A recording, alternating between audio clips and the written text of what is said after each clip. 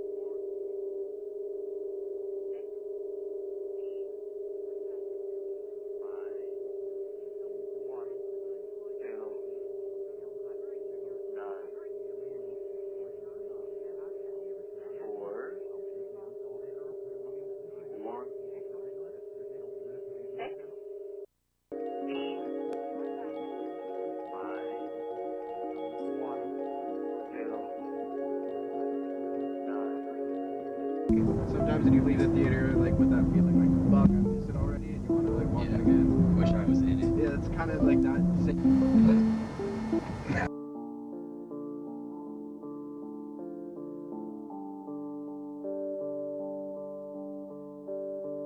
Wither away in that comfortable place where I stay. Barely awake as I sleepwalk my way through the day. Don't ask how I've been if you run into me, it's so fake.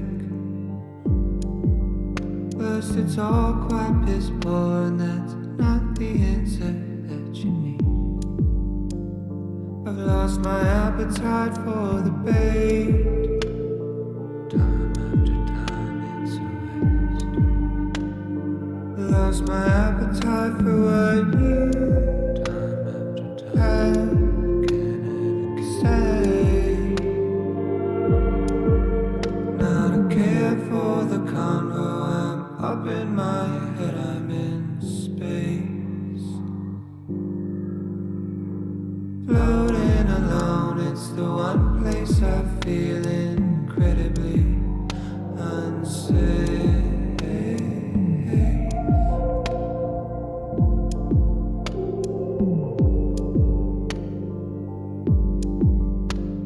This heavy heart that beats in me will weigh me down a full 6 feet.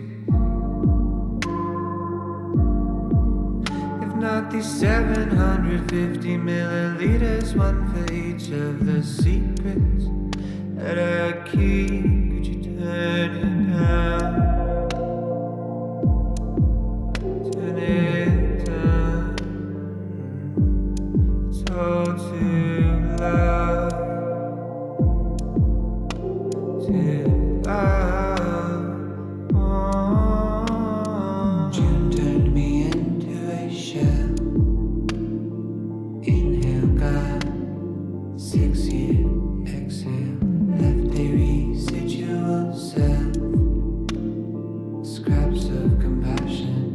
Missing action. No care for the combo. I'm in space. Floating alone. Incredibly unsafe.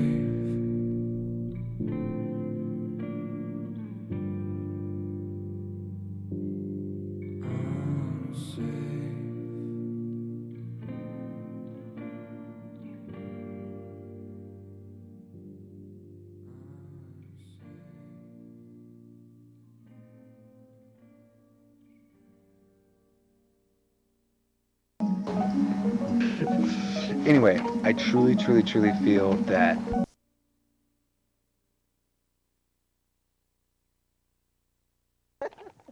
oh, keep going. Anyway.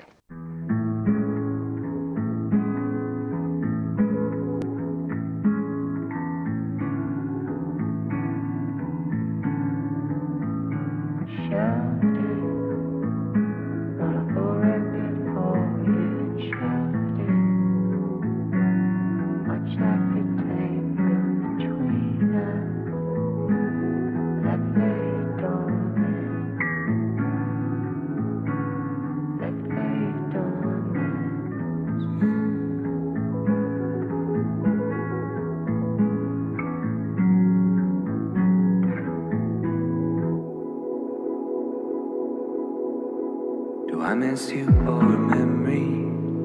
Someone or something I couldn't call it. Is it your smile in the morning? Or just the prime of our 20s? I shouldn't bother. I'm just searching for a feeling, and maybe it's past and I can't grasp it. A moment set somewhere in between where we met and where we left it. Almost as if every passing bird flies directly through our shadow. I really shouldn't. Where you at now? Did you save the 10,000? Did you find a passion, alleviate some pressure?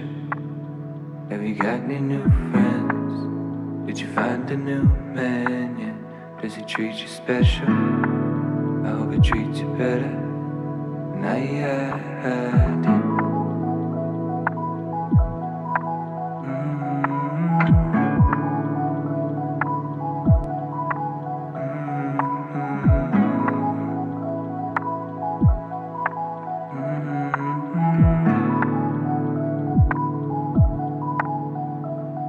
In a hoodie, in a backyard somewhere, we were talking, and your eyes all sparkly, got me nervous, not a clue as to what it would be.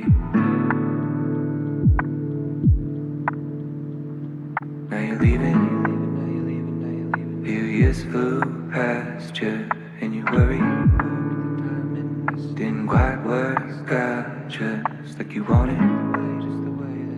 Now packing your things in your car,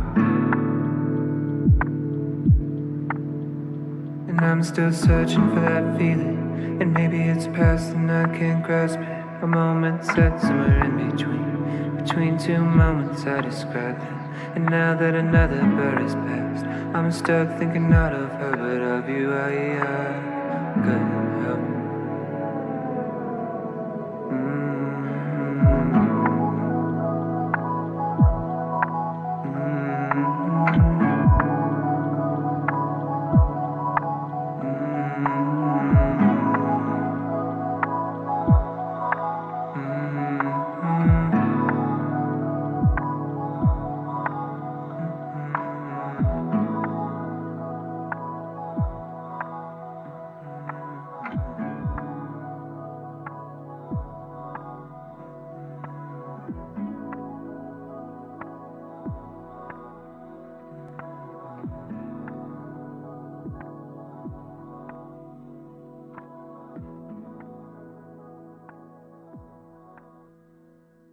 Okay, don't move a muscle.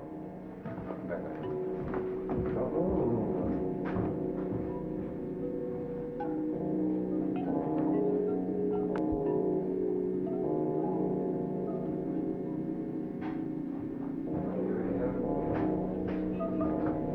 Still got a vibe, or just have a glass of peanut butter? Oh, yeah, give me a glass, bitch. This looks so awesome. Oh my god. I love you, Grandma. Look, this is amazing.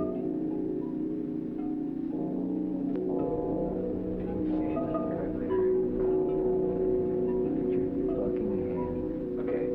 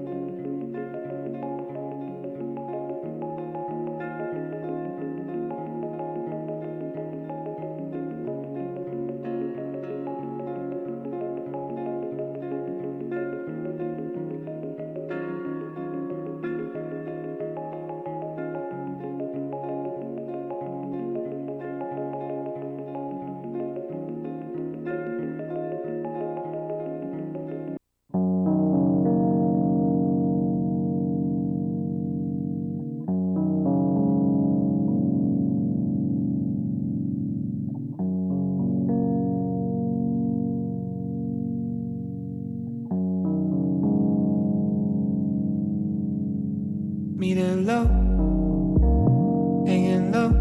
I'm on empty, headed home. I'll make it home. I guess I'm okay. I don't know. No, I'm not sure. I wasn't thinking about you.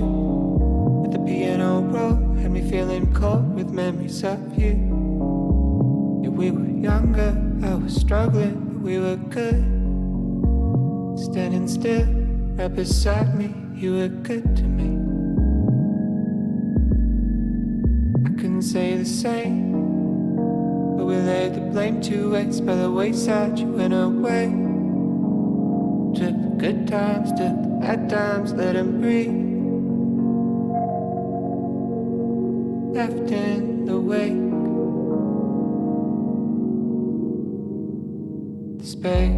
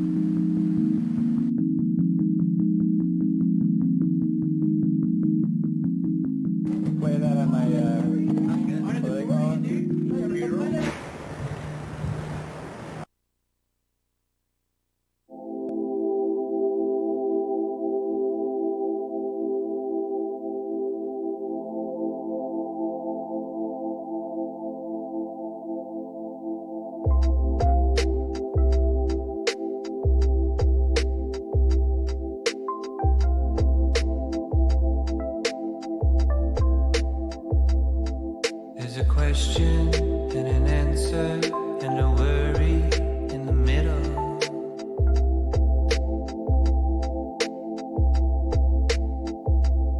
There was a promise of forever and a wishful intention.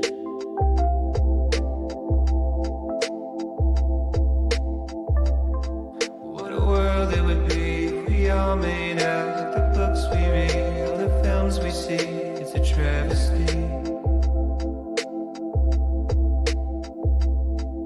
As the moon drifts by with the shifting tides, and you're lost in life, so the love floats into the ether.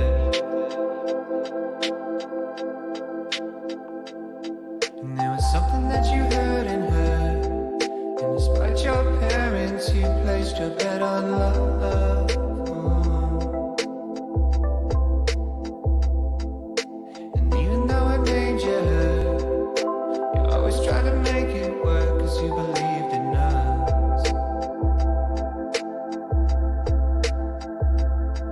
Said you're pretty, but you drink too much. You've got a head on your shoulders and it's good enough, but something broke you.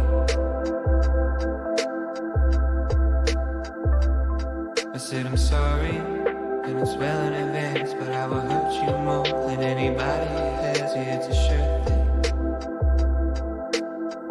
Oh, is it a shirt thing? She said I know that you didn't know back then. Getting all that you should know by now. It never was about the pain you held, not in the way that you shut me out, not in the way that you hate yourself, or all the ways that you let me know it was that you and I, we were on our way. Kind of feeling that was unexplained, and you still feel like it felt back then. It's what you tell me when nobody's listening, and you ain't happy where you're at right now. Talked about it for a couple hours, a lot of change in the past few years, a couple deaths and a few relationships, a little older and a little scared of making all the same mistakes I made. You said you're weary because you think too much. You've got a mind of your own, it's free enough, but it'll drain you. I know you're sorry, and it's right on time, 'cause you told me what would happen if I stuck around. I know you warned me.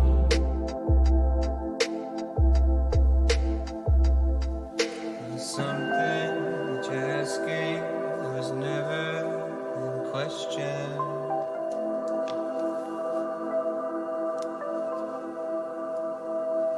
Something that you're asking was never in question.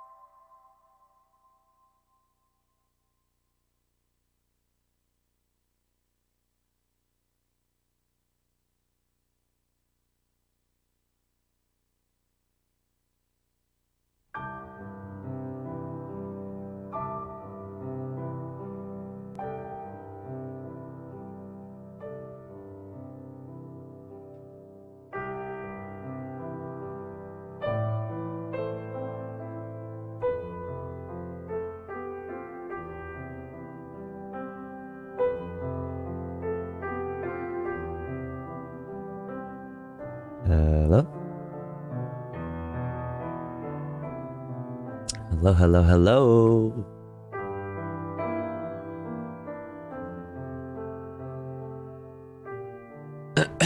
Hello, hello. What up? Mm. Mm. Mm-mm. What's up, chat? Hello? Hello, hello, hello, hello. What's going on? How's everybody doing? What's the vibe? Hope everybody's doing well. I'm doing pretty well. Myself. Doing alright. Hanging in there. Doing good. Chilling, chilling, chilling. What's up, everybody? What's up, Rolling Face? What's up, Not Mitch? What's up, Bipedal Humanoid? What's up, Malty? What's up, Hapsley? What's up, Snilk? What's up, Celtic? What's up, Midnight Dime? What's up, Arlie? Who else? What's up, Punky Gal? What's up, Sleepy Cat? What's up, Papa John Pig? What's up, Ligma Nut? Hello? Who else is in here? What's up, Riot Vision? What's up, Vexing Thoughts? What's up, Reeks of Sensitivity? What's up, Yellow the Squirrel? Rolling Face? Who else? Who else? What's up, Not Mitch? What's up, Tech Team? Dun, dun, dun, dun, dun. Did you check, did you see the cat memes in Discord? No, but I will definitely check them out. Fuck yeah. I checked my June recap for your stream and I watched a total of 36 hours. LOL, does this make me a super fan? I think so. I think so. I gotta check who our chatter of the month is. I can't remember who it was last month. It was like, cause I showed you guys like who, there's like 3 chatters. It shows like who like is like the top chatters, and I'm assuming it means like who like chats the most. And I think last month it was, like Mander Bobander, Adrian Vixen, and somebody else. I can't remember who. Can't remember. Love the 90s Vaporwave. Let's go, baby. Twin Towers, World Trade Center Vaporwave Mix, 2nd edition, VHS archive. Let's go. Anyways. Hope you're all doing good. Was it Classic Banana Milk? Okay, it might have been Classic Banana Milk. That would make sense. 92 Honda Civic hatchbacks. Don't forget those. Real. Hope everyone's doing good. If you had to describe the way you're feeling, though, right now at this very second with one word, what would it be? Not like today in general, not like in life in general, but like right at this second, one word that comes to mind. What would it be? Mine would be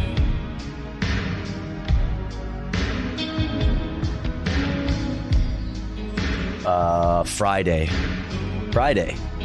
Better, love that. Caffeinated, love that. Same. Sappy, I feel it. Nugget, I feel nugget. I love that for you. Absolutely. Fry, yay, real. What's up, Liv? I get distracted and forget everything. I swear I think I need meds for my ADHD levels. Maybe you do. Maybe you do. That's okay.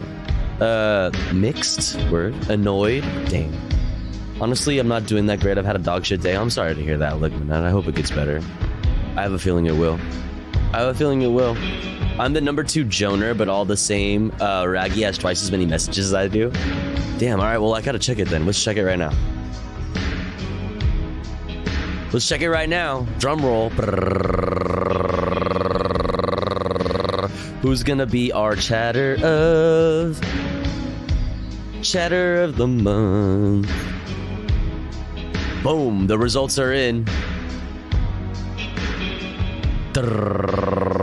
Results are in.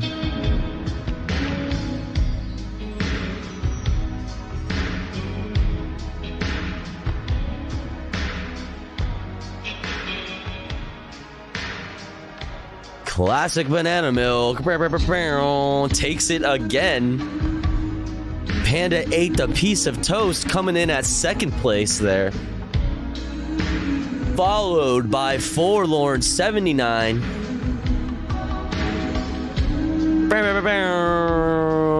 Shouts out to these chatters. Shouts out to these folks for real, on God, on a stack. 911 followers. Wait. Coincidence? Coincidence while we're watching the Twin Towers Vaporwave mix? Coincidence? I don't know. I don't think so. I don't think so.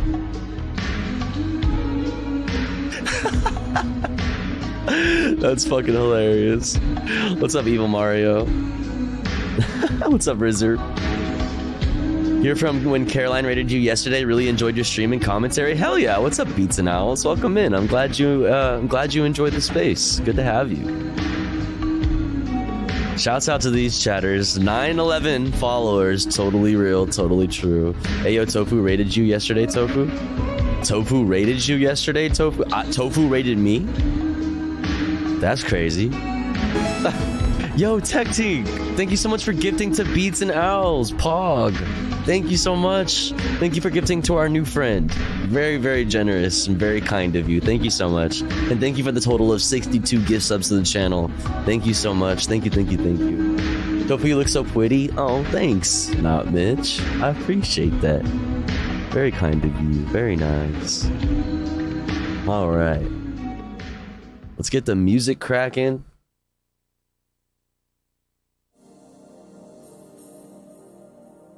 And let's fucking, you know, let's start getting the day started, or the night. The night day night. Can we have a random Brendan Lee Mulligan rant about cops? A who? A who rant?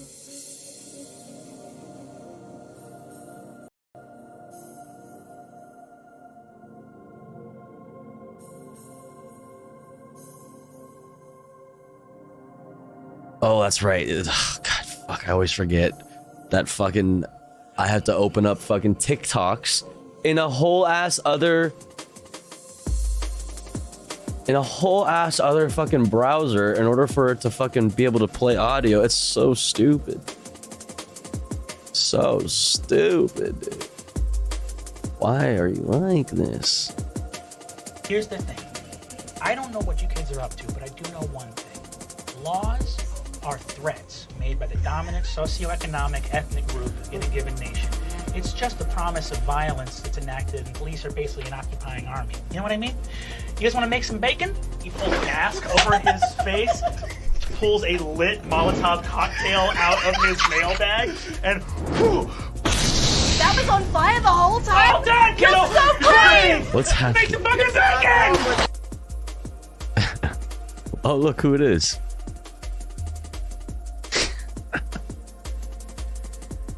Worker who thinks he's a capitalist. Oh no, that's funny. That's funny.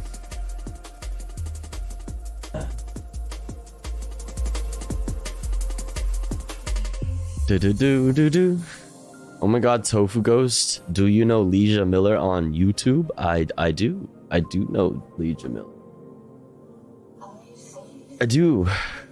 Wait, I thought Gary Vaynerchuk said this. Reread the message. Okay, you're talking to somebody else. Doom doom. I just bought Spotify Premium again, partially so I could stream your music without ads. Oh, let's go. Fuck yeah. Hell yeah. How do you make a bacon roll push a police officer down a hill? Nice.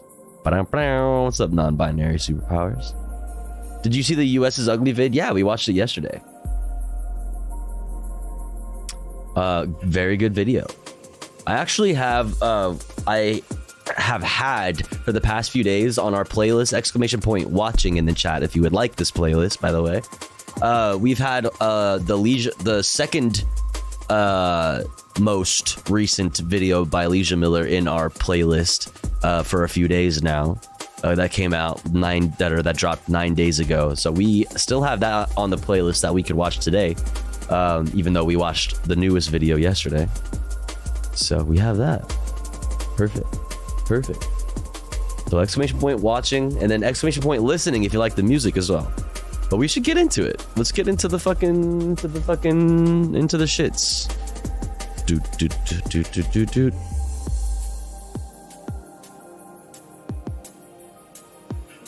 Boom, boom, boom, boom.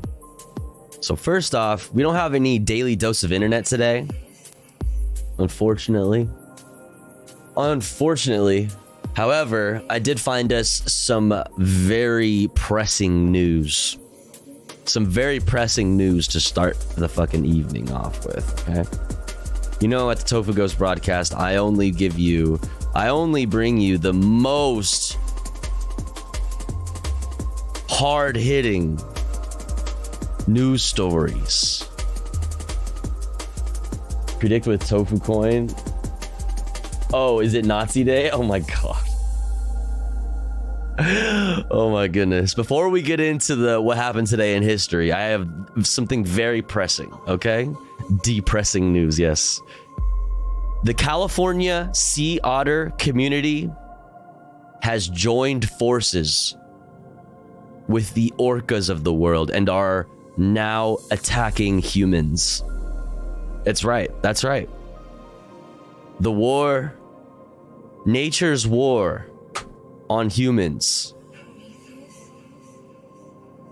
just got a little bit crazier. All right, let's check it out. California sea otters harassing surfers and kayakers. Holy. Wildlife officials were trying to capture a wayward sea otter that has been wrestling surfboards away from surfers off Santa Cruz, California. Multiple surfers. The 5-year-old female otter also has aggressively approached kayakers. The U.S. Fish and Wildlife Service said the otter poses a public safety risk. I understand what I'm made of. Holy shit, man. Eating, like, literally destroying people's surfboards and destroying people's fucking kayaks. Just like the orcas are ripping off the udders of fucking ships. Video and photographs shared on social media showed the marine animal getting on top of surfboards and biting chunks off at least one board.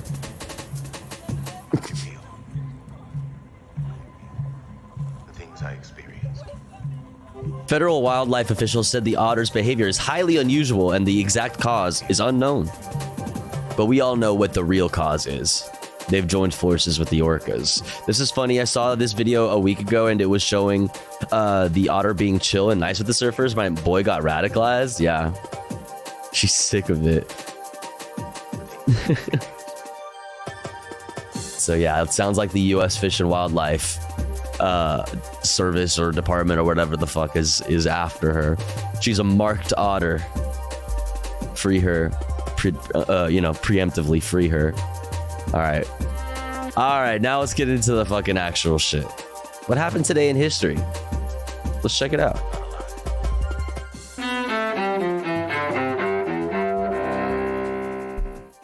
July 14th, This is also happening down to Monterey too, apparently. So it's multiple otters. Let's fucking go. Let's fucking go. I, for one, support and welcome our new otter overlords. 1789. Bum, bum, bum, bum, bum, bum, bum.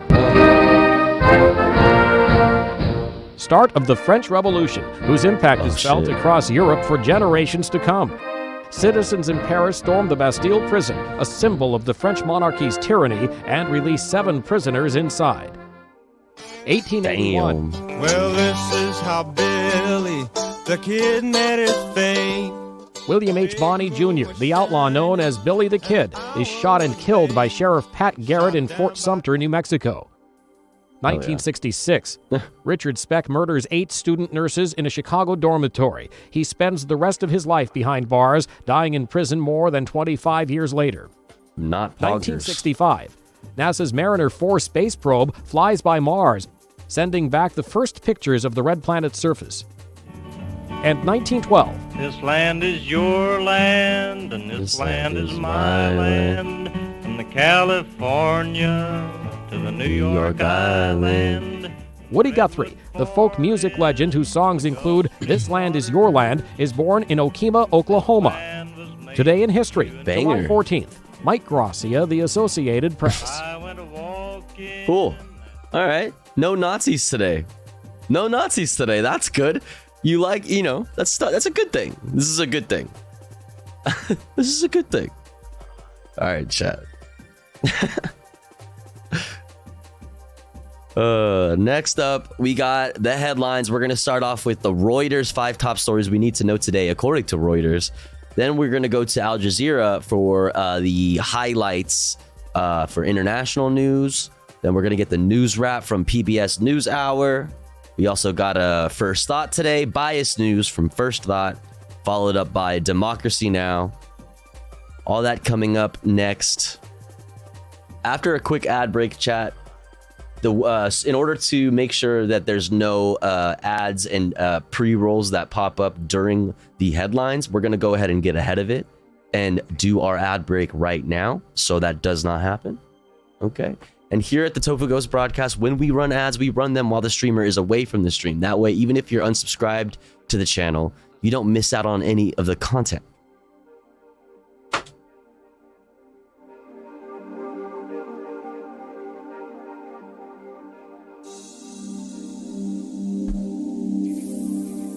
However, if you would like to support the channel, support me, the streamer, and get access to cool Tofu Ghost emotes as well as an ad-free viewing experience, all you gotta do is subscribe for $5 or for free with a Twitch Prime by connecting your Amazon Prime account, if you have one, to your Twitch account. Or let's say you're already subscribed to the channel and you're feeling generous and you have the means to. Maybe consider gifting a sub to one of our friends in the chat, one of our comrades in the community that may not be able to afford a sub this month. That way they may also be able to enjoy the Tofu Ghost emotes and an ad-free viewing experience. We're currently at 2 out of 30. Wait, 2? Who subscribed? What the heck? Did somebody sneak some subs past me and I didn't see it? I don't see anything on my alerts here. That's weird. But oh shit. Oh shit. Oh shit. I take that back. No longer are we at 2. We are at 7 out of 30 for our daily sub goal. Holy shit. Let's fucking go, baby. Hell yeah. Yo, and then NRG subscribed for 12 months. Thank you so much for 12 months of support. Thank you, Energy. Thank you so much. Thank you, thank you, thank you. And Midnight Dime, thank you so much for the 5 bomb. I really, really, really appreciate that. Holy fuck. Thank you so much. If you got a gifty, please thank the person that gifted you. Really, really, really appreciate it. I'll be back in 3 minutes. Don't you go anywhere. BRB, thank you so much again. Thank you, thank you.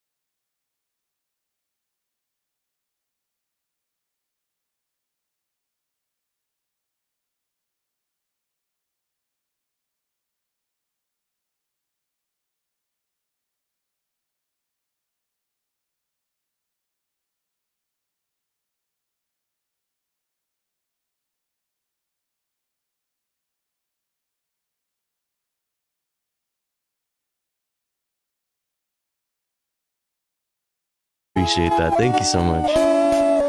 Let's go.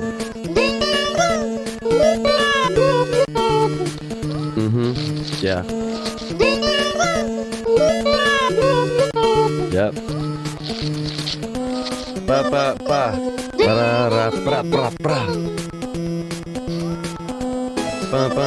Yo, not Mitch, thank you for gifting to Jacato. Pog, thank you so much. Thank you. Wiggle the bad vibes away. Hey. Wiggle it up. You're hanging with Tofu Gang today. Oh, hell yeah. Thank you so much. Thank you so much, Not Mitch, for gifting to Jacato. Ligma Nut, thank you so much for the 5 bomb. I really appreciate that. Thank you. And thank you again, Marking, for the gifty. Really appreciate it. Thank you so much. Thank you.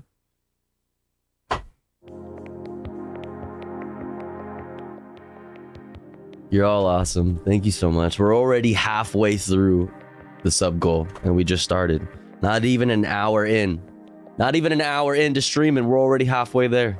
Fucking crazy. Thank you so much, chat. I really appreciate that. Oh!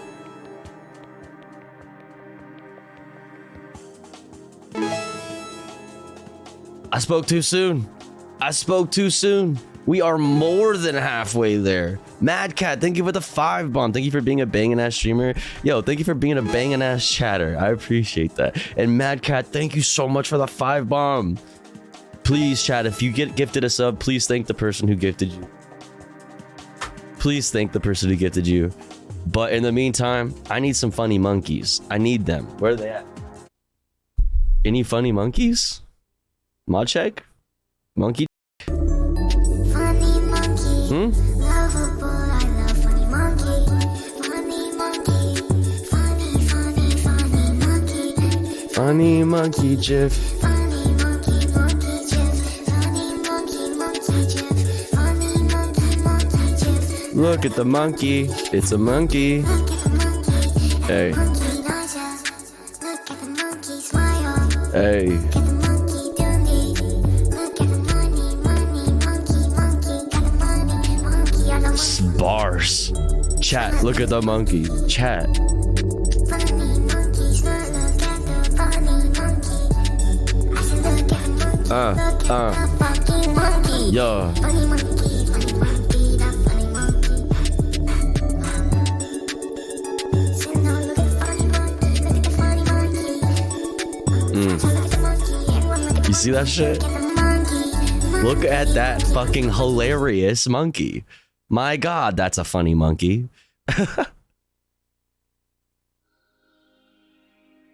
My god. That monkey's hilarious. Sweet mother of Jesus.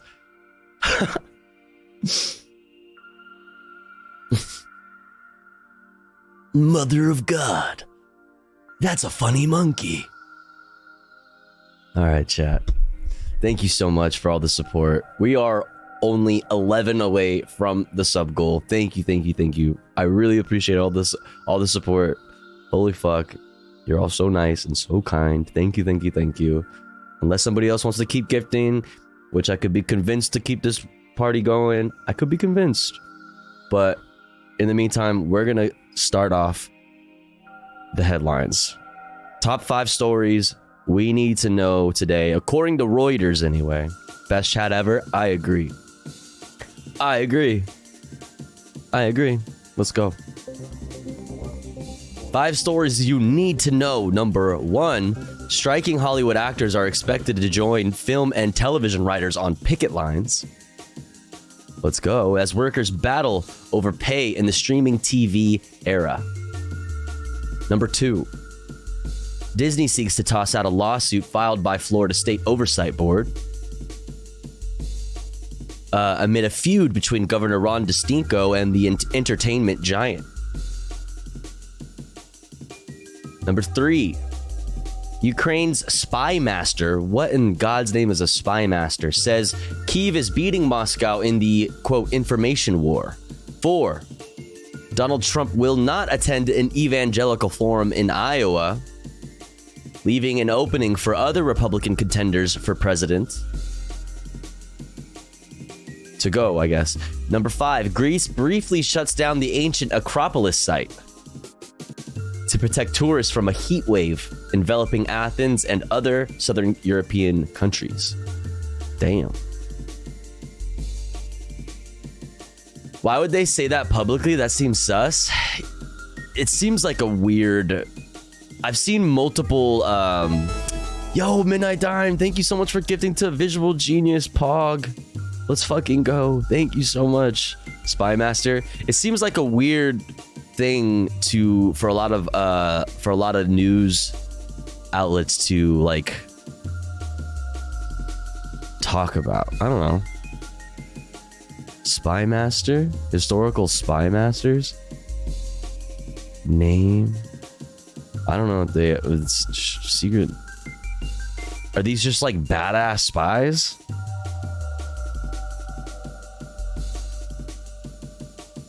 Is this who are the main director of intelligence Ukraine? Is the main directorate of intelligence of the Ministry of Defense of Ukraine is the military intelligence service of the Ukrainian government. It is an agency of the Ministry of Defense, not the general staff of the armed forces of Ukraine. So is this guy? Is it this guy?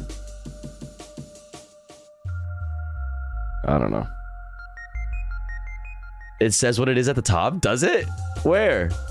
For the all it says is for the Super Marvel villain. Historical oh, I didn't even there's one little sentence. I just couldn't see it. A spy master is the person that leads a spy ring or a secret service, such as an intelligence agency. Got it. Okay. Got it. Stupid ass. God damn it. All right, let's keep it moving. You're watching Al Jazeera with me, Sahil. Al Jazeera headlines. Our top news stories. The International Criminal Court has opened a new investigation into allegations of war crimes in Sudan. Prosecutors are looking at reports of atrocities against civilians in the Darfur region since fighting broke out again in April. The battle for power between the Sudanese army and the paramilitary Rapid Support Forces reignited ethnic and tribal violence. We have already started investigating, as I said, and Mr. President and Excellency, we're going to look at their piece on this in a little bit as well. And send a clear message to every belligerent, every commander, every foot soldier who has a gun or believes that they have power to do what they want, that targeting civilians, individuals, targeting their homes, targeting their businesses, intentionally, particularly targeting children and women, are crimes prohibited by the Rome Statute. Bastille Day is being celebrated across France. The traditional parade was held along the Champs-Élysées, which was viewed by President Emmanuel Macron, with India's Prime Minister as the guest of honour. Tens of thousands of police were on duty for the celebrations due to heightened tensions over the killing of a teenager. The Kremlin says the status of the Wagner mercenary group needs to be reviewed. This comes a day after President Vladimir Putin said the group has no legal basis to operate in Russia. Last month's short-lived rebellion against the military leadership by the mercenaries was the most serious challenge to Putin's 23-year rule. The World Health Organization says aspartame is one of the most commonly used artificial sweeteners in diet sodas, could possibly cause cancer. Now, the WHO says it's safe to consume in moderation, but the data is limited. True, the Hollywood Actors Union has voted to go on strike. 160,000 members are taking part in one of the largest strikes in the US in decades. They're demanding more royalties from streaming services and safeguards around the use of artificial intelligence. India's unmanned Chandrayaan-3 rocket has blasted off on its mission to put a lunar rover onto the moon. If the mission is successful, it'll make India the fourth country in history to land on the lunar surface. Welcome to the... No people in it, though? Lame. Lame. All right, news wrap from Publis. Let's go. The news hour. There's still no relief from the heat tonight. A swath of the country stretching from the west to the south has spent another day sweltering in extreme temperatures. Phoenix faced a 15th straight day of temperatures at 110 degrees or higher.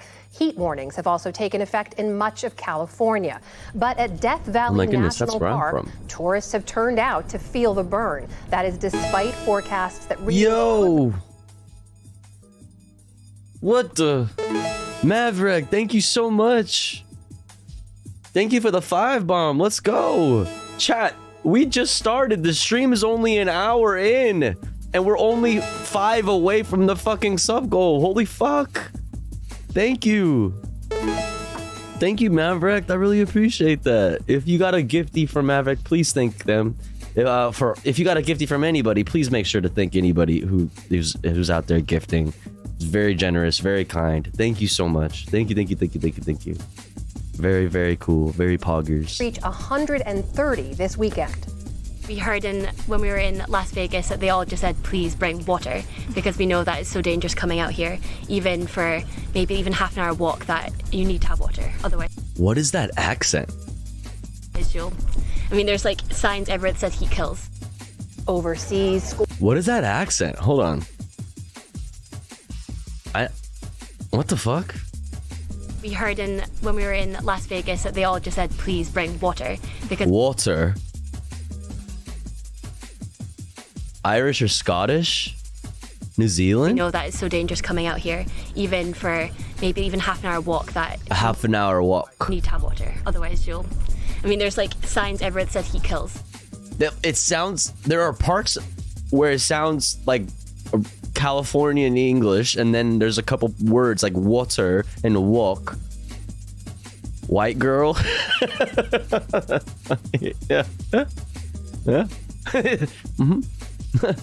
Minnesota? No, not Minnesota. It's not American. The walk and the water is not American, but everything else sounds pretty, I don't know, fake accent. I'm calling cap on this. It's too many accents in one. Yeah, it's kind of sus, huh?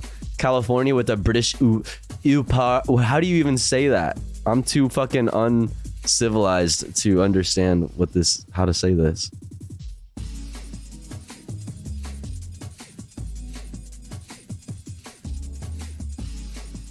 Au pair. Au pair? It's pronounced Greg. Oh. Gotcha. An au pair, plural, au pairs, is a helper from a foreign country working for and living as part of a host family. I see what you're saying.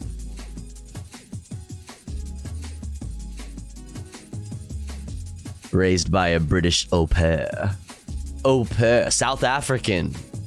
Maybe South African. So maybe South African. Actually, that's probably a good guess. They've obviously lived in the US or Canada for a while. Yeah, they definitely have. No, it's not.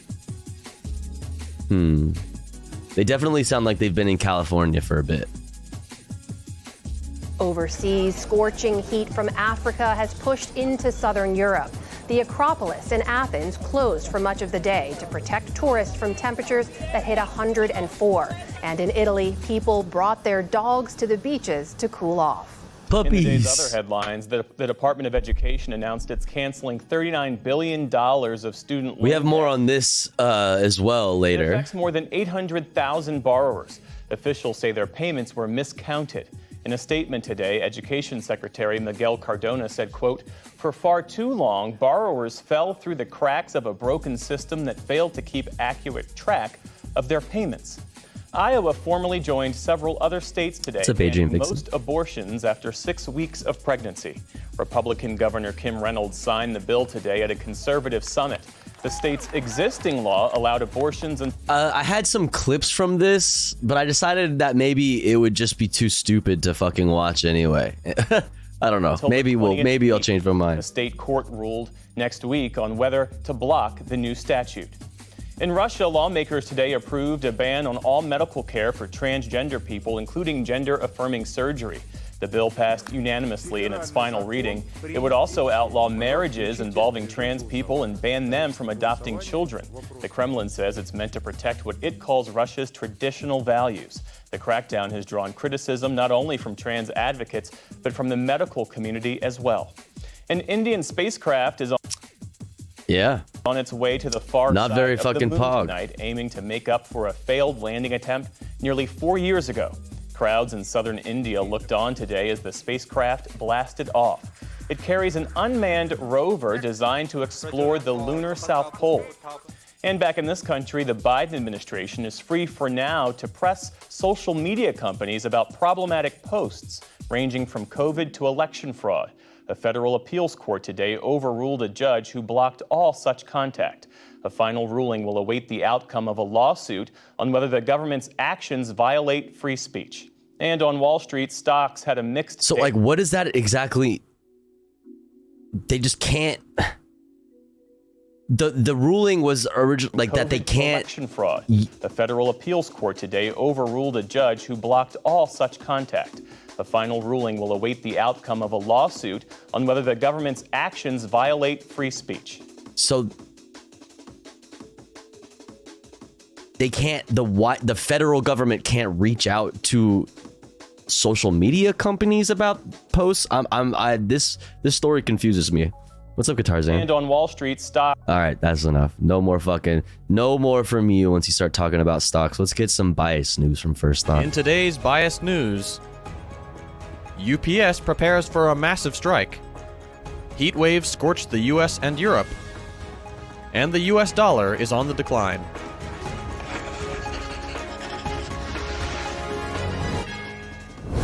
UPS has threatened a 10-day strike, which could be the costliest in at least a century, potentially exceeding $7 billion. Currently, UPS handles a quarter of US parcels across the entire nation, ranging from Amazon deliveries to medications. Despite the critical importance of UPS workers for the American public, talks between the company and the International Brotherhood of Teamsters Union are deadlocked, leaving the demands of 340,000 UPS workers unmet. The contract limit is July 31st. After then, if the union's demands are not met, they will go forward with the strike, which could paralyze supply chains and be immediately felt across the country. Demands include pay raises for part-time workers. I'll take a look at this because I need to understand what I don't fucking get that story, so I'm gonna look into it. Which account for roughly half of UPS staff.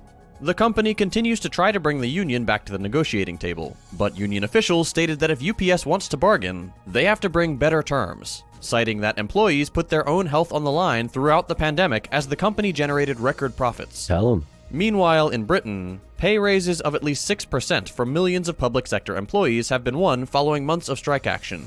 Notably, though, the highest increase went to prison staff and police, in a very transparent move by the ruling establishment. In addition, this is below Britain's 8.7%. Damn, dude. They're like, all right. You want to play? We'll play. We'll raise wages, but mostly for fucking cops. Inflation rate, and is therefore not a real raise.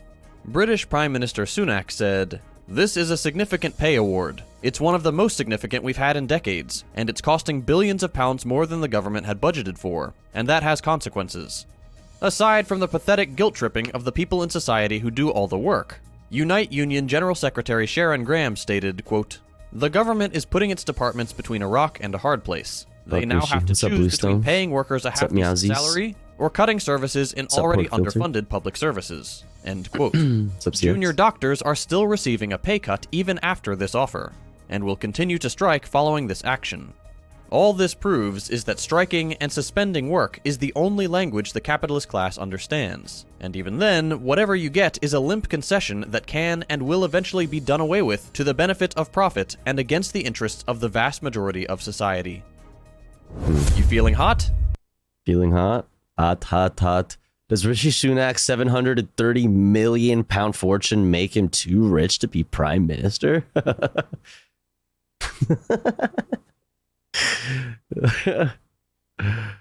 Oh, damn, dude. Yeah, I mean, yes. Yeah, for sure. With a weekend home sporting a £400,000 pool and spa, the insanely rich ex-chancellor is dividing opinion in his Yorkshire seats. Jesus Christ, it's time, yeah. Holy. Join the club. Heat waves have been scorching the entire world. Nearly 100 million Americans are facing a prolonged stretch of sweltering weather this week, and Europe was subjected to a fierce heat wave canceled on Thursday, with a warning that temperatures could hit record highs for the continent next week. raising fears about the impact on human and animal health and agriculture. Climate change continues to wreak havoc on our weakened ecosystems, and the people who caused it remain safe, cool, and ever more wealthy. Real.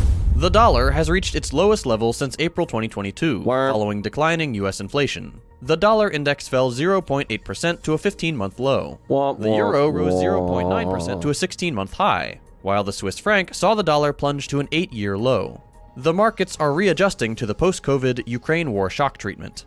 As much as Wall Street types clutch their pearls over these changes, normal working people will be the ones who continue to bear the brunt of the suffering.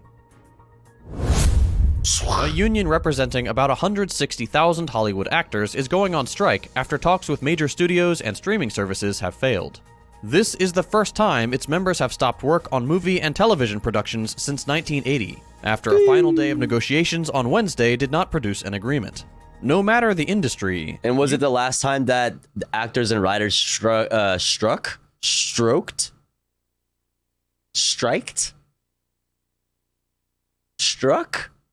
together? Was in the 60s, right? Union organizing... Yo, Felliners! What up? How you doing, dude? I hope you're doing all right. Guess what? What? Chicken butt? Even with chicken slut? In the confines of capitalism, can win back significant value stolen by bosses. Indian... Stroked together sounds good. Yeah.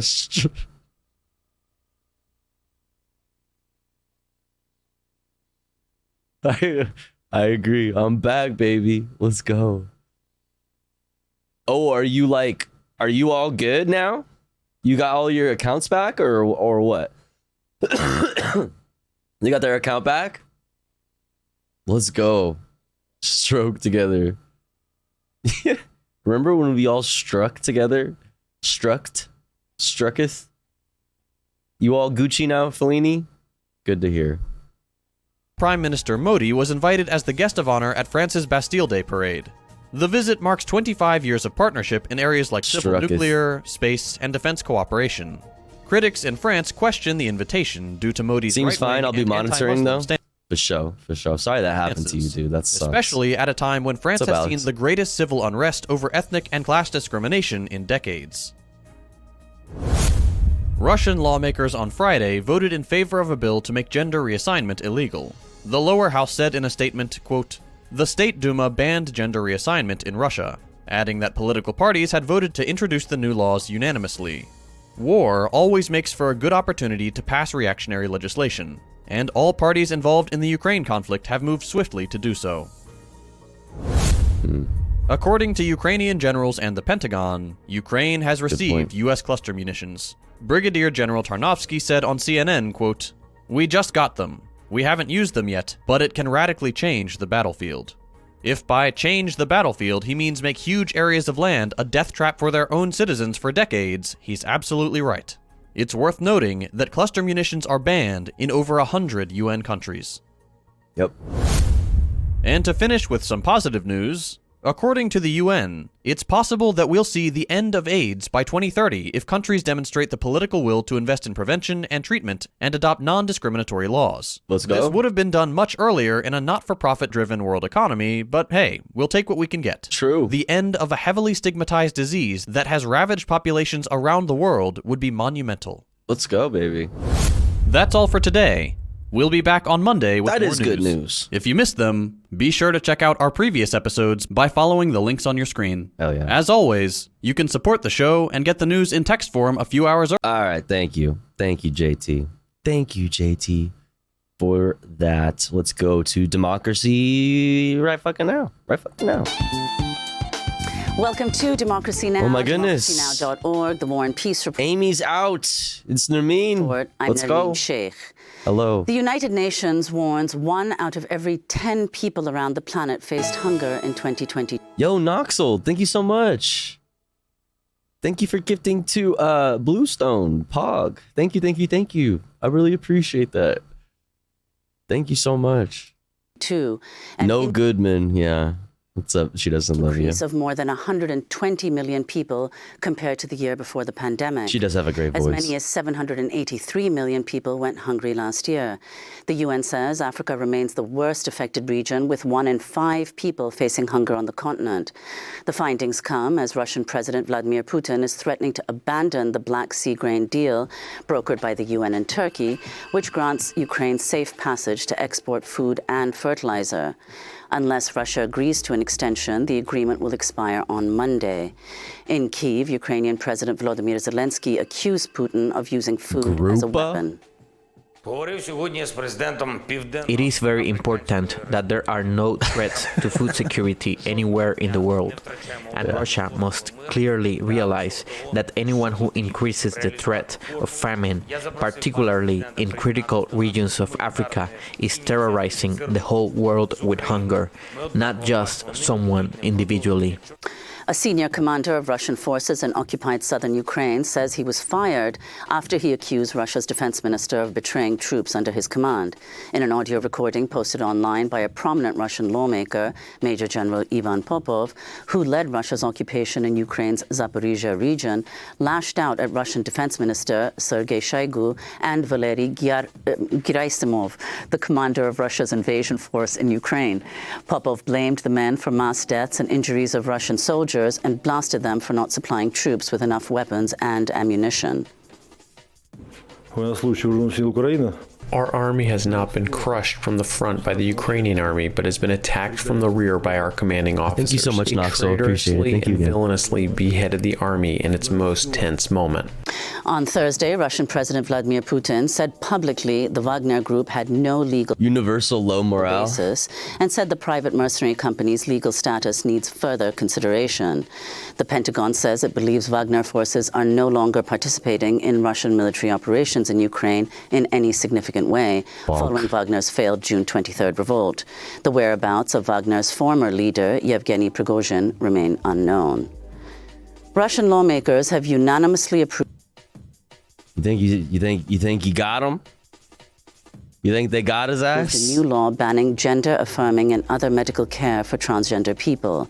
The measure will unknown. Maybe. Damn. Also annul marriages of trans people and prohibit them from becoming foster or adoptive parents. This is the latest attack on LGBTQIA Russians who face an intensifying crackdown over the last decade under President Vladimir Putin. This is a Russian LGBTQIA rights activist. It was like never really a very great place for trans people to begin with. According to this research, 72% of trans people experience depression or attempted suicide. 72% of Russian trans people. This statistic is huge. And I can predict this law was this will lead to increasing these numbers. The FDA has approved the first over-the-counter birth control pill to be sold in the United States. Opill is expected to be available from brick-and-mortar stores and online early next year. The milestone comes amid the Republican assault on reproductive rights and 1 year after the Supreme Court reversed the constitutional right to an abortion. The manufacturer, Dublin-based Perrigo, has not specified the price of Opill yet, but said it is committed to making it, quote, accessible and affordable to all. In other reproductive rights news, abortion providers in Iowa have filed a lawsuit against the state's recently passed 6-week abortion ban. Governor Kim Reynolds is expected to sign the bill into law today. The Health and Human Services Department has confirmed the death of an unaccompanied migrant child who'd been in its custody since May. A 15-year-old migrant girl from Guatemala, whose name has not been released, died Monday of multi-organ failure at a hospital in El Paso, Texas. She reportedly suffered from an underlying illness. She's the 4th migrant child to die in U.S. custody this year. That's Brandon's America. As officials have been accused of severe medical neglect and other that's Brandon's cages. Abuses. Canada's Interagency Forest Fire Centre says it's monitoring 906 active wildfires. True bipedal humanoid, yeah. From coast to coast, as smoke from the unprecedented blazes is forecast to head south today, triggering another round of air quality alerts in the Midwestern United States. This comes as a massive heat dome stretching across the U.S. is set to intensify over the weekend, impacting over 100 I need some heat dome to intensify over the weekend, if you fucking know what I'm saying. million people. On Thursday, Phoenix, Arizona logged its 13th consecutive day of temperatures above 110 degrees Fahrenheit, with the city on track to break its all-time record of such scorching hot days next week. Actors unionized with SAG-AFTRA are officially on strike as of today. Some 160,000 Screen Actors Guild members are joining around 11,000 sick-ass shades. She's and killing television it. writers who've been on the picket line since May, Killing it. effectively bringing Hollywood to a standstill. The strike prohibits members from both acting in and promoting films and TV shows. Actors are demanding better wages, residual pay, and protections in an era where streaming services dominate and AI threatens the livelihood of entertainers. This is SAG-AFTRA President Fran Drescher. It is a slippery slope into a very dangerous time and a real dystopia if big business corporations think that they can put human beings out of work and replace them with artificial intelligence. It's dangerous and it's without thinking or conscience. We'll have more on the strike by Hollywood actors and writers later in the broadcast. In Pittsburgh, Pennsylvania, a federal grand jury... We're not going to see Democracy Now!'s piece on it. I had it on here, but I took it off because it was a little bit long, and I don't think we really needed to. I think we did a pretty good job yesterday and go... Oh, actually, I still have it here, but whatever. We'll see if we look at it. But I do have, for later, in regards to this, I have Kayleigh McEnany, why a Hollywood shutdown could benefit fans. And it's got this guy on the fucking... It's got this guy on the thumbnail. It's got that guy on the thumbnail. And then we got the 5. It's actors versus AI. I don't know what we're gonna see. We're gonna see what the 5's take on this is. Like, my first initial reaction was that these headlines seemed somewhat positive, like they could be like positive, like they're glad that Hollywood is getting shut down or something. But I have a feeling I'm gonna be like really disappointed on that front. So we definitely got to see this. And then we're gonna go to the majority report to get a sane perspective, a sane person's perspective on the situation. I also have the Democracy Now! Piece, but we'll see. We'll see. Has ruled the man responsible for the deadliest anti-Semitic attack in U.S. history is eligible for the death penalty.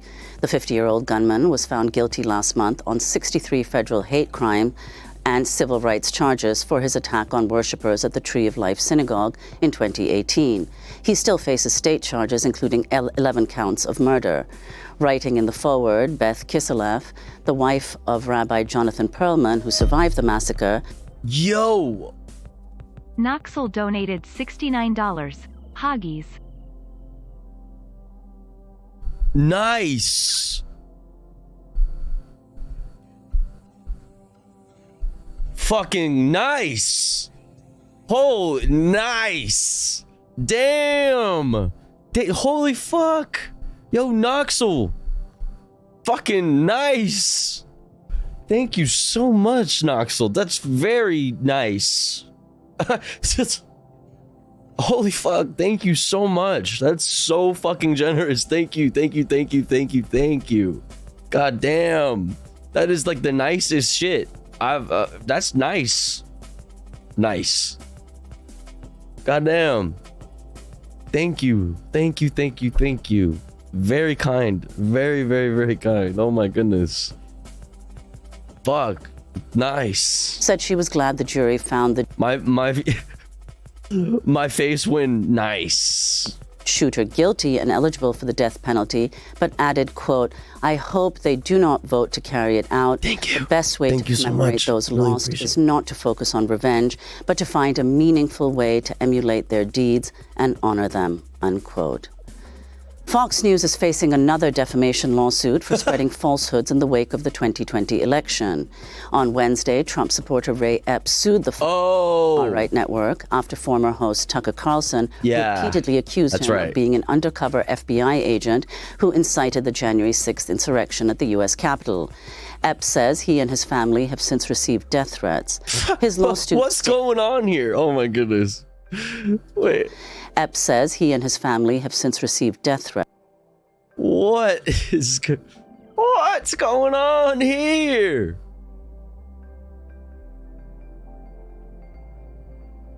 I'm just asking questions. New turtle just dropped. I'm just asking questions. His lawsuit states, quote, "As Fox recently learned in its litigation against Dominion Voting Systems, its lies have consequences." In April, Fox News paid $787 million to settle Dominion's lawsuit, charging the network defamed the voting machine company by airing false conspiracy theories it helped rig the presidential election. Fox News still faces a $2.7 billion lawsuit brought by Smartmatic, another maker of electronic voting machines. Egypt has announced a sale of $1.9 billion in state assets amid an economic crisis and record high inflation. The sale of 32 state companies, including hotels, telecom, and oil firms, to Egyptian investors and a United Arab Emirates investment fund is part of a turn towards privatization. Egypt has also imposed austerity measures, including cuts to subsidies for fuel, water, and electricity, in exchange for billions of dollars in loans from the International Monetary Fund. Nearly 1/3 of Egypt's population lives in poverty, according to government figures. And in Italy, outrage is mounting after a judge cleared a school employee of groping a 17-year-old student, arguing the assault didn't constitute a crime because it allowed... Oh. Stream Elements. Wait, I don't know why this Stream Elements when you tip here, it doesn't like let me know. It just says something in the chat and I always miss it. Yo, thank you so much, Visual Genius. Nice. Let's fucking go. Thank you so much. Lasted less than 10 seconds. The student from a Rome high school reported the 66-year-old employee after the incident last year.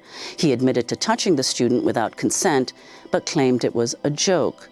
Social media users have responded by posting videos in which they grope themselves for 10 seconds, accompanied by hashtags which translate to #10seconds and #brief groping.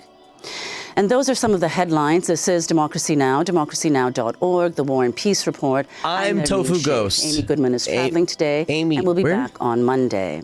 Amy is traveling. Yo, where's she at? Yo, Amy, where you at? The fuck?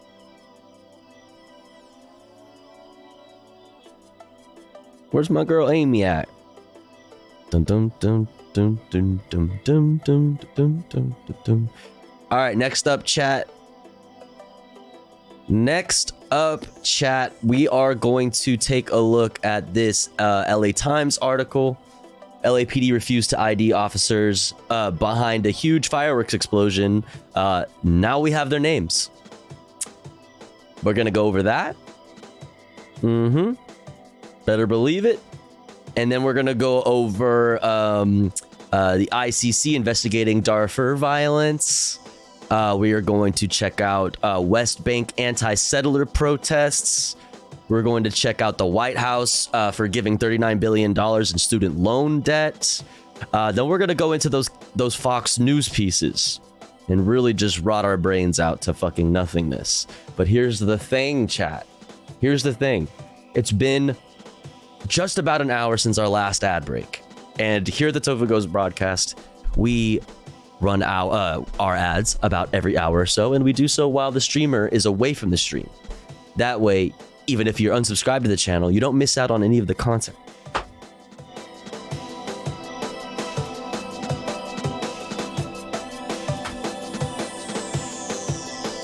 However, if you would like to support the stream, support me, the streamer, and get access to cool Tofu Ghost emotes, as well as an ad-free viewing experience, all you gotta do is subscribe for $5, or for free with the Twitch Prime by connecting your Amazon Prime account if you have one to your Twitch account. Just like Keep0077 did. Exactly like Keep0077 in the chat just did right now. They just did it for 2 months in a row, actually. Thank you so much, Keep. I really, really appreciate that. You could use that Prime anywhere, and you used it here. Thank you so much. Very pog. Thank you, thank you, thank you. Thank you, thank you, thank you.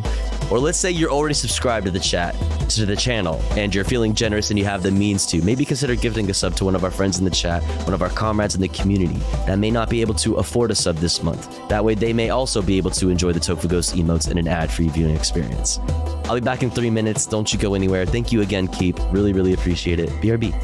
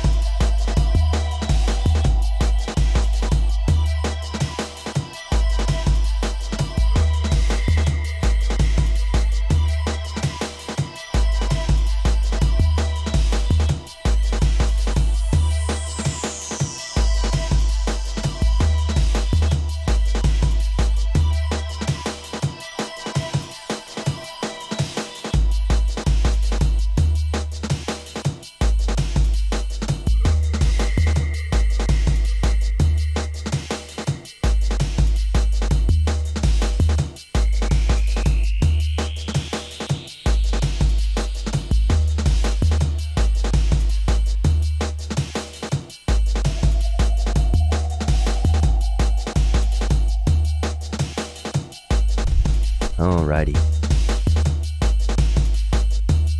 We're back.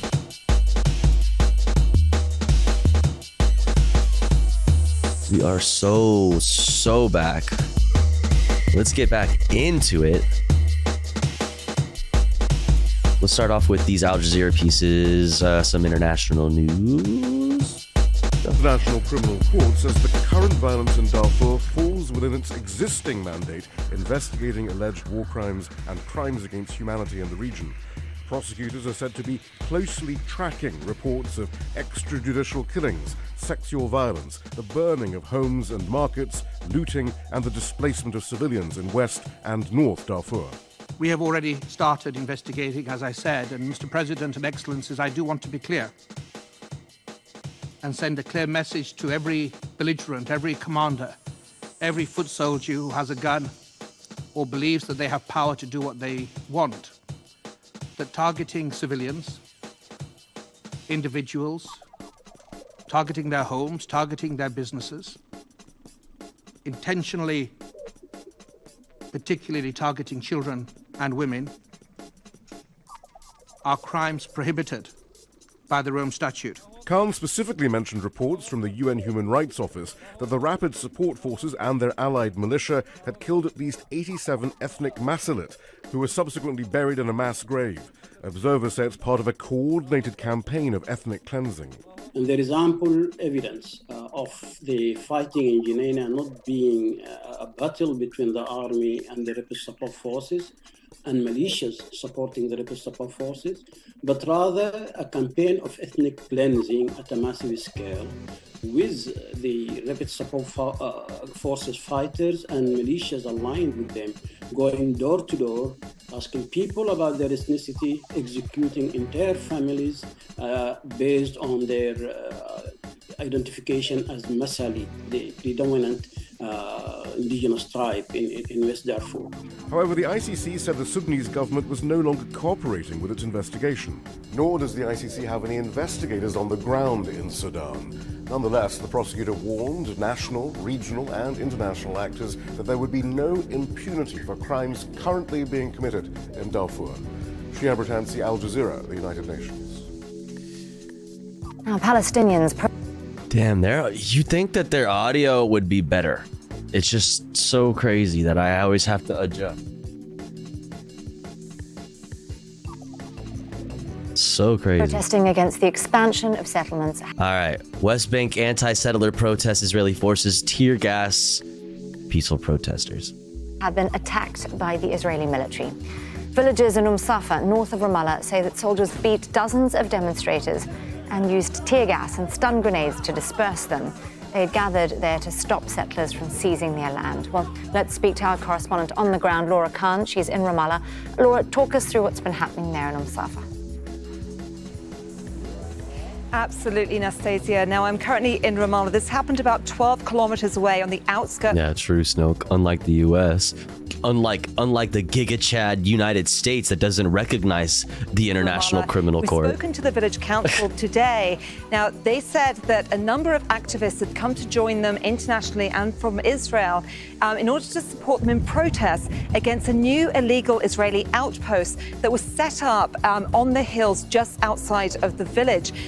Now, they've been protesting this for around 2 weeks, but it's quite unusual. It's happening more often now. The Israeli soldiers came in, they surrounded the village council, and they started beating the protesters. But usually the protests will come to them first, and then we'll see those kind of clashes. They then fired tear gas and started firing live bullets in the air. So far, we haven't had any reports of injuries, but we do know that the illegal outpost has been uninstalled and taken away. Laura, despite the clearly rising tension, it does sound like settlement construction is still ongoing around there. Oh, yeah. Settlement construction is mushrooming across the occupied West Bank. Mushrooming. Just the other day, we were driving from Jenin to Ramallah. It's a 2-hour... I imagine that she means that it's like it's growing, it's mushrooming. But what does she mean by mushrooming? I never heard somebody use that word in that way.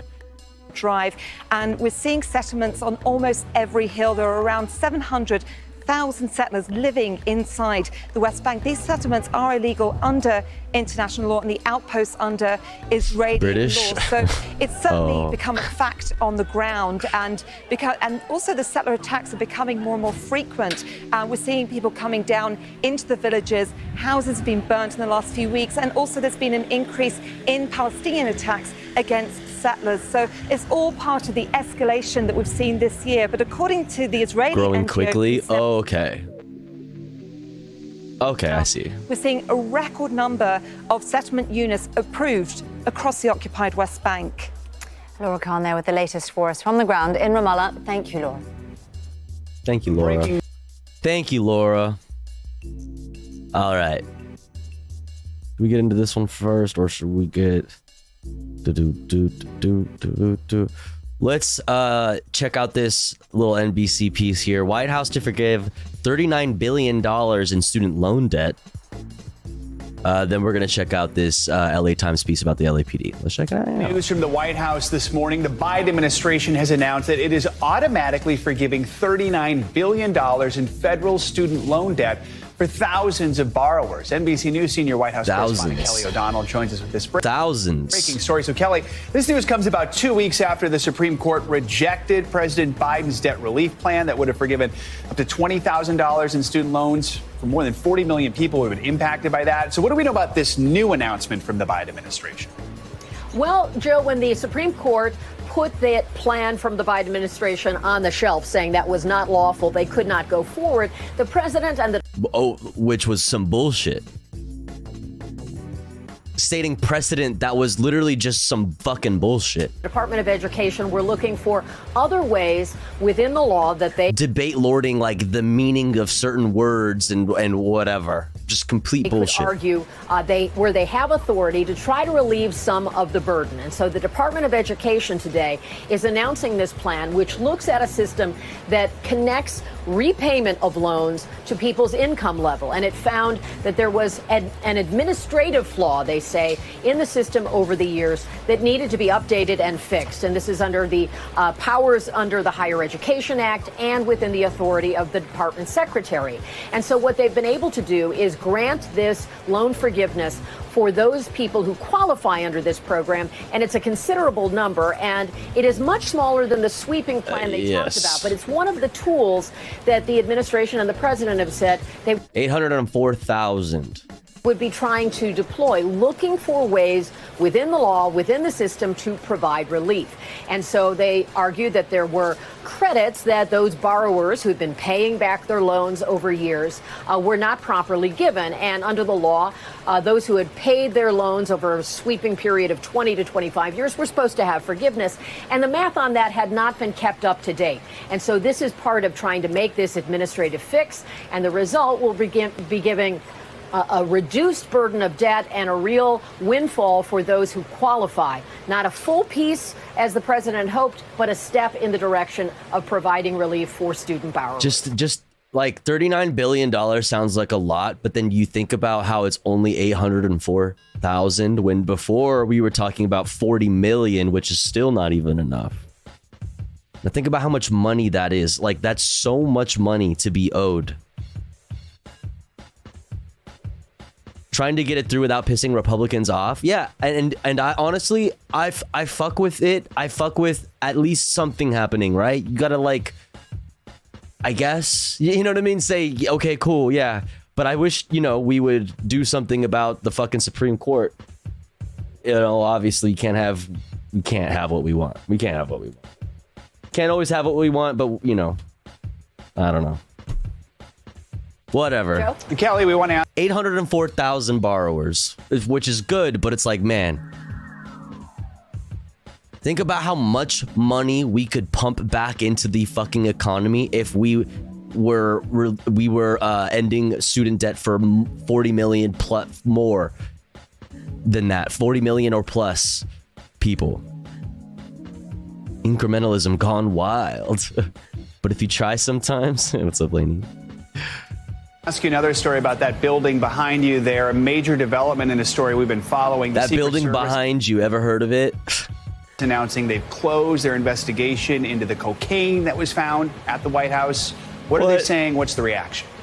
Well, it's not. Bitch, I want to talk about fucking student loan debt. I don't want to talk about fucking non-story cocaine found in a cubby.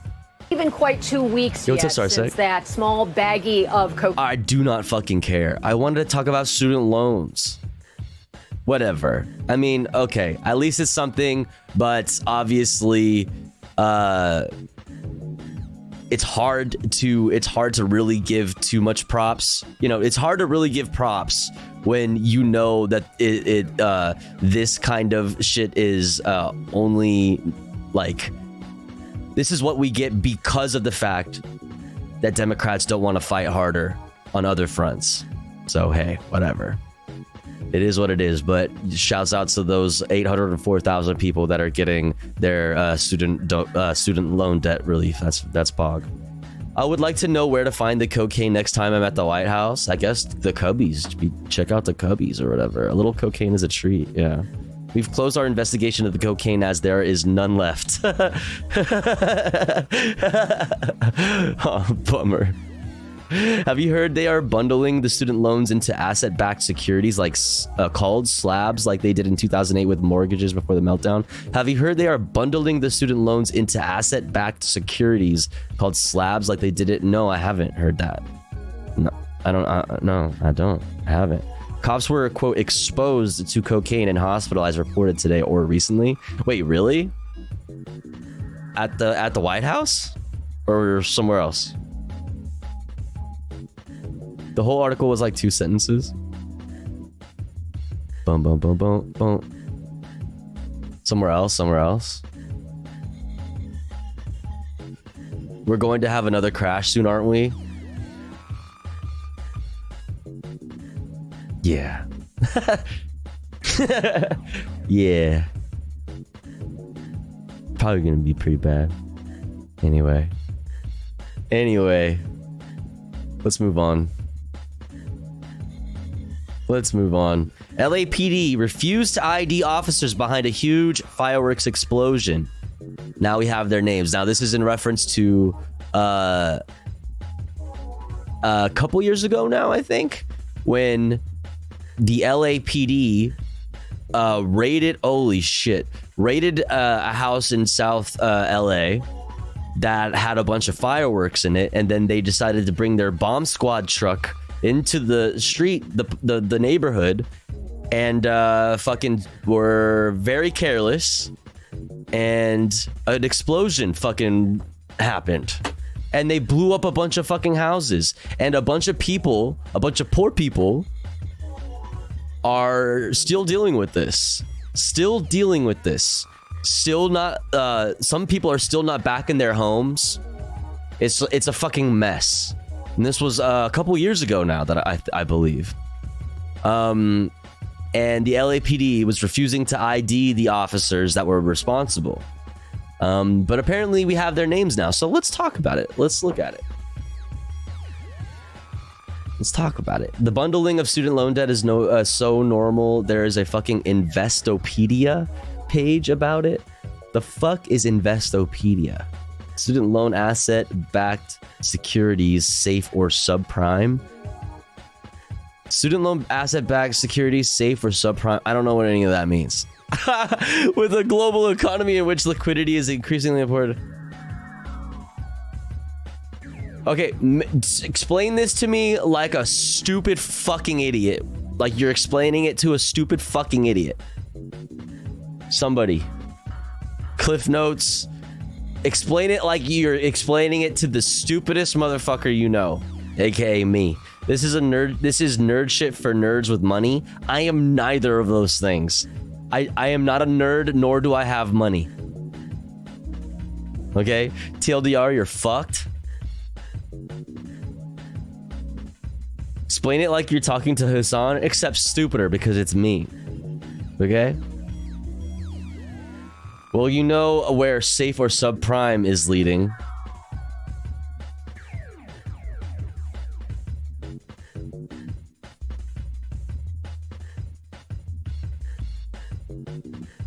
Yeah, I ain't reading all that, dog. I have this other article that I wanted to read about shit that I do understand. Okay. Okay? This is pre-recession type beat, Tofu. Pog. Anyway, let's move on. LAPD refused to ID officers behind huge fireworks explosion before screaming fire in the hole and detonating a cache of confiscated fireworks on a residential street. 2 years ago, Los Angeles Police Detective Damien Levesque repeatedly walked away from critical discussions about the safety of the operation. Talking about subprime, can you explain how prime subs work at the top of the hour? Hey, yo. Tofu, you're not stupid. You just have the brain capacity of a piece of tofu. I mean, yeah, exactly. At student slabs, the article talks about how student loans are turned into investments that people can buy. I see.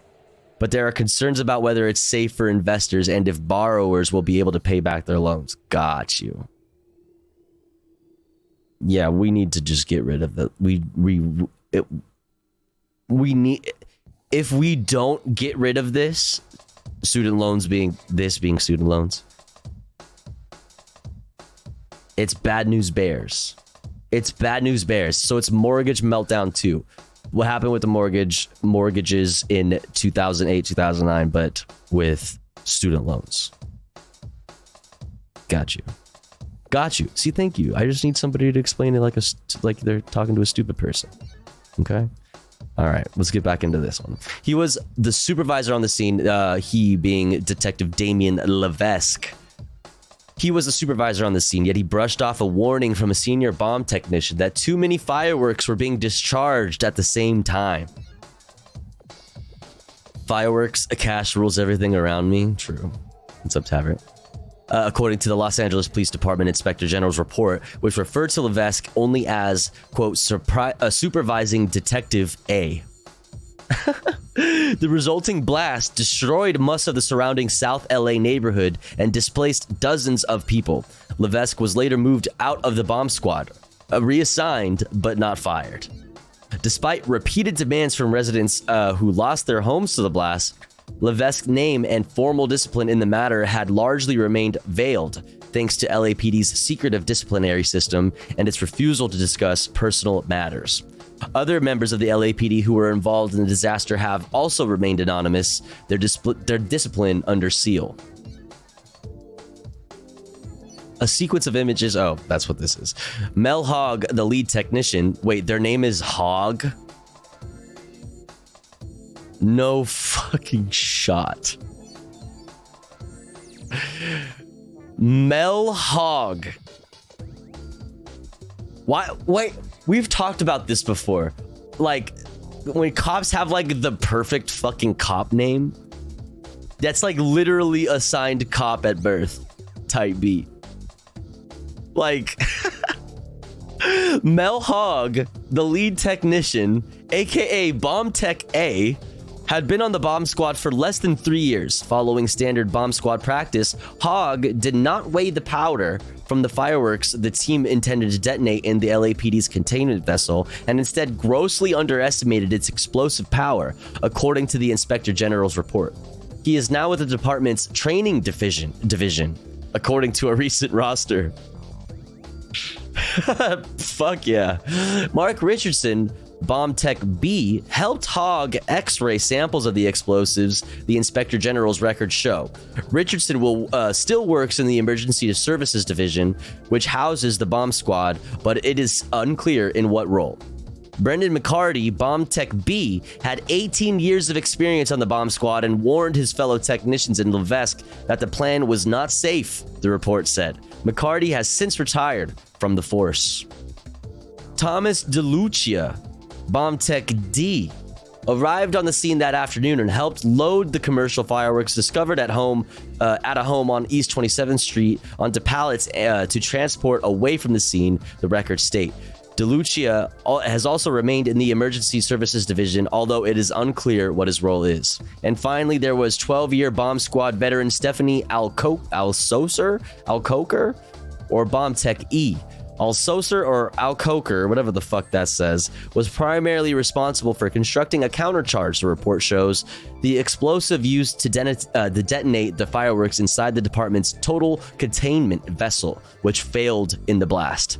Alcocer was suspended for 10 days for her role in the incident, according to police officials. At some point after the blast, she was promoted to sergeant.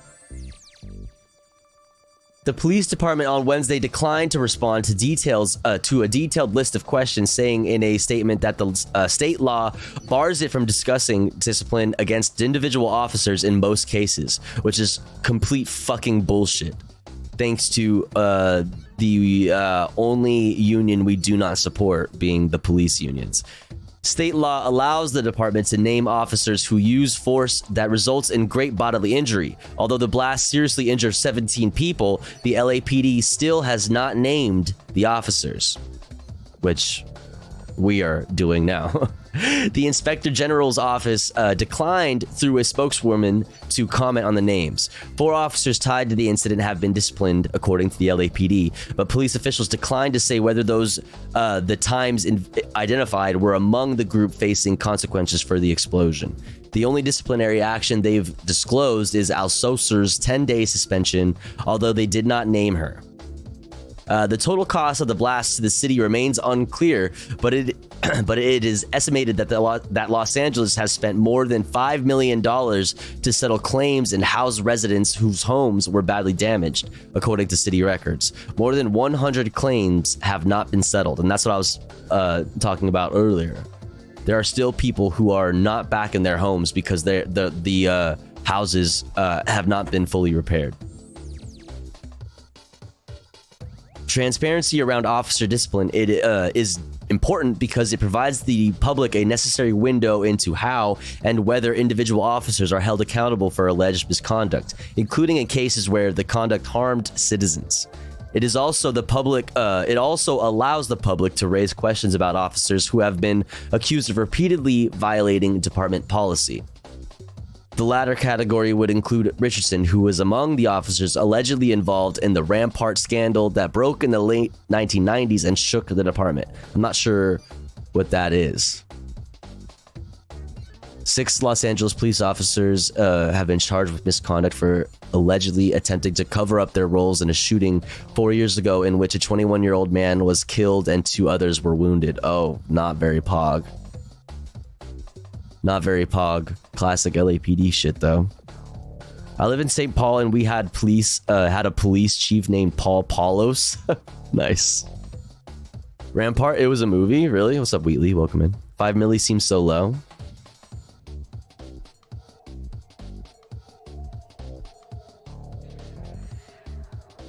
Alright, where are we? Fuck.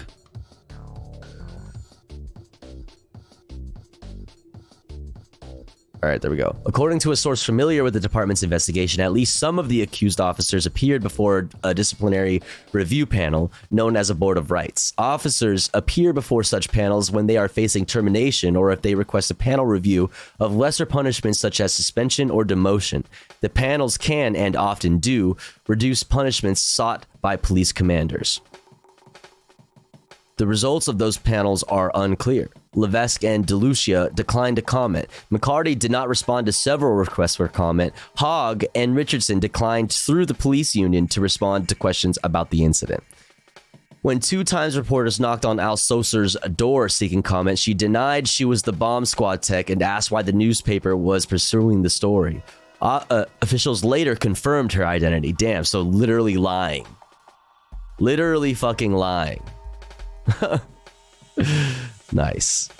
She insisted that the accounts of the incident had been misleading and suggested the decision to explode the fireworks was not rushed and the officers had spent many hours formulating a plan. She ultimately declined to comment for the story, but said she was concerned for the safety of her family if her identity was revealed. What about the safety of the families who were displaced from their homes? when you blew up the fucking street that they lived on. What the fuck? Yeah, this does not happen in... That's a really great sign.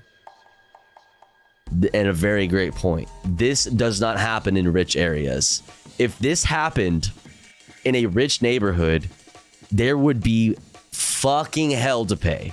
Because rich fucking like donors and like local government donors and rich fucking constituents of the local government would not let that shit fly. I posted about Rampart above. Rampart scandal, official inquiry 1998 to 2000 into corruption among officers of the Rampart Division of the Los Angeles Police Department, LAPD. More than 70 officers were implicated in misconduct, including unprovoked beatings and shootings, planting and covering up evidence, stealing and dealing drugs, and perjury. Basic, everyday, normal LAPD shit. Was that made into a movie? If that was made into a movie, I'll have to fucking peep that out. I'll have to peep that out.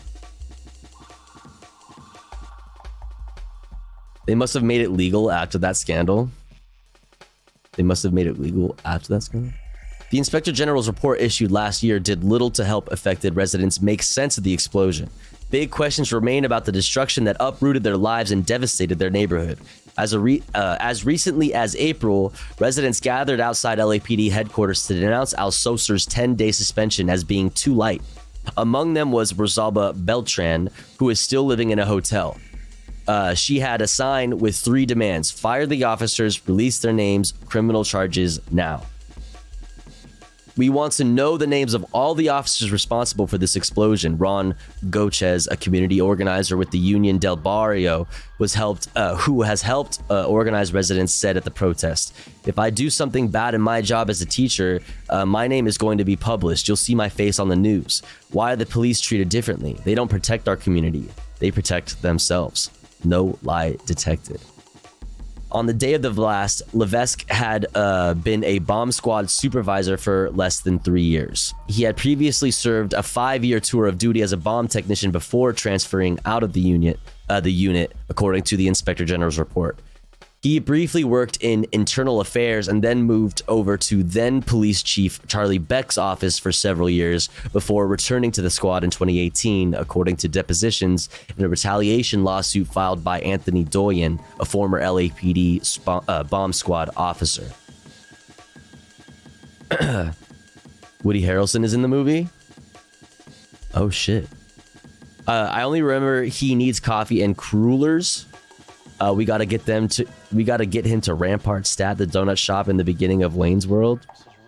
I don't know the reference. Levesque returned to the squad was controversial. He filled the position without having submitted an application or performance evaluations, according to a deposition by Mike Salinas, then the officer in charge of the bomb squad. Others on the squad were also frustrated that a position was essentially created for Levesque, who returned with the pay of a detective 3 rank. Detective 3rd rank? I wouldn't know how to say that. Rank on top of the hazard pay that comes with being on the bomb squad, according to the lawsuit. Levesque did not have field supervisory experience before becoming a bomb squad supervisor, according to his own deposition in 2019. Then on June 30th, 2021, Levesque's leadership skills were put to the test.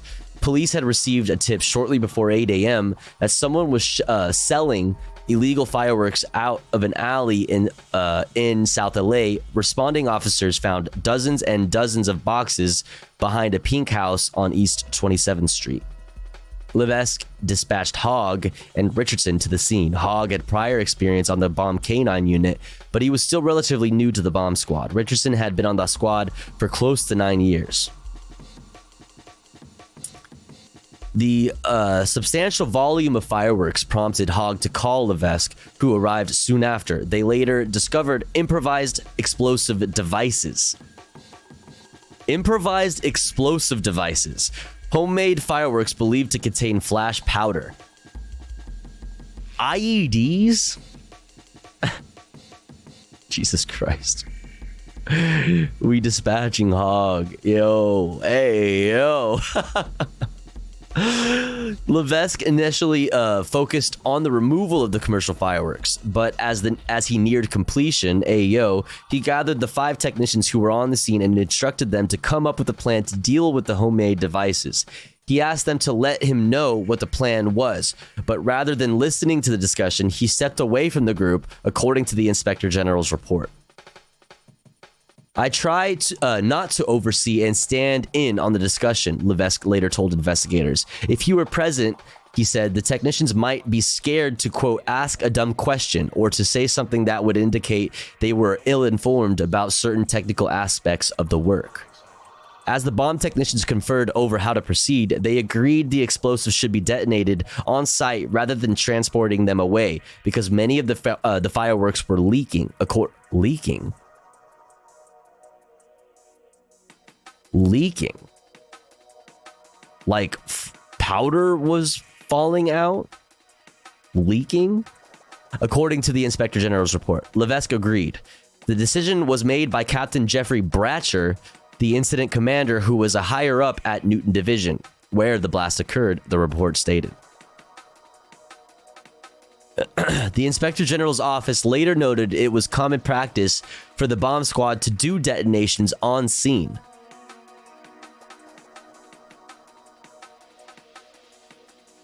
Was it? Why would it be common practice to do that? I feel like that defeats the purpose. If there's a if there's a large amount of fireworks in one location and like that's obviously bad, that's why you're there seizing them, why wouldn't you move them away to a safe location? Otherwise, what's the point of seizing them? I don't know.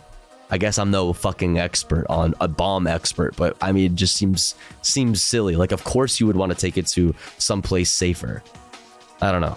And then just like escort it out on this bomb safe truck or whatever the fuck. Levesque told investigators from the Bureau of Alcohol, Tobacco, Firearms, and Explosives that the LAPD did not have a designated disposal range. Hogg and Richardson x-rayed samples of the homemade fireworks and then cut them open. They don't have a designated disposal range with all the fucking money that they get. It's like, where's the fucking excuses? I don't know. This seems fucking sussy. Hogg and Richardson x-rayed samples of the homemade fireworks and then cut them open to determine the amount of explosive material inside. According to the Inspector General's report, the 2 technicians visually estimated the net explosive weight of the powder from the fireworks they intended to detonate in the containment vessel. Hogg told ATF investigators that he estimated the explosive weight of the devices at 10 pounds. He said he had tried to be conservative, estimating higher weights than were likely, just to be safe. Levesque later told investigators it was never the practice of the squad to physically weigh a suspected explosive before conducting a detonation. So it's practice to just eyeball it? We don't have a safe place to take these two. And it's practice to not weigh the explosives, just eyeball it.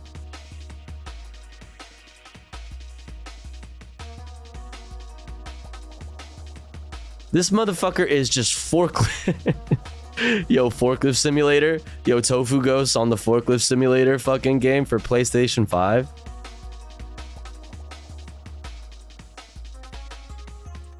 Alsoser worked on creating a countercharge to detonate the fireworks inside the vessel, according to the Inspector General's report. She based the design on the visual estimations made by Hogg and Richardson, according to the Inspector General's report. So wait, countercharge? Like, is the countercharge meant to blow up? Like, is the countercharge like what is meant to start the initial explosion? To get rid of these, or is that not just like, listen, I'm not an expert in this fucking field at all. I genuinely don't know shit about this, okay?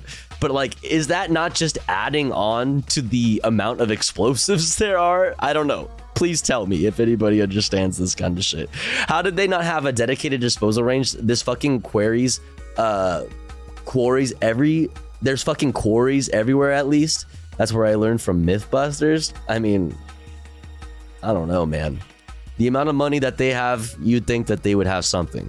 The crap they ship to fast food joints is packed better than the pallet of explosives. Yeah, that's real. That's real. I worked for FedEx and we pack shit way nicer than this. That's just fucking tape. Real quickly done. Clearly.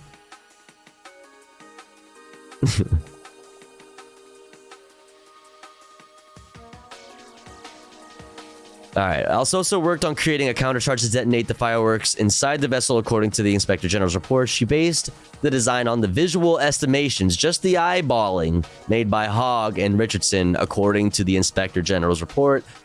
Of the bomb technicians on scene that day, Alsosa was the second most experienced. For years, Alsosa was the only female bomb tech. So, who was with the unit full-time. According to a lawsuit she filed against the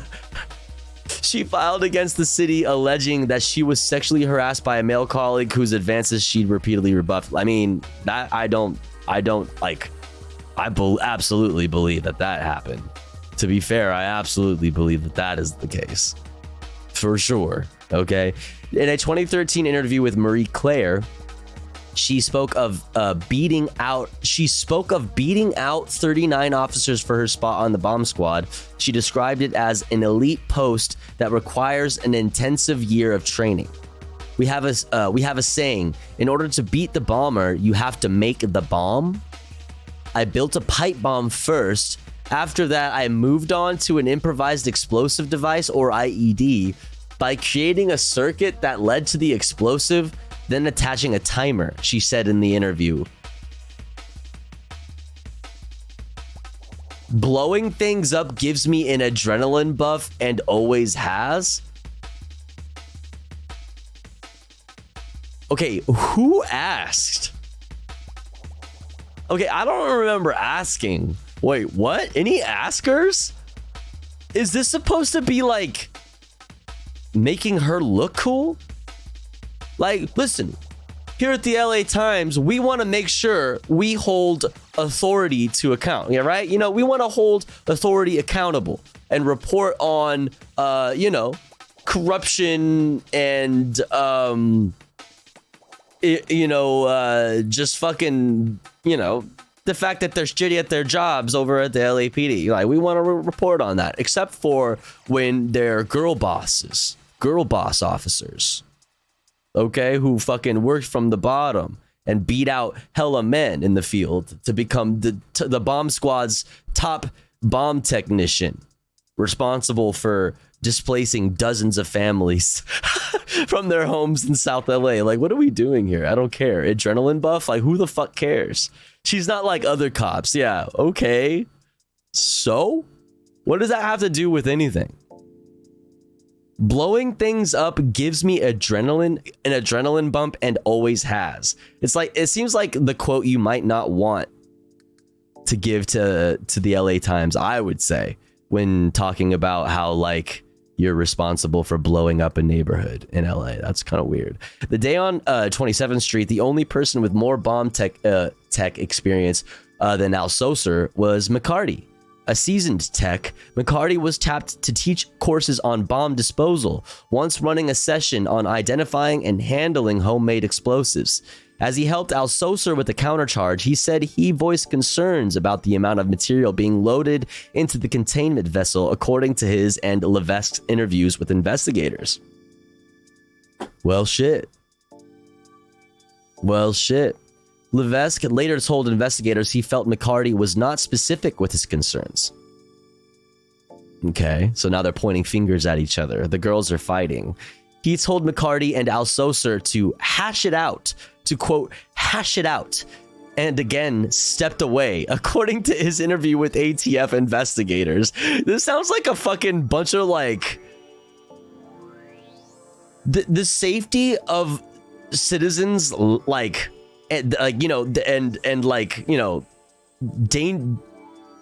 like the safety of these citizens is in the hands of people who are like having weird little interpersonal problems and like little bits of drama, like workplace drama with each other. That's crazy, man. I don't necessarily want to be involved in the planning process. I want to be involved in the outcome process. Huh? He told investigators. So I said, I'm gonna step away. You guys decide what you guys want to do. Okay. McCarty told investigators he recalled telling Althusser, I have a bad feeling. This is not good. This is too big. Hey, yo. Hey, yo. That's what he said. That's what they said. Althusser told him he needed to relax. He told the ATF and that it would be okay. Bro, chill, bro. It's gonna be fine, bro. Bro, you are overreacting, my guy. Bro, chill. What? DeLucia appeared to play a minimal role in the detonation. Bomb technician D is barely mentioned in the Inspector General's report about the incident, but he later told ATF investigators that he shared in McCarty's concerns about the amount of explosives being detonated. Bomb technicians at the scene believed that the maximum capability of the containment vessel was 40 pounds of net explosive weight, according to the Inspector General's report.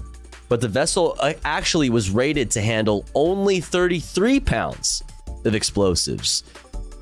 Man, if only they weren't eyeballing things. If there's like a specific, okay, if there is a specific weight that this containment vessel is rated to have, it seems like it would probably be a good idea to weigh the explosives being put inside it, especially if you're not going to take it away from the scene, when the scene is literally a fucking neighborhood where people live, who they are supposed to be protecting and serving, right? It's almost like they're punishing the neighborhoods. They're like, yeah, you're gonna sell illegal fireworks out of the back of your house? Well, guess what? We're gonna fucking blow up your neighborhood then.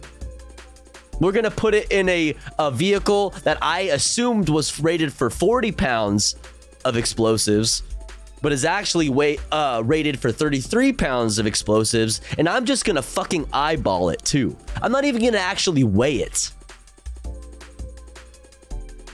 Didn't the cops do this in Philadelphia to a black neighborhood too? You're probably talking about the MOVE bombings. A little bit different of a context, but they did blow up a neighborhood. That much is true. Why didn't they put the containment unit on a scale if they were moving this shit anyways? That it seems to me like they definitely should have moved it. And they're like, well, we didn't move it because we don't have a place like a designated containment area in Los Angeles for that type of thing. Well, it seems like any place would be better than a neighborhood for that. You know what I mean? So it's like you should definitely move it, and you should definitely, before exploding it, weigh it,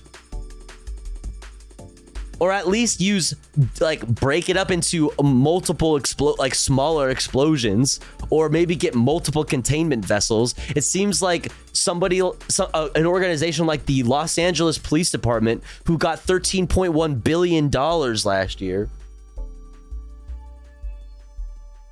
should fucking have the amount of fucking, should have the resources for that type of thing, or an empty field, something.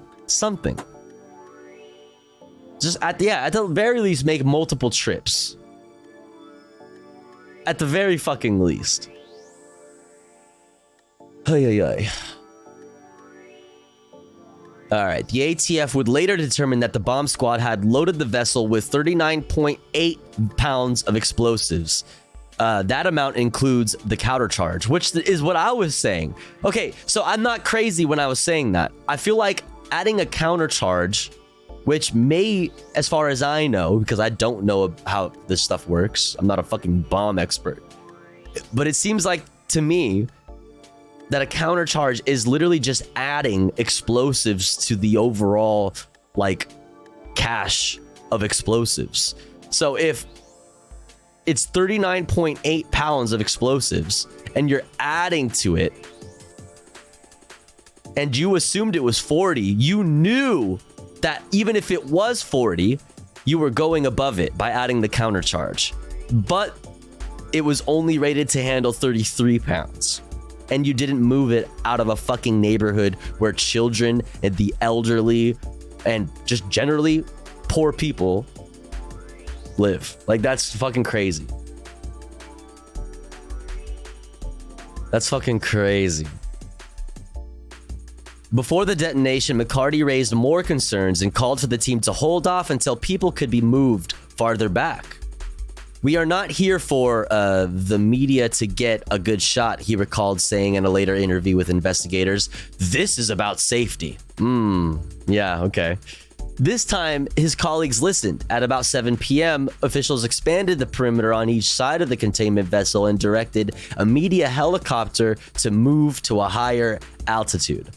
But the resulting blast injured more than a dozen people, including 8 LAPD officers, one ATF agent, and at least 6 civilians, and damaged or destroyed 13 businesses, 22 residential properties, and 37 vehicles.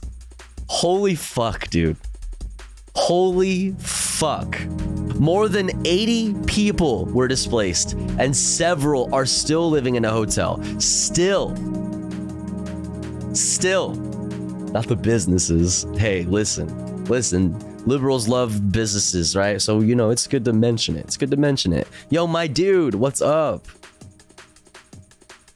My dude, thank you so much for the rate. I hope you had a great stream, my dude. My duders. Do the thing, hit the link. Also, shouts out my dude, everybody that was in here already. Go follow my dude. Go do it. Hope you had a good stream. Welcome in. We're talking about the recent revealing of the names of officers involved in an explosion caused by the LAPD after seizing a bunch of illegal fireworks. They damaged, they blew up an entire fucking neighborhood, and people in that neighborhood are still dealing with it to this day. And finally, the names of the officers were released, so we're just going over it. But I hope you had a good stream. Welcome in.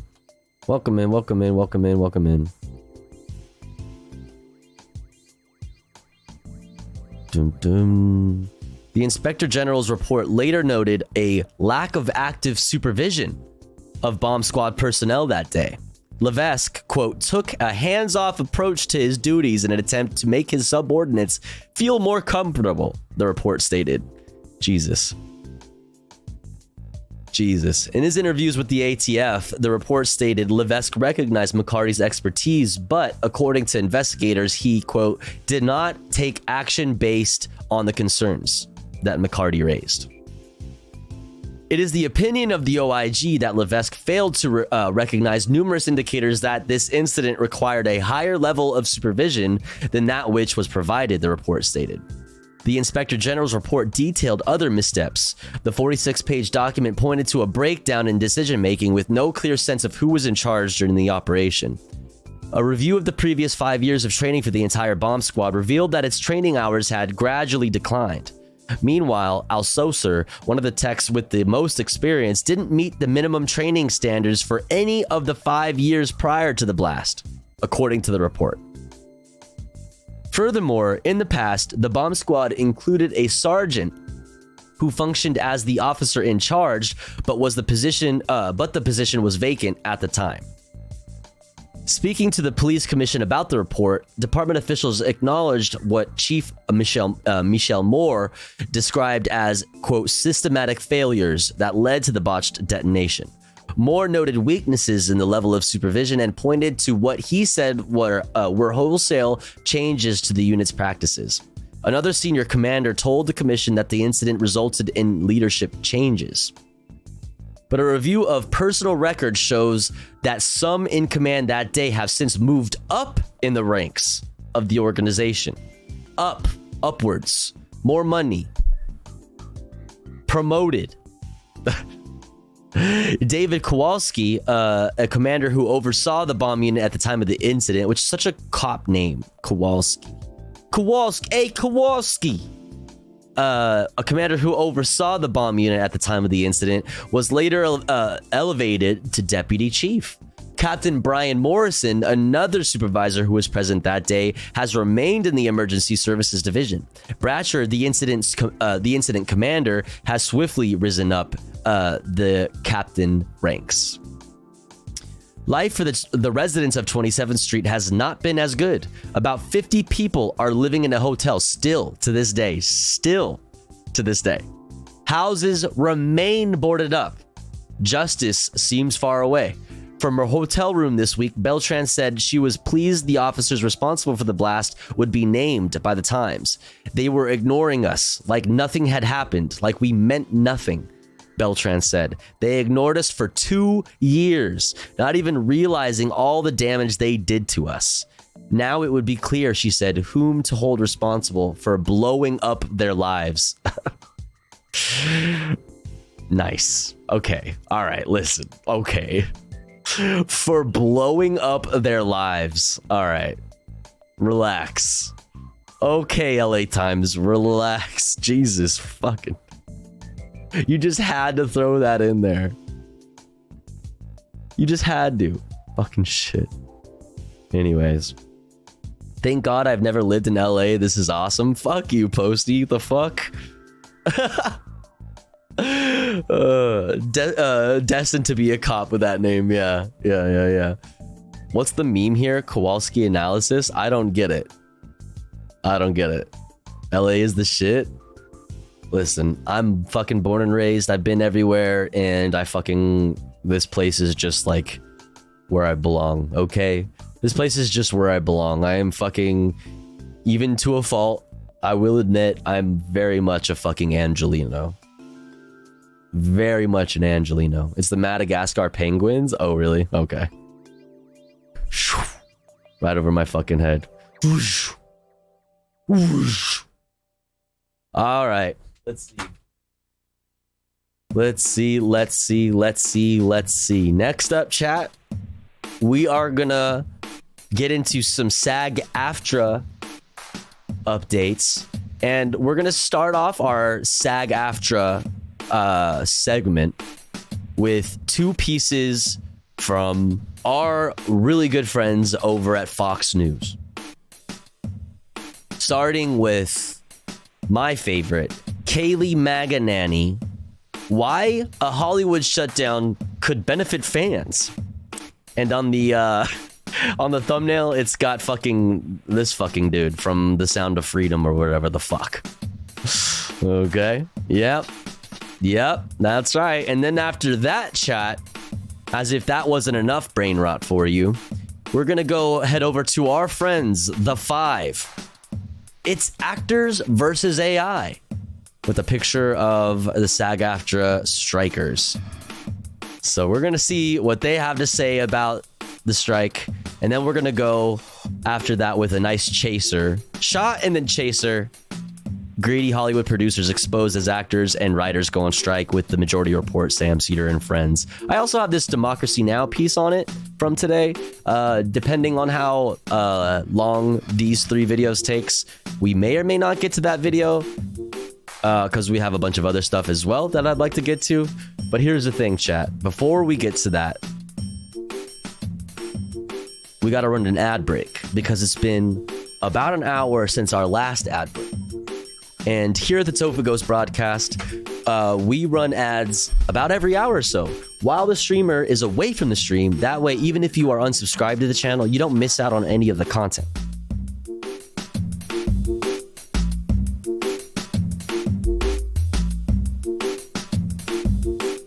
However, However, if you would like to support the stream, support me, the streamer, and get access to cool Tofu Ghost emotes as well as an ad-free viewing experience, all you gotta do is subscribe for $5 or for free with a Twitch Prime by connecting your Amazon Prime account if you have one to your Twitch account.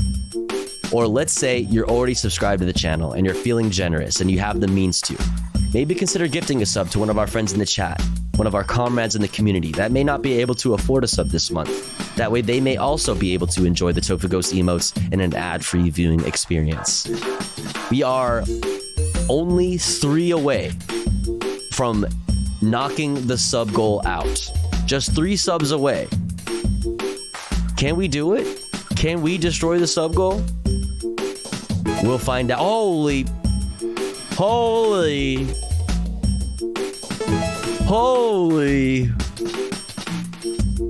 Yo, Klupak, thank you so much for the 5 bomb. Let's fucking go. Thank you so much, Klupak, for the 5 gifties. I really appreciate that.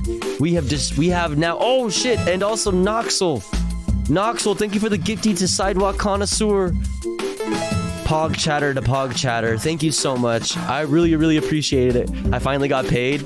Hell yeah, thank you so much, Klupak. I really appreciate that. That's very kind of you. Thank you. If you got a gifty, please thank the person that gifted you. I really appreciate it. And just like that, because of Klupak and Noxel, we've destroyed the sub goal. Thank you so much, chat. Thank you. Really appreciate it. I'll be back in 3 minutes. Don't you go anywhere. Thank you. BRB.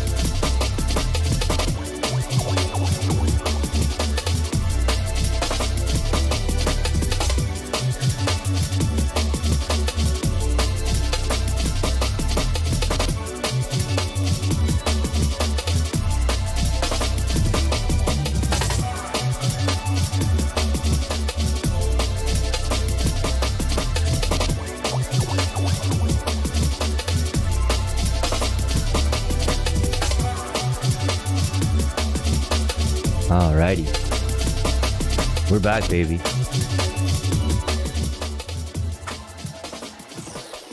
We're so back. Alright.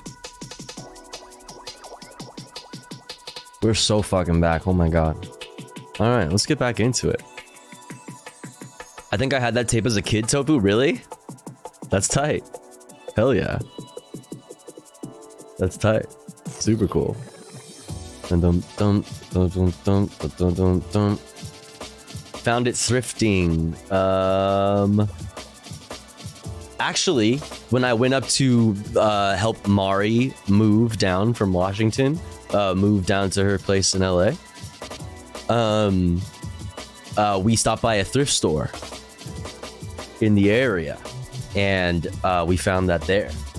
2 tapes. We have 2 tapes. We have the volume 1 and let's.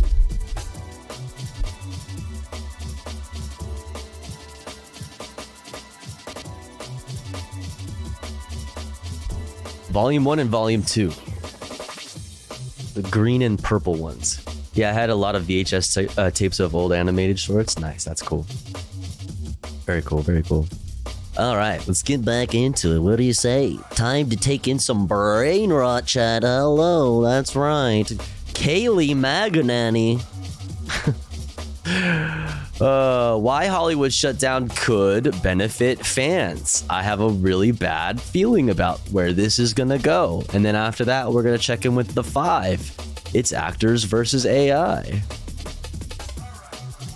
You know it's gonna be bad. Exclamation point watching in the chat if you would like the links to all the videos that we're watching. All right, let's fucking get into it. Hello, everyone. This is Outnumbered. I'm Emily Campagno here with my co-hosts Kaylee McEnany and Harris Faulkner. And also joining us today, Fox News contributor and board-certified physician Dr. Nicole Saphier and Fox News national correspondent. Bro, that is... Stop smiling like that, bro. Stop it, bro. That is the fucking... How long did it take you to practice, like, to figure out that was your face? Like, I know you sat in front of the mirror for fucking hours trying to figure out what your fucking media smile is. Dog. Griff Jenkins. We begin... Griff? No shot. My guy's name is Griff? With a looming shutdown in Hollywood. America's entertainment industry is now grinding to a halt as thousands of actors are set to hit the picket lines and strike for the first time in over 40 years. Based. The joint board of the Screen Actors Guild and American Federation of Television and Radio Artists unanimously approved the action yesterday after tense negotiations with major studios suddenly broke down. The strike officially began at midnight, and the coalition of over 160,000 actors will now join Hollywood's writers who have been on the picket lines since May. Let's go. And now several film and television projects face major delays. Some of the world's biggest stars are already showing their support for the actor strike. Oh yeah. The star-studded cast of Christopher Nolan's highly anticipated movie Oppenheimer were in London for the film's UK premiere yesterday, but they didn't stay long. This is the moment that the cast walked out of the premiere when the strike started. Good shit. The film's director later said, "Good shit, dude. Good shit. Good on you." Event to quote, "write their picket signs." SAG Yeah, it was in the 80s. President and former star of The Nanny, Fran Drescher, says industry greed and the growing threat of artificial intelligence are the main reasons for the walkout. We had no So far, so good. They're just covering it, just straight up. choice. We are the victims here. We are being victimized by a very greedy entity. I am shocked by the way the people that we have been in business with are treating us. I can't believe it, quite frankly. How far apart we are on so many things. If we don't stand tall right now, we are all going to be in trouble. We are all going to be in jeopardy of being replaced by machines. Griff Jenkins, so much on this. What are your thoughts? Well, first of all, is this... Did you hear they wanted to scan people's faces and own their image forever? Yeah, and they're trying to frame it like they're going to be able to protect their like digital likeness and stuff. What they basically mean is get the rights to. Yeah. It's going to delay the release of Barbie because I have a 17-year-old that is planning on going to that, and I wasn't told about this, so that had better not mess it up. Look, come on. She's saying that, you know, we're... Hydrate time, chat. Not Mitch says we got to drink water. Everybody stop what you're doing and drink some water. Do it now, okay?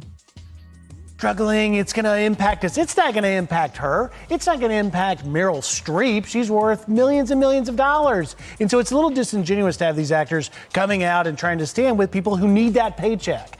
What? Why is it disingenuous? It's solidarity, you asshole. Why are you such a fucking goofball? Shut the fuck up. Griff, you fucking loser. What? Dude, it's so disingenuous. Oh, because they make good money, they shouldn't stand in solidarity with the rest of actors? What the fuck? What a take. And I think Bob Iger got it right when he said this isn't... Imagine, okay, anything that you say after those words is immediately disqualified from being a good take. And I think Bob Iger had it right. Stop right there. Stop right there. Get Bob Iger's cock out of your mouth.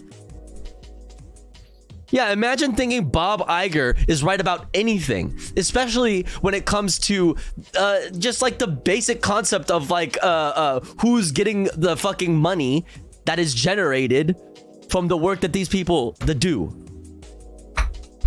That man is fucking rich as shit. I do not give a fuck what Bob Iger has to say about anything. Helping the problem. At the end of the day, he said it's not helping the problem. I think, you know, we're going to see Hollywood actors who believe their mighty platform that they once used for various good reasons and other causes, they're going to go and get in the middle of this and make the situation more difficult, and we're going to I didn't drink water. As movie-going consumers. That's interesting. What do you think of that, Nicole? Sort of the notion that this might just make things worse. Well, it certainly will, but you know, one thing that Fran Drescher is talking about and why they're going on strike is because of the It certainly will. How? rise in AI, and they're saying that they may displace them when it comes to their jobs. You know, as a physician, as a radiologist, we have the same concern in my profession. But you know what we don't do? We're not walking out and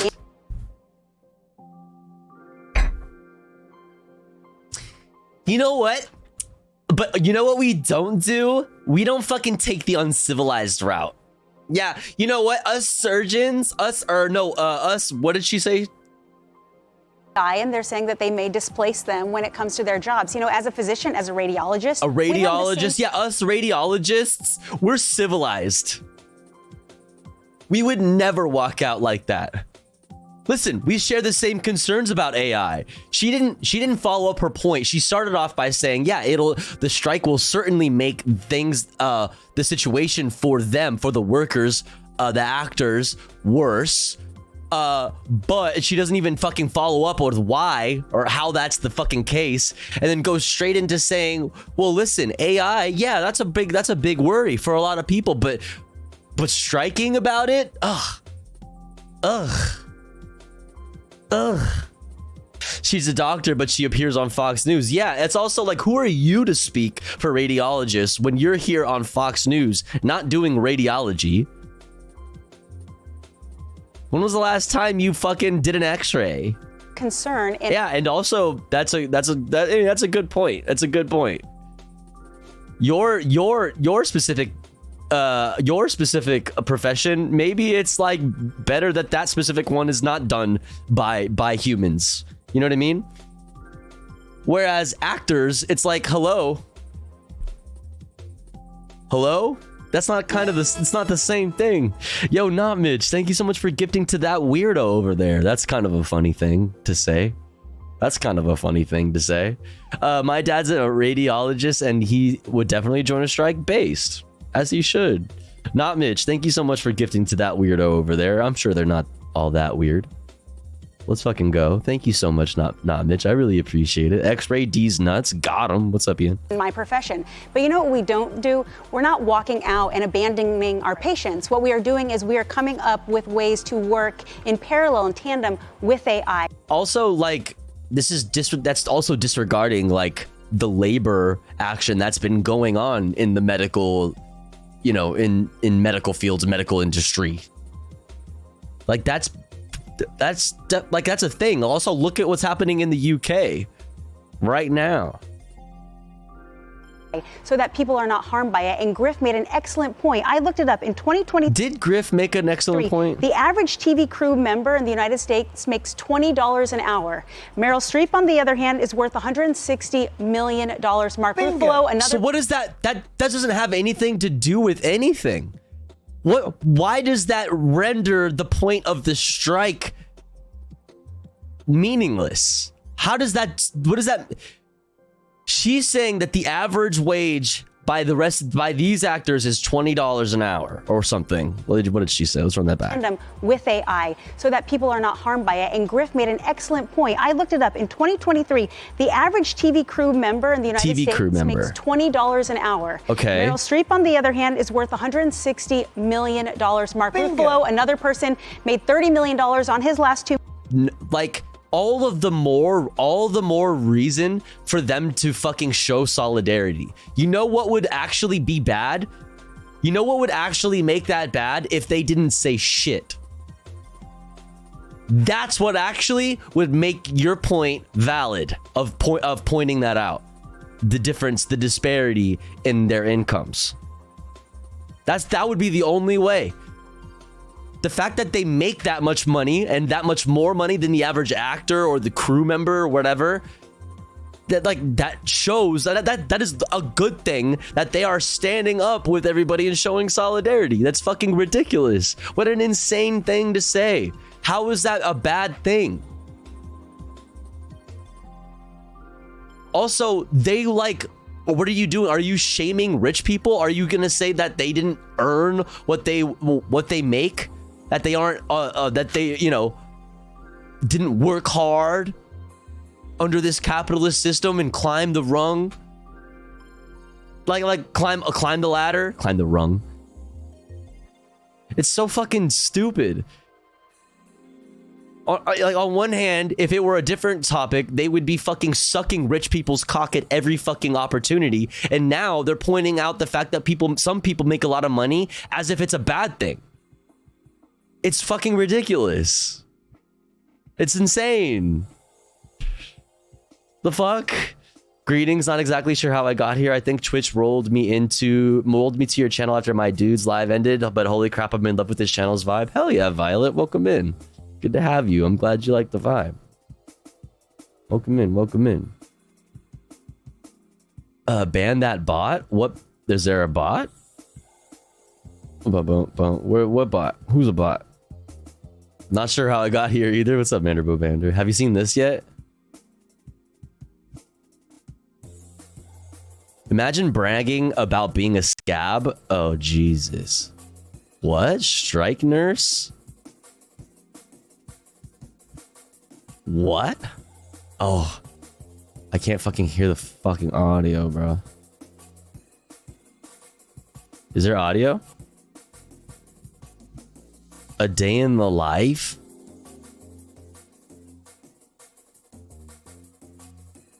Sometimes you just don't need to make content, you know what I mean? There is audio.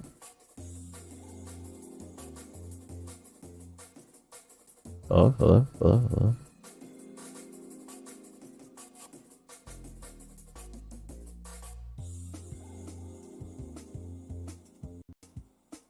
Strike nurse. I am on my day in the life as a strike nurse. I am on my way to the airport to fly into the city where the staff nurses are striking. Strike contracts are a pretty quick turnaround, so you have to be ready to go. Are you serious? You also have to be extremely adaptable and flexible, similar to travel nursing. Guys, this eye mask and headphone combo on the plane, I literally pass out every plane ride now. I hate you. I definitely found what works for me. Transportation took me from the airport to the hotel where onboarding takes place. On the way there, I made some friends. Nurses honestly make the best friends. Do they know that you're a scab?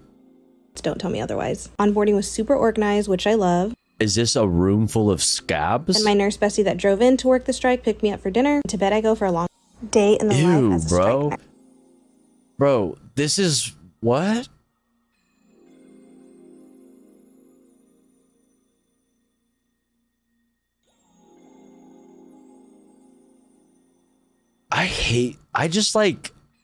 I don't even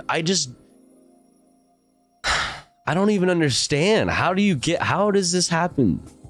I wonder if this woman understands that she's a scab or ever heard of what a scab is. I don't think so. I hope, for her sake, I hope not. For the sake of her character.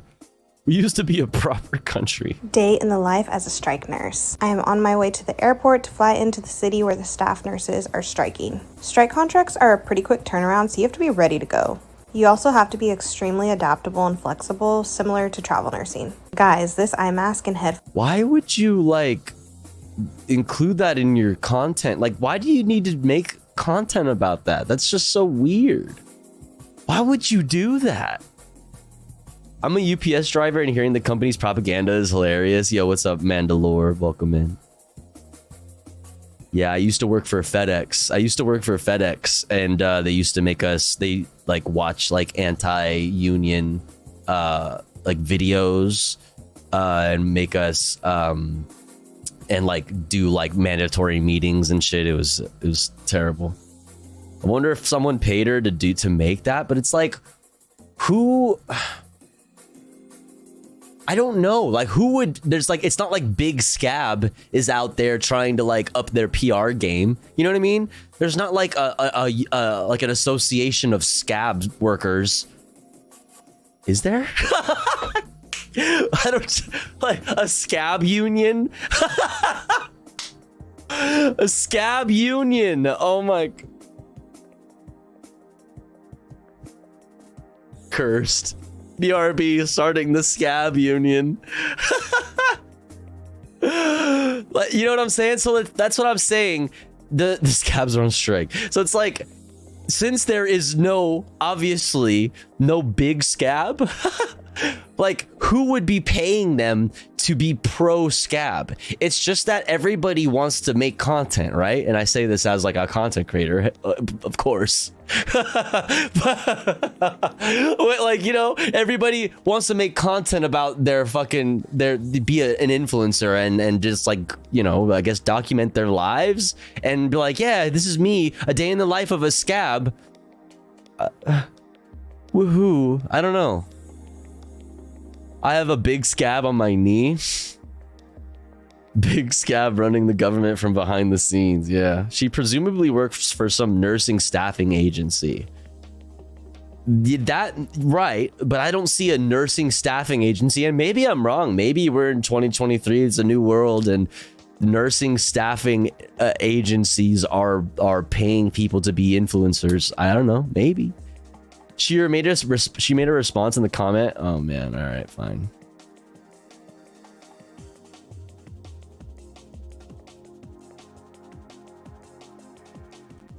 She literally referred to working a strike as a bucket list item.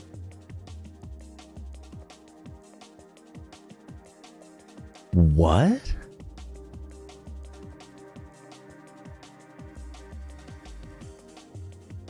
What? Why does this happen to me? Why is my life pain and suffering? All I know is pain and suffering. Let me hear the fucking bullshit. Why are you like this? Wanting to work There we go. Oh God. Ever since COVID, honestly. What? I have been wanting to work a strike ever since COVID, honestly. It's kind of like a bucket list thing of mine. Bullshit. Bullshit. No. I will say, during COVID, strikes were a lot more high paying than they are now, but it still is good money, and it's literally over in a week. I have Bullshit. No. Bullshit. No. She's farming outrage. She's farming outrage. No shot. PSYOP, she's Starbucks propaganda. Not even. It's not even that deep. She's just farming outrage. That's it. She's just farming comments. No, that's it. That's it. That's rage bait. That's rage bait. Fuck this. Do not engage. Do not give them what they want. That's rage bait. No shot. Movies. That instantly gave it away for me. There's no way. Maybe, but there's tons of nursing shortages starting with COVID. I'm sure. No, there definitely is, and I'm sure she is actually a nurse who is a scab from a nursing agency. Absolutely, I believe it. But I know she saw the response to. She at least saw the response to her first video, and is saying that to get more people coming to talk shit. Abso-fucking-lutely. She made another vid saying she was being bullied. Perfect. Mwah. Perfect. No, totally. You're drunk, Tofu. She knows what she's doing. Imagine having such disregard for people that gave her the opportunity to even scab in the first place. I'm drunk? Drunk on being right? What do you mean?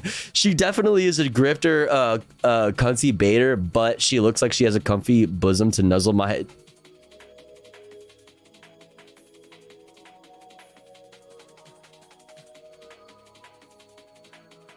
Bonk. Bonk. Holy bonk. Cold shower. Cold shower now. I sentence you to a cold shower. No. You cannot fix her, Violent Femme. God damn it. Bonk. You cannot fix her. No. No. And Fran Drescher also worth $25 million. This feels a lot like Gavin. That is such a bullshit reason. Oh, Fran Drescher, you're one to speak. You're worth so much money. Good. She's speaking up. She's speaking up, using her platform to speak up for everybody else that makes way less money than her. And you want to know why Fran Drescher is worth that much money, madam? Because she got residuals. She had a good contract. She had a good contract. She only did The Nanny. I don't even know, like, she's famous for The Nanny in the 90s. Why is she worth that much off of a fucking sitcom in the 90s? Residuals. She had a good contract. Nobody has that anymore, especially in the age of streaming, especially throwing AI into the mix. You dumb fucking bitch. Shut the fuck up. Fuck you. Fuck off. Holy fuck, dude. Newsom going out and eating at French Laundry. What does Gavin Newsom have to do with this? Gavin Newsom eating at French Laundry during COVID was some bullshit. But that was 3 years ago. Oh my god, dude. That has nothing to do with this. The Nanny just resurfaced on Max as well. LOL. Also, what's up, Tofu? Yo, what's up, Nataxu? Was there a message from the CIA strike ops with... Oh. Wait. CIA strike ops just tipped 1337.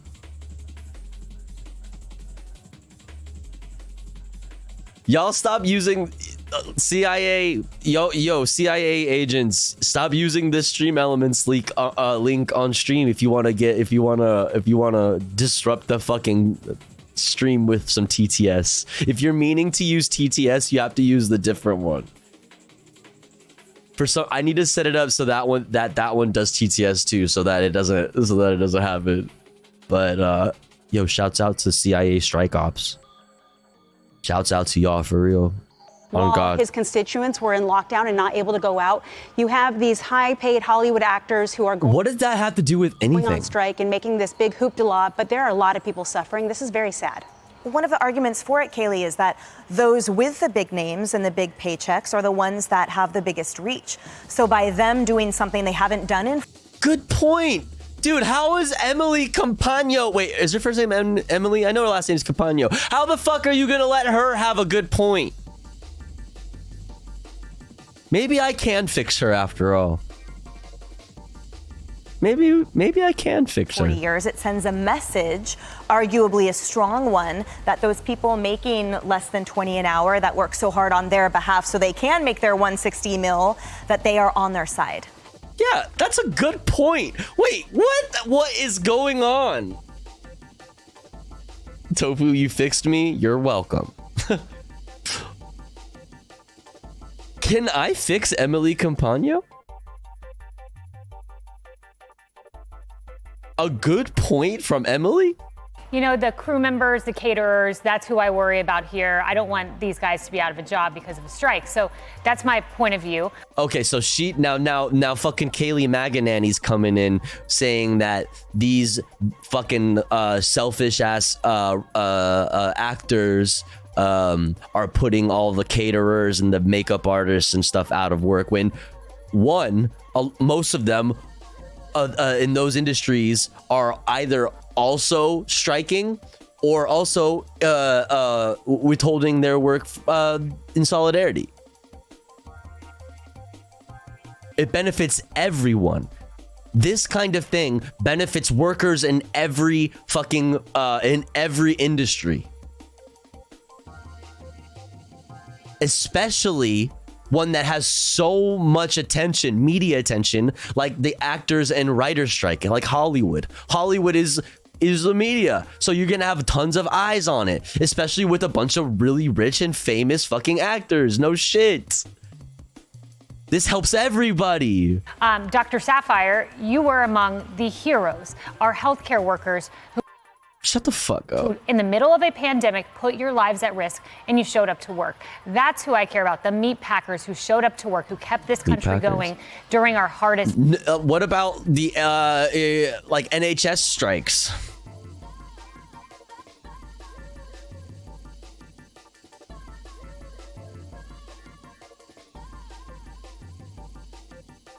You know what I mean? Like, what about this?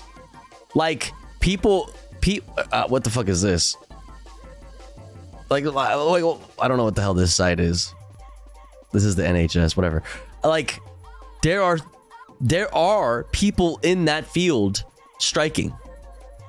You can't use that argument. Like, oh, like you know, went to work and you didn't do the selfish thing and like skip out because you weren't getting paid enough. You did your job. You did the civil thing. Like, shut the fuck up, dude. I personally, I don't want to see anybody get hurt, especially people who depend on a paycheck for their livelihood. I don't think the higher echelons of Hollywood do, but I don't care about Hollywood coming to a halt. In essence, I think it will be a net benefit for society. I'd love to see people fill the gap like Angel Studios. Angel Studios has done The Chosen. Oh, shit. Oh, fuck. CIA Strike Ops donated $10. Oh, fuck. I've always wanted to coup a country during a general strike. There's just like something so classic, so romantic about it. It pays 5x the rates. It's just a few weeks work and boom, I'm done. Dude, we are honestly not very far off from like like actual like CIA ops like content creators. Like, we're not so far off. That's like so it's just so possible in this time, in this day and age. Like, that's just like such a thing. Johnny Harris, right? Case in point, your Vax dumbass. Also Angel Studios. Yeah, so that's her point. That's why she had the fucking Sound of Freedom guy on the fucking thumbnail. She thinks it's good So why a Hollywood strike shutdown could benefit fans. What she basically means is this could be a net benefit for society because Hollywood gets shut down, the woke Hollywood, machine gets shut down. Stops, a wrench gets thrown into the fucking woke liberal agenda propaganda machine. And then, real truth tellers can fill the void with movies like The Sound of Freedom. Studios did Sound of Freedom. They describe themselves as a film studio platform that helps creators come together with viewers to create high-quality TV and film without the Hollywood guesswork. So I want to see people like Angel Studios fill the gap. I'll live to see another day without Hollywood. My family will too. I'm curious, Harris, your take on something nuanced. The argument about the AI. AI works in part because it grabs or sort of, I guess, absorbs information that exists, right? So it can create a painting that's just like Van Gogh's because it has been fed Van Gogh's existing painting, so it knows what to do. So the arguments that these talents are making and the writers and such are that it's their property to begin with that has been amalgamated into AI. So they say we are being displaced by ourselves. It's my work that I own. I should be compensated. So it's sort of an interesting intellectual argument as to why the displacement is all the more unjust, they argue. Are they arguing that? Or are you arguing that, Emily? Please say you're arguing that. Come on, let me, please. Is she cooking? Is she cooking? CIA Strike Ops donated $3. Oh, shit. Sometime I'll have to show you my letters of congratulations from Dick Cheney, Robert Mueller, the Bushes, and Old Bill. Fun times back in the day. Anyways, Pa, go off to set up my OBS. Nice. You gonna start a channel? CIA Strike Ops stream? Pog, CIA is now on Twitch, chat. Should we raid? What do you guys think? Thank you so much, CIA Strike Ops. Very kind of you. Good luck on your stream. They should have just agreed to the deal where background actors get paid for a day of work. Then the studio owns their likeness forever and can insert them through AI as background actors without paying them ever again. Yeah. What could go wrong with that? You know what I mean? Like, why not just do that, Hooker Booker? Right. What's up, Hooker Booker? Welcome in. Hope you're having a good day. Yeah. I think Emily's kind of cooking, dude. I think she might be cooking. That can be part of the argument, but I think the bigger issue here is that AI is going to use their images whenever they want. No, but they'll raid you.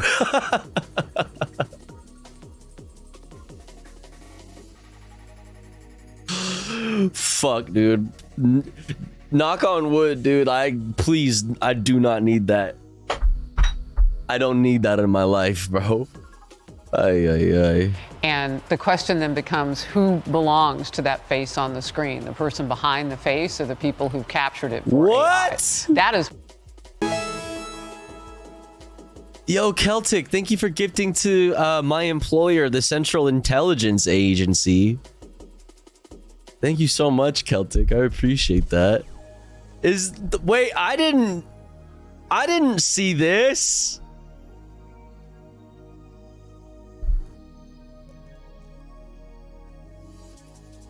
Oh, I'm fucked. Bro, you might as well say Tofu Ghost, we are watching you. Like, this was written for me, wasn't it? Fuck. Oh shit.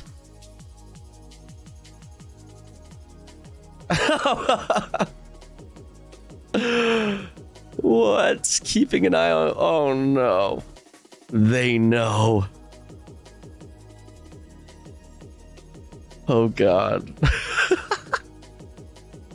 My understanding, and from talking with writers previously in the May beginnings of the writer's strike, they're saying now that could go all the way till December. Well, what are they going to be saying if they don't have writers? Now they have to go out, and who's going to cross the picket line? So I foresaw this happening already, because you have people who need lines and you have people who write lines, and nobody's going to cross the picket lines at this point because they are, they need each other.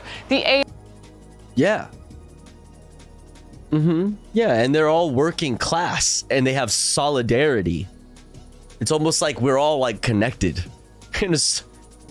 somehow, you know what I mean? It's almost like we're all kind of in this together as working class. It's almost like class war, no war but class war. Bars, I guess. Yeah. Right, Nikki, like, okay. The fuck? Adam was saying the IATSE people are withholding their labor anyway.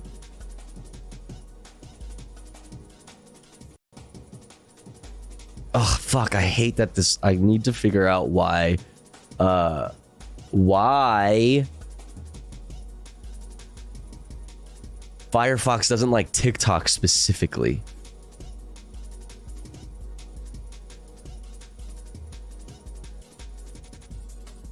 Someone asked if IATSE members and Teamsters are violating their contract by respecting our picket line. It's about no strike clauses, right? And so there's a lot of confusion about no strike clauses. Even if a union has a no strike clause, which says they won't go on strike while they're under a contract, so they can't, do a sympathy strike, right? It's still every worker's individual right under labor law to respect a picket line, no matter what your contract says. So you always have that right. And what a militant progressive union will do is it will say, we cannot call a sympathy strike, but we certainly encourage all of our members to use their individual right to not cross a picket line in solidarity with this union. A lot of people say Teamsters have a really great no strike clause where that allows them to do this. They do have better language than other unions, but IAA doesn't have that language. IATSE doesn't have that language. Their members are simply choosing en masse to honor our picket line. It's a loophole in labor law that is in our favor, where you always have the right to respect the picket line, and every union has the ability to at least not dissuade their members from respecting a picket line. So I just want to make that really clear, because there's a huge amount of confusion about it. And I think rather than focusing on no strike clauses, we should just be saying every worker has the right to honor a picket line, and we encourage you to use it. Let's go. Let's go.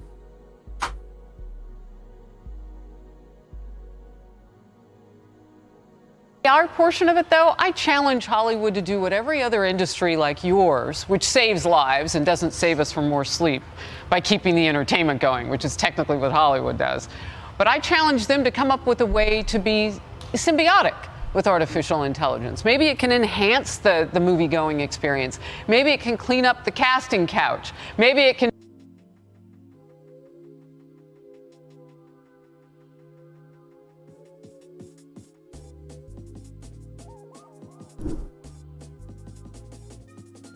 What's on the casting couch?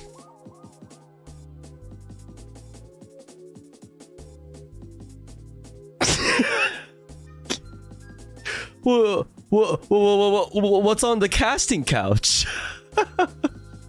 Do all sorts of things by identifying people who are doing bad things in Hollywood. I mean, we uncover it, and then we cover it in the news. What? I'm sincere when I say that there's a lot of work to be done, and I love the examples that you gave, Kaylee, on where the business could go to be better. But I refuse to believe that all of this is just about AI. It isn't. It's not. You don't have to refuse to believe that it's all about AI. You don't have to. You don't have to refuse, because it isn't. You fucking idiot. Dude, Emily laid it out. Do you guys not pay attention to anything? What?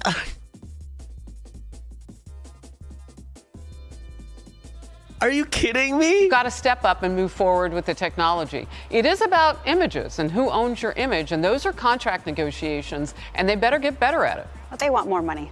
Let's call space. This is the #1 most watched news network in the fucking country. God damn it. Hey everyone, I'm Emily Campagno. Hey, Emily. I can't believe that they made Emily look. All those demons sitting around chatting just there really made Emily look pretty good. And I'm just saying, if I could fix Emily. Catch me and my co-hosts Harris Faulkner and Kaylee McEnany on Outnumbered every weekday at 12 p.m. Eastern. Or set your... All right, that's enough from you. Let's move on. The 5. It's actors versus AI. Let's check it out. A double strike in Hollywood that could Fuck, dude. It's the fucking liberal. They got the liberal starting this shit off. ruin your favorite TV show. Thousands of actors grinding America's entertainment industry to a halt after hitting the picket line and joining the writers who've been there for months. Tense negotiations with the major studios. Starting off hot, dude. Starting off hot. To have suddenly broken down right as the summer's hottest movies like Barbie hit the big screen. The A-list cast of one of those movies, Oppenheimer, left their big premiere in the UK to write up some strike signs themselves. So what's this beef all about? Apparently a lot of it has to do with artificial intelligence. Actors worried that their likeness is going to be replaced by a robot. Union president and former star of The Nanny, Fran Drescher, explaining that one. If we don't stand tall right now, we are all going to be in trouble. We are all going to be in jeopardy of being replaced by machines. These companies haven't done nearly enough to provide for the consent of performers to the Okay, so I see what they're doing now. They're really focusing on the AI thing. They're trying to stir like public opinion in the direction or make their viewers think that the strike is all about AI, which is obviously not the case. That's just one fucking part of it. It's just one fucking part of it. It's an important part, absolutely, but that's just one fucking part of it. Of their digital replica and likeness. I mean, the idea that these companies should be able to take somebody's voice, their face, their body, and just control that and use that without meaningful consent, it's anathema, it's unacceptable, and there'll be no deal unless that's resolved. Technology was heavily involved in our last story in a great way. Technology seems to be involved here as these actors are worried about money from streaming and AI. How do you think about this? It's a weird thing because what they're talking about in some ways is that if you are an extra, you get you only get paid once. It's like, hey, I'm an extra. I'm going to do like 10 movies this month. No, they might just take your face and make you an extra and everything else, and you get paid for that. But you might not have been paid at all if you didn't get that job. So it's kind of like maybe they pay you more. I don't know. It's a fair point. The thing is, the writers have been on strike since May, and now you've got the actors, and it's hard to tell if people are noticing it, right? Two people aren't like. It's not like in the. I think somebody went on strike in the 80s. Like when sports go on strike, everybody notices it, right? But you don't notice it now, and it's because we created such a silo, a backup ration of entertainment, right? It's like you don't need mediocre new TV if you can binge watch all of Columbo, which is amazing, or the Rockford Files, which I would do. It's like there's so much stuff that maybe a strike is necessary for all of us to catch up. I will say the 5 is safe. You can't replicate this. This is not normal. The 5 is safe because we don't fuck with unions. Fucking idiot. Fucking loser. The fundamental problem with these turds is that IRL right-wing people don't have to be anti-union, and the culture war really does not care about economics that much. But the capitalists and their sock puppets, this is what they care about the most. It's weird though, because does the average person actually want AI to take their job? Do you really want to stir this up? Is it the big tech angle? Strikes are always about the future, and the ghouls who cape for execs focus on the future is far away. Focus on the future, how the future is far away. So why care? These actors want more money. Ignore us trying to make more money. The fall schedule hasn't started airing yet, Greg.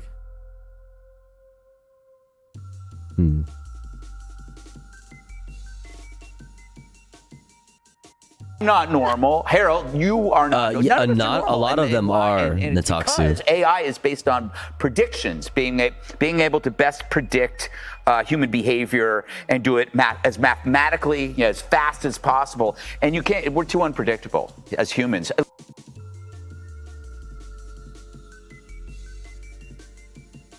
Cope. That's cope, brother. Oh my God. No, that's not. No, you idiot. You fucking dumb fuck. Yeah, Greg Gutfeld, AI understander here. We're too unpredictable. Humans, too unpredictable for AI. AI is always going to be shit because humans are unpredictable. You idiot. You fucking dumb bitch. You don't know what the fuck you're talking about. At least we are, not The View. Just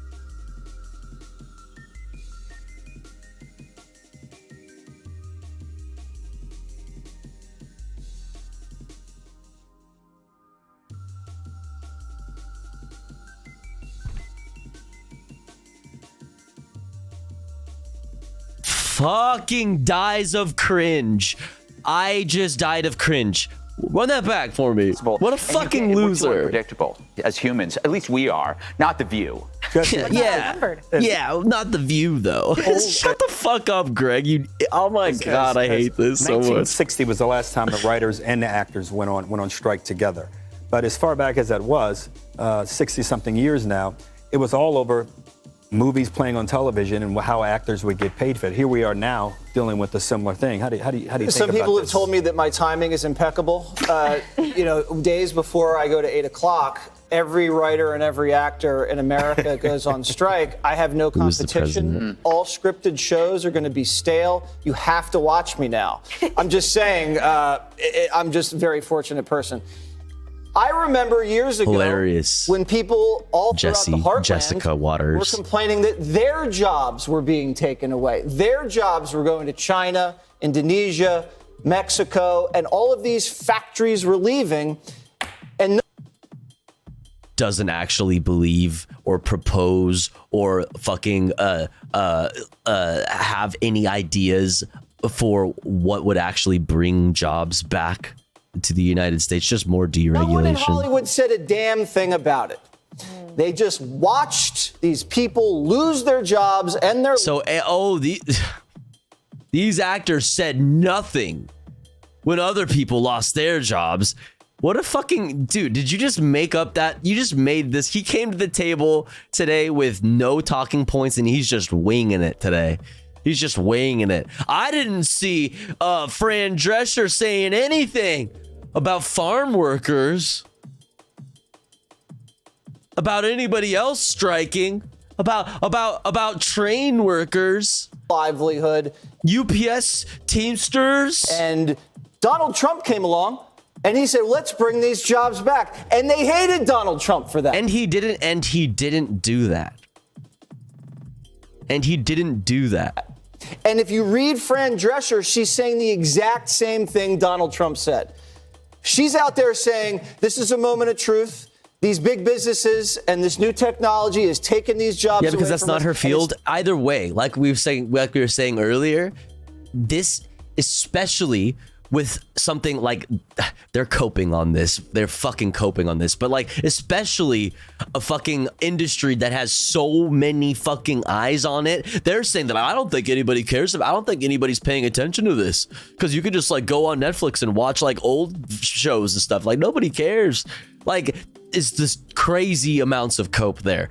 Everybody has eyes on this. Like Barbie and Oppenheimer are like the biggest fucking movies of this fucking of the season, and them saying something unironically is like huge. That reaches millions of people. As if there hasn't already been increasingly more and more and more labor action in the news recently, and more people, according to a lot of even Fox News's polls, are pro-union or have a favorable view of unions. Like, that's such cope.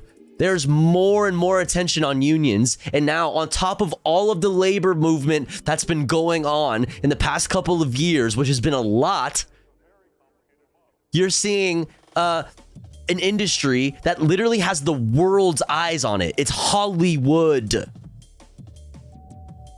Everybody is paying attention. This helps everyone. This is unironically, because of its reach, going to make that many more people have a favorable view of unions. At least not think that they are bad. At the very least. This is insane amounts of cope. This is what they think that they can just like manifest this, but it's fucking cope. Time to stand together. She didn't stand together when everybody else was losing their job. Bullshit. You're literally fucking looking at solidarity by seeing writers and actors striking together. Historic. You can't just fucking brush that aside. You can try, Jessica Waters, but it's not gonna happen. When the Keystone Pipeline workers lost their job, or the miners in Minnesota. Dude, they were, oh my God. Wait, actually, you know what? These same fucking assholes, especially this fucking asshole right here, are always talking about how woke Hollywood is and how woke they are for always using their, oh my God, wait a second. Why didn't I think about this earlier? Using their fucking platforms to speak out on public or on social issues. Speak out on politics. You guys on Fox News always complain about how actors use their platforms to fucking voice their opinions about about stuff. So literally, you're just fucking, you're just contradicting yourself. You're just contradicting yourself, and you're fucking and you're just fucking just coping and lying and just coming up pulling shit out of your ass as you go to fucking try to paint this this strike as a bad thing. Most people, yeah, shut up and dribble, right? Shut up and dribble is that's a good point too, Mortar. This is such cope. More and more of their fucking viewers aren't gonna even fall for this shit. Their own viewers. So many conservative people don't realize how progressive or left-leaning they are when it comes to economics because of how favorably working class people generally tend to view unionization. It's crazy, dude. Such cope. It's so strange considering she very specifically said this is all about labor, all fields, all workers, not just them. Right. So tragic that we didn't build that pipeline for Canadian oil companies. The America I remember would gladly poison its residents for Canadian companies. Or any of the carb guys, all this stuff went to Mexico. So it's a little too late, in my opinion, but it's happening to her, and this is probably the last union that's been affected to this type of radical change. Kaylee? Yeah, Hollywood actors want to be paid more. I mean, cry me a river here. This is ridiculous. I don't watch Hollywood award shows because it's leftists patting one another on the back. So are they leftists? Are they leftists or were they like guilty of not speaking out when other people were striking? Which is it? You cannot have both of these things at the same time. Like you can't have both of these things at the same time. What's this? Celebrities tweet support for striking LA teachers. Jamie Lee Curtis, Rachel Bloom, Kathy Griffin, and more.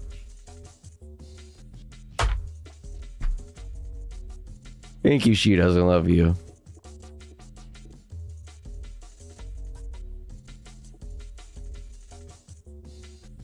Fucking holy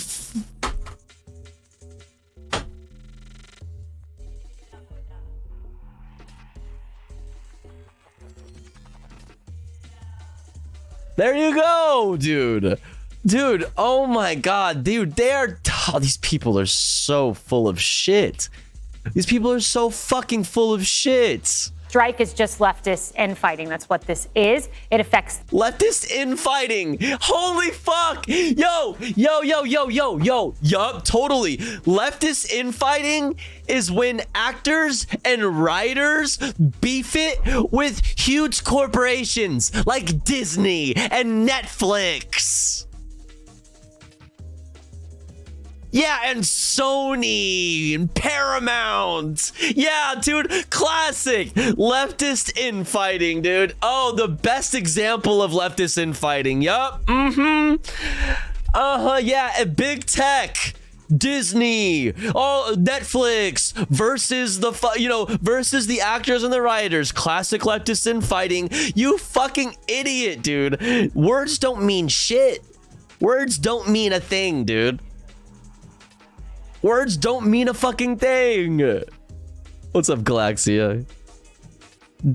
Dude. I can't even believe that people watch this and take it any bit seriously. It's like you have to be taking this in kind of passively in order for it to just like make any sort of sense or register in your brain in any sort of way.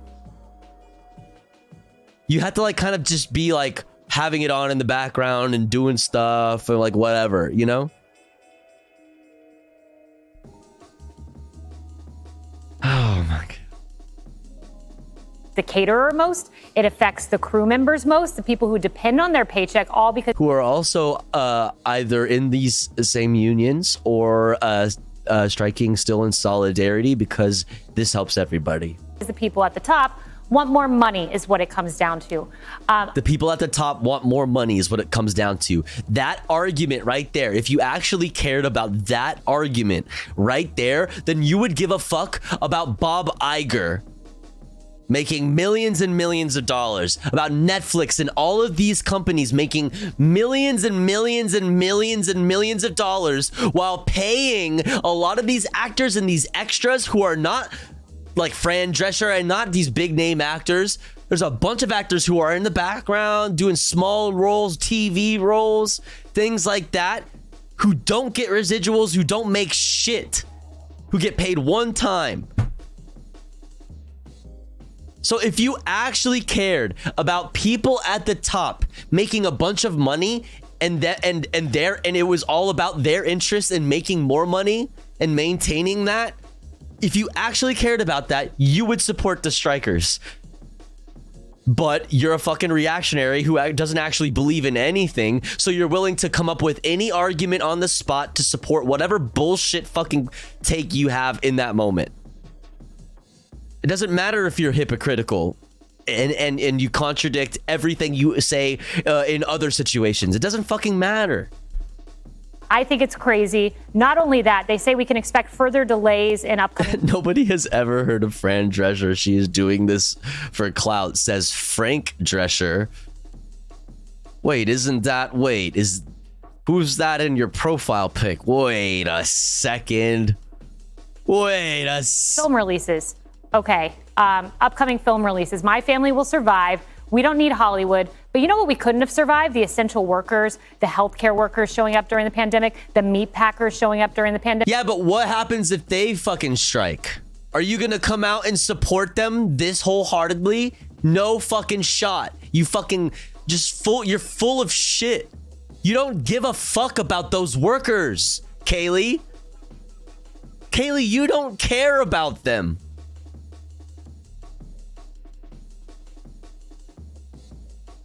You don't care about them. Why don't you support the labor movements going on in those industries too? Because there are. You're just completely disregarding the labor movements that are happening in those industries as well. You don't give a fuck about them. You don't give a shit about them. Stop lying. They showed up to do their job. But Fran Drescher wants to sit there. She called herself a victim today. She called all of Hollywood actors a victim. I don't think most people in America look at them and say, victims, we're going to miss your movies. Emily? Yeah, I think that's the reason why so many people find the actors' argument so unpalatable. Because they're essentially... Emily! No! No! You were doing so good before. What happened? Emily, my love, why? Oh, we spoke too soon. We spoke too soon last segment. You who are worth $160 million. But the value in it for this contract negotiation and disagreement is the fact that they are now becoming the figurehead speakers for the guys, the writers and the like that are showing up every day, day in and day out, making very little money. And if you put this conversation into the rubric of, yes, it's entertainment. It is considered the creative arts or the performing arts. If we keep it there just for a second, it's interesting to sort of talk about the notion of whether the big studios can use your likeness in perpetuity. Can you show up for one day, they use your image as much as they want, you get paid one day. If you are I think Emily just cares about the AI thing. I think Emily is just like an AI nerd or something. hired not as the scriptwriter anymore, but as the editor for a script that AI. Like that's the only thing she cares about. She doesn't give a fuck about any of the other shit. She doesn't like the actors. She thinks they're woke and whack also, but she's also like fucking scared of AI. Generated. And interestingly, Sarah Silverman and a few others are spearheading a lawsuit where they are suing the big studios, saying yeah, honestly, poking out like the easiest people to turn into an AI show would unironically, not a fucking joke, be the Five or Laura Ingraham or fucking Judge Jeanine. It like any of their shows, it would unironically be the easiest show to let an AI recreate. Actually, that would be a fucking genius 24/7 stream. Oh my God. Coders, fucking AI, fucking nerds, like hit me up. Let's do that. That would be sick. If we did a Fox News clone, like Trump versus Biden, or Watch Me fucking Forever or whatever the fuck it was called. That would be fucking amazing. A 24/7 Fox News parody would be fucking so easy and so entertaining. Oh my God, we need this. The reason you have the compilation AI does is that they used my content. That the reason AI, as you put forth, that it sort of mathematically generates Fox Me Forever, exactly. Because it has mined the internet for the content. Mm-hmm. So the artists are saying that was my content to begin with, so now this is just a derivative. But it does go into the point you guys are making where this new streaming ecosystem has sort of undermined a lot of these guys' salaries. And the question is, who cares? And also, America probably doesn't, because to your point, I'm fine watching reruns of the same stuff. I'm fine reading. I'm fine watching some stupid YouTube. You don't read. Video. It's the studios. It's these guys that say, I'm an artist. This is my craft, that tend to care a whole hell of a lot more than we do. You know what's weird about... I'm calling cap on that. I'm calling cap on that, man. I don't know. The guy who wrote Squid Game got paid $200K total. Sounds like a lot, but it was Netflix's most popular show, bringing in close to $1 billion in revenue and streamed over 110 million accounts, viewed over 1.6 billion hours in 2021 alone. Damn.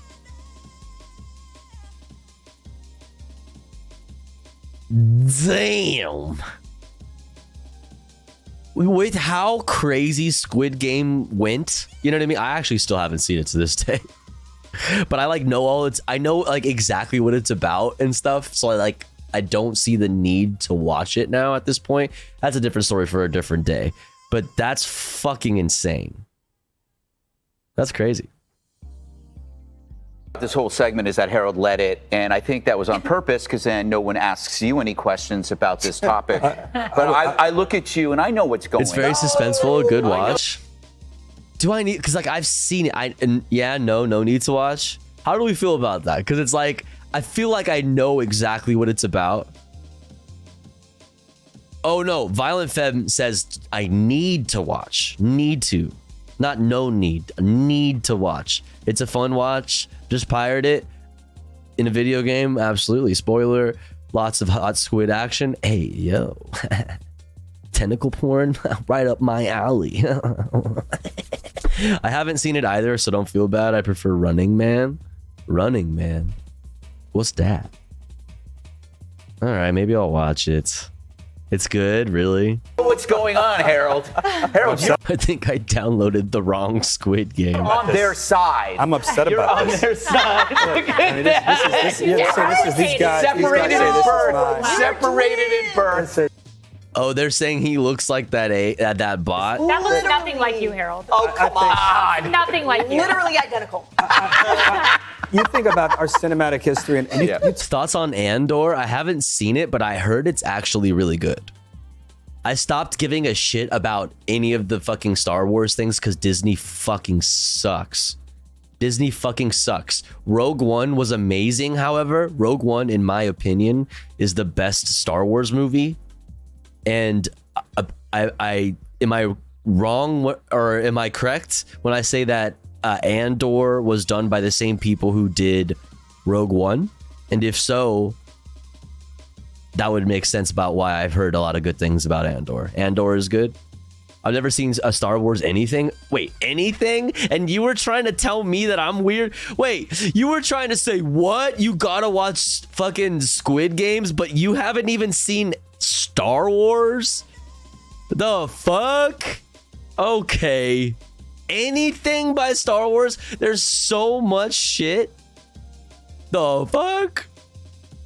Andor is very watchable, even if you know nothing about Star Wars, really? Okay. Talk the last 100 years, you talk to CEOs in America who were born outside this country. They all talk to how TVs, American TV and American movies influence and introduce them to American way of life. I hope they get to the bottom of this. I do think even if the American people don't care about it, they're making a great point, and you made it with the Sarah Silverman piece. They shouldn't be able to do this, even if we think they're hypocritical, even if we think they're disingenuous at times. It may be wrong what's happening, but whatever the case, I hope they figure it out because I want to see some new movies. Coming up, Joe Biden getting questions about the way he wrapped his overseas trip. Oh.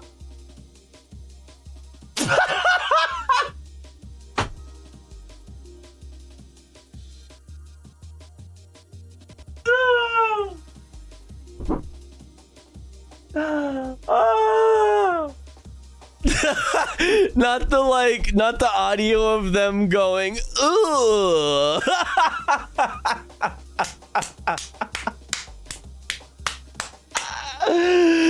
Ooh. Questions about the way he wrapped his overseas trip. I would have Brian kill me.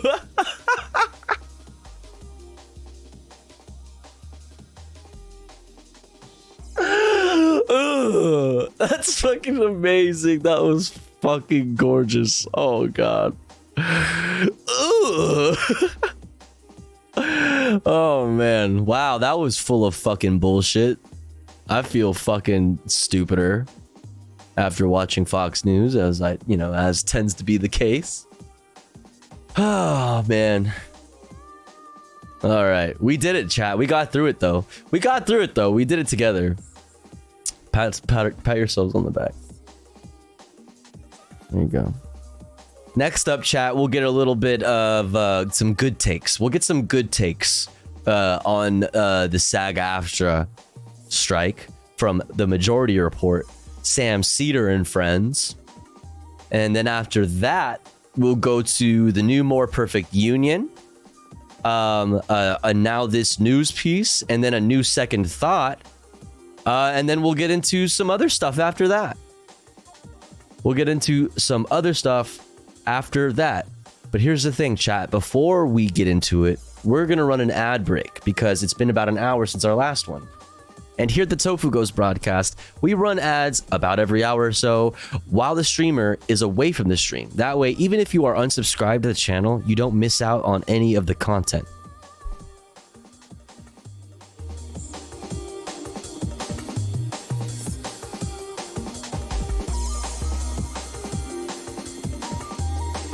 However, if you would like to support the stream, support me, the streamer, and get access to cool Tofu Ghost emotes as well as an ad-free viewing experience, all you gotta do is subscribe. for $5 or for free with the Twitch Prime by connecting your Amazon Prime account, if you have one, to your Twitch account. Or let's say you're already subscribed to the channel and you're feeling generous and you have the means to. Maybe consider gifting a sub to one of our friends in the chat, one of our comrades in the community that may not be able to afford a sub this month. That way they may also be able to enjoy the Tofu Ghost emotes and an ad-free viewing experience. I'll be back in 3 minutes. Don't you go anywhere. BRB.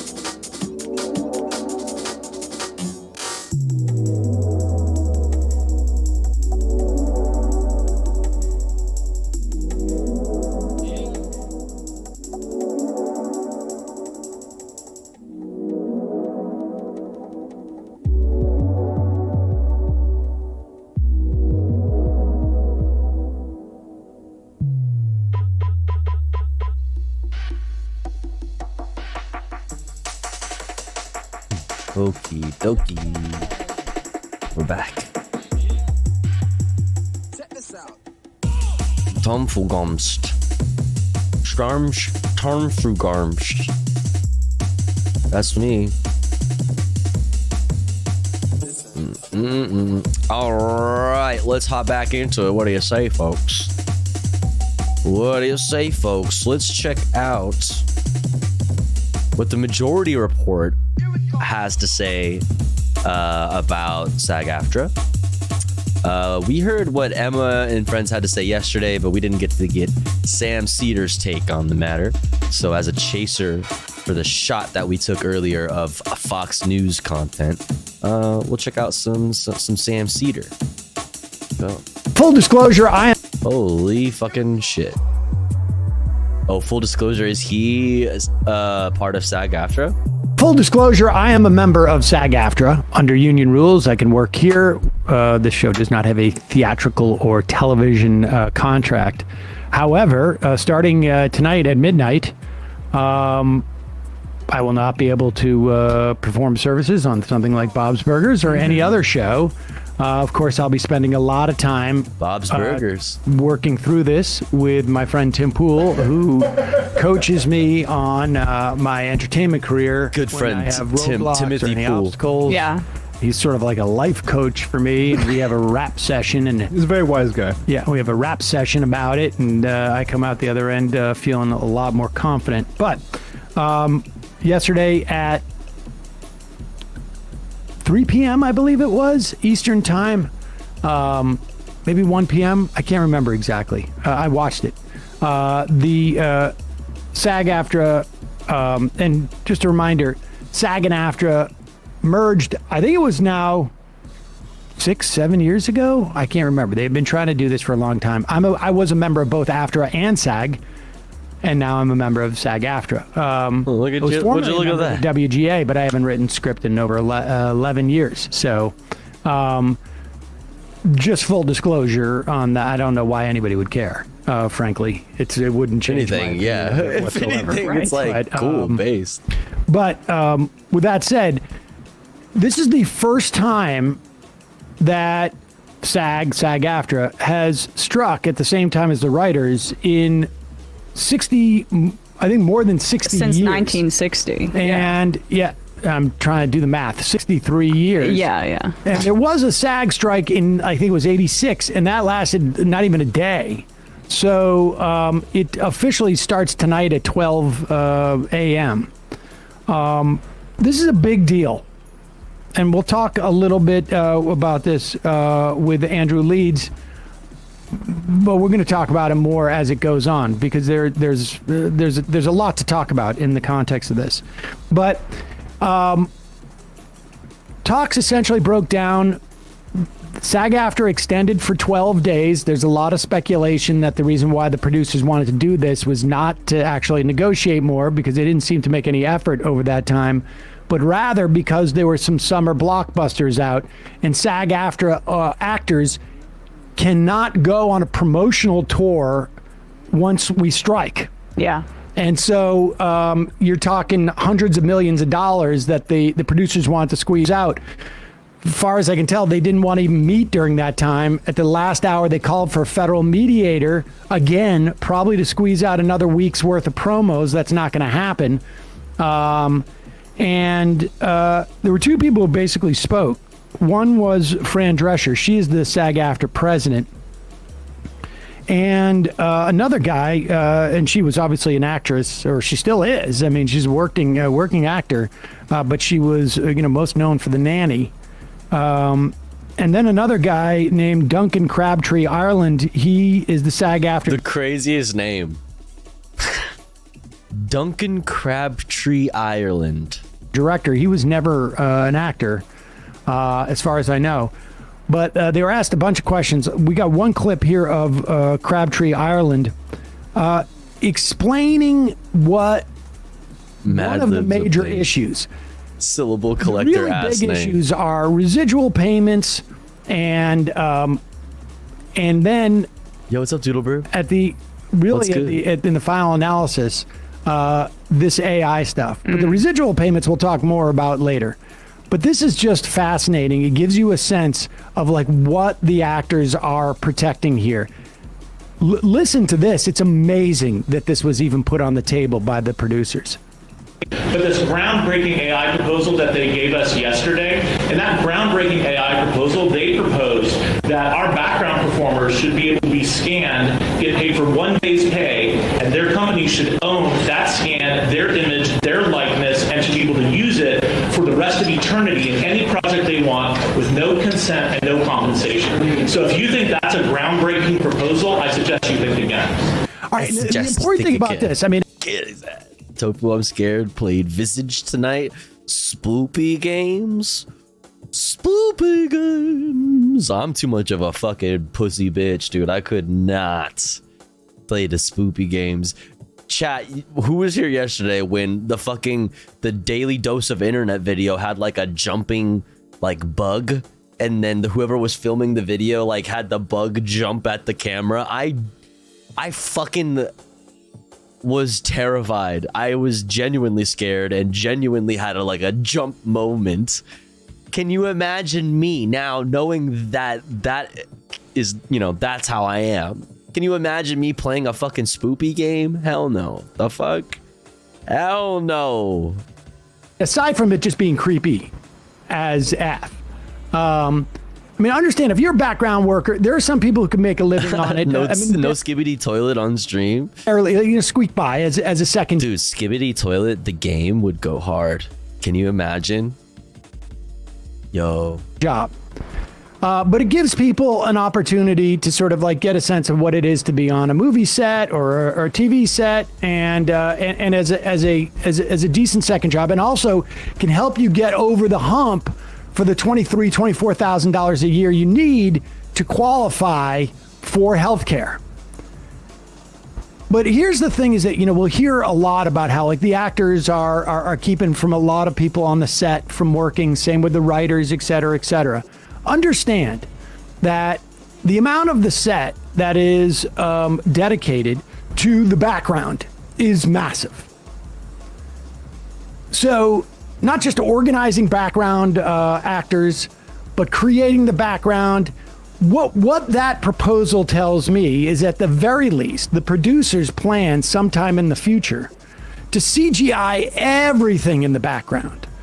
And they want to use the likenesses, and basically it will just be a matter of time. They're going to create enough of a bank of background actors where they'll never have to shoot any type of location. Everything will be in a studio in front of a green screen, and that's what they're looking for ultimately. And that means not just that background actors aren't going to get work.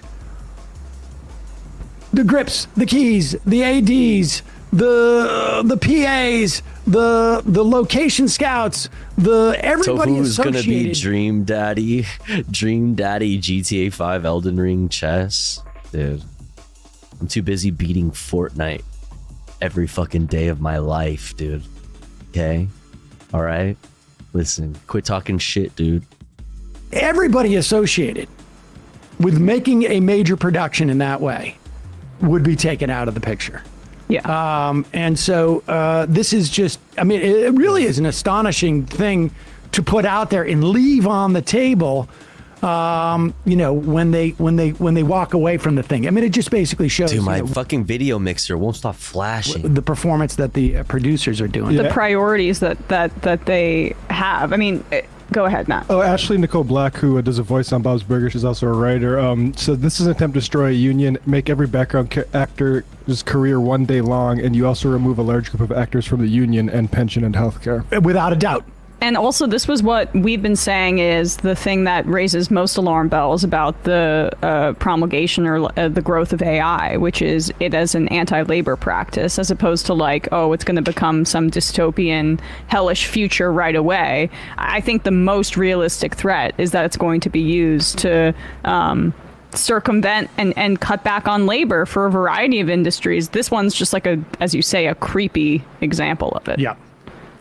And also, once they open the door to that type of dynamic, we own your image in perpetuity. And we can put it in any context. Yeah.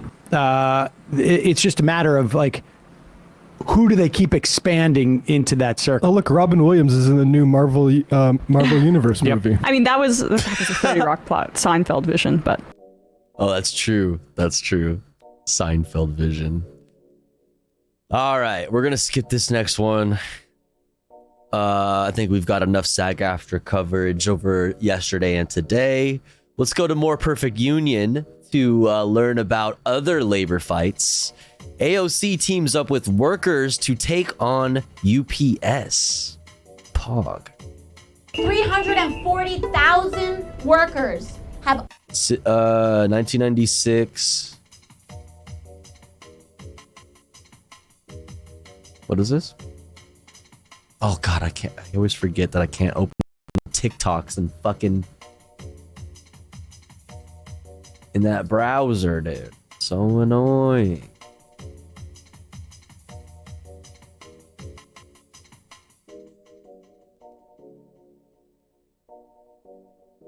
The supermarket clerks union just called a strike.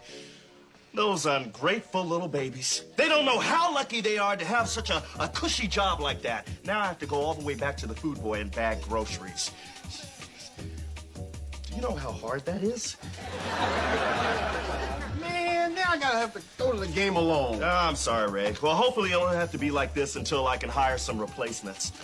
Replacements? Don't you mean strike, breaking, union busting scabs?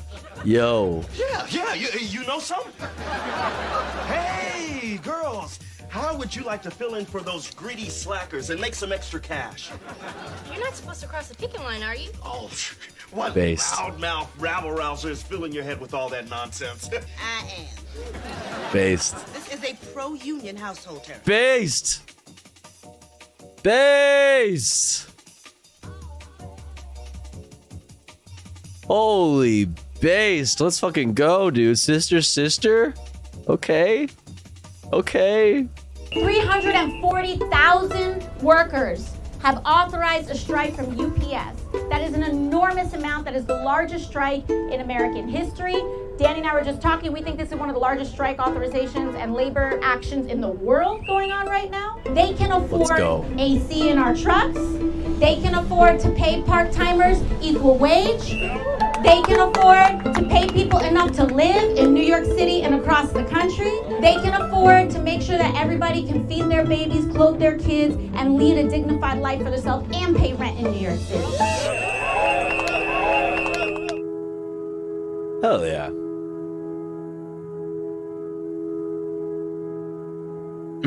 There are weeks. Let me read that for you, chat. Let me read it for you. On July 7th, AOC rallied with UPS. I fucking missed the last part. Workers in Queens. They're weeks away from going on strike with 330K plus other Teamsters. Of this company. We do the footwork every single day. They wouldn't be able to make the money that they make if it wasn't for us coming into work every day in all types of weather conditions. You see, it's going to be another 90-something degree day out here. And we want our paycheck. That's it. We don't have no problem working. As you see, we come every day, but we want what we deserve. I work. Right? And I also work another job. So I usually have to leave at 9, but I love New Yorkers. I love New Yorkers. it's just like, I just feel underappreciated. I feel like I'm doing too much for what I'm doing. Honestly, what I need to see is I need to see a huge pay raise. I ain't gonna lie, Hell yeah. this is a $20 hour job and we getting paid like 16 something. We gonna fight until they pay up. We're not worried about that. We on the front line for as long as it takes to make sure that everybody get a fair contract. Based. Hey yo, UPS, suck my dick. Hey, suck my dick. Yeah. There had been progress in negotiations, but they recently broke down. The sticking points, it came down to economics. That's it. I was just saying part-time wages. We're not going to accept low standards like UPS wants for our part-timers anymore. General President O'Brien made it clear, as did the whole negotiating committee, that wages had to, be fair, especially for our part-time members. And they came back with a subpar package. I have been here, I worked in this building for 24 years. I've been fired a couple of times. I have never seen or known a company to abuse its employees the way this company does. Damn. And this is a company that during the pandemic, and we'll keep repeating it over and over again, doubled their profits. And when you all succeed, you will leave a blueprint for the True sidewalks connoisseur. This is a $20 an hour job, and we're getting paid 16 something. Even he's short selling himself. It's more like a $30 an hour job. True, real. Did you watch the Ron Perlman thing? He did his vid that he had to delete. No, what's that? They have remodeled our break room, our bathrooms, our entrances, our parking lot, as well as giving us an ice cream truck to try to appease us. All of this money could have been spent on paying us our hours. Wait, oh my God, my job needs a union so fucking badly. Our hours are being cut back to 30 a week. They told us it was because of the workflow, and we'd be in danger of overstaffing.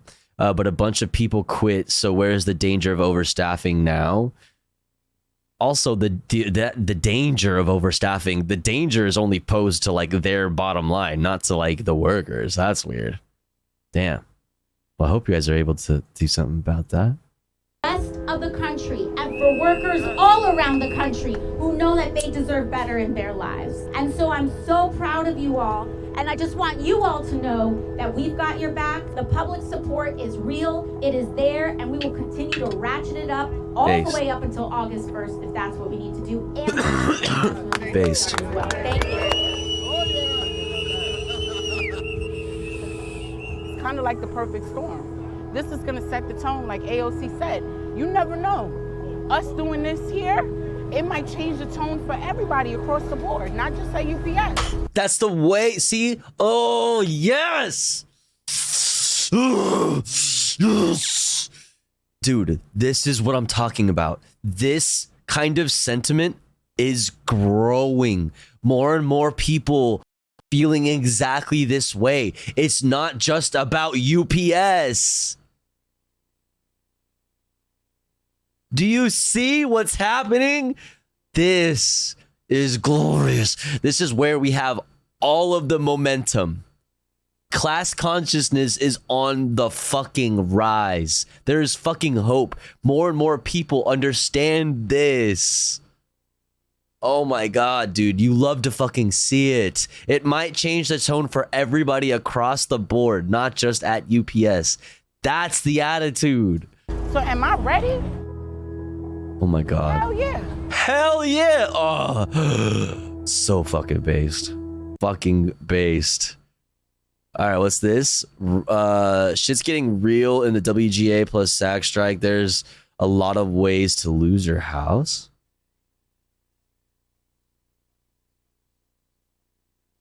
Oh my God, bro. Twitter. Also Firefox. What the fuck, bro? Hello? Hello? Motherfucker who said we're going to keep one thing before I get off this. The motherfucker who said we're going to keep this thing going until people start losing their houses and their apartments. Listen to me, motherfucker. There's a lot of ways to lose your house. Some of it is financial, some of it is karma, and some of it is just figuring out who the fuck said that. And we know who said that. And where he fucking lives. There's a lot of ways to lose your house. You wish that on people. You wish that families starve while you're making $27 fucking million a year for creating nothing. Be careful, motherfucker. Be really careful. Because that's the kind of shit that stirs shit up. Peace out. Peace out, indeed.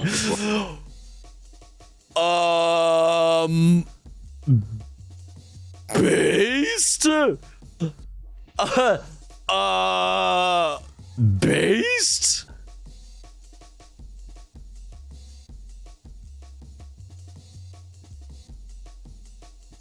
What? Mouth check. Mouth check. What?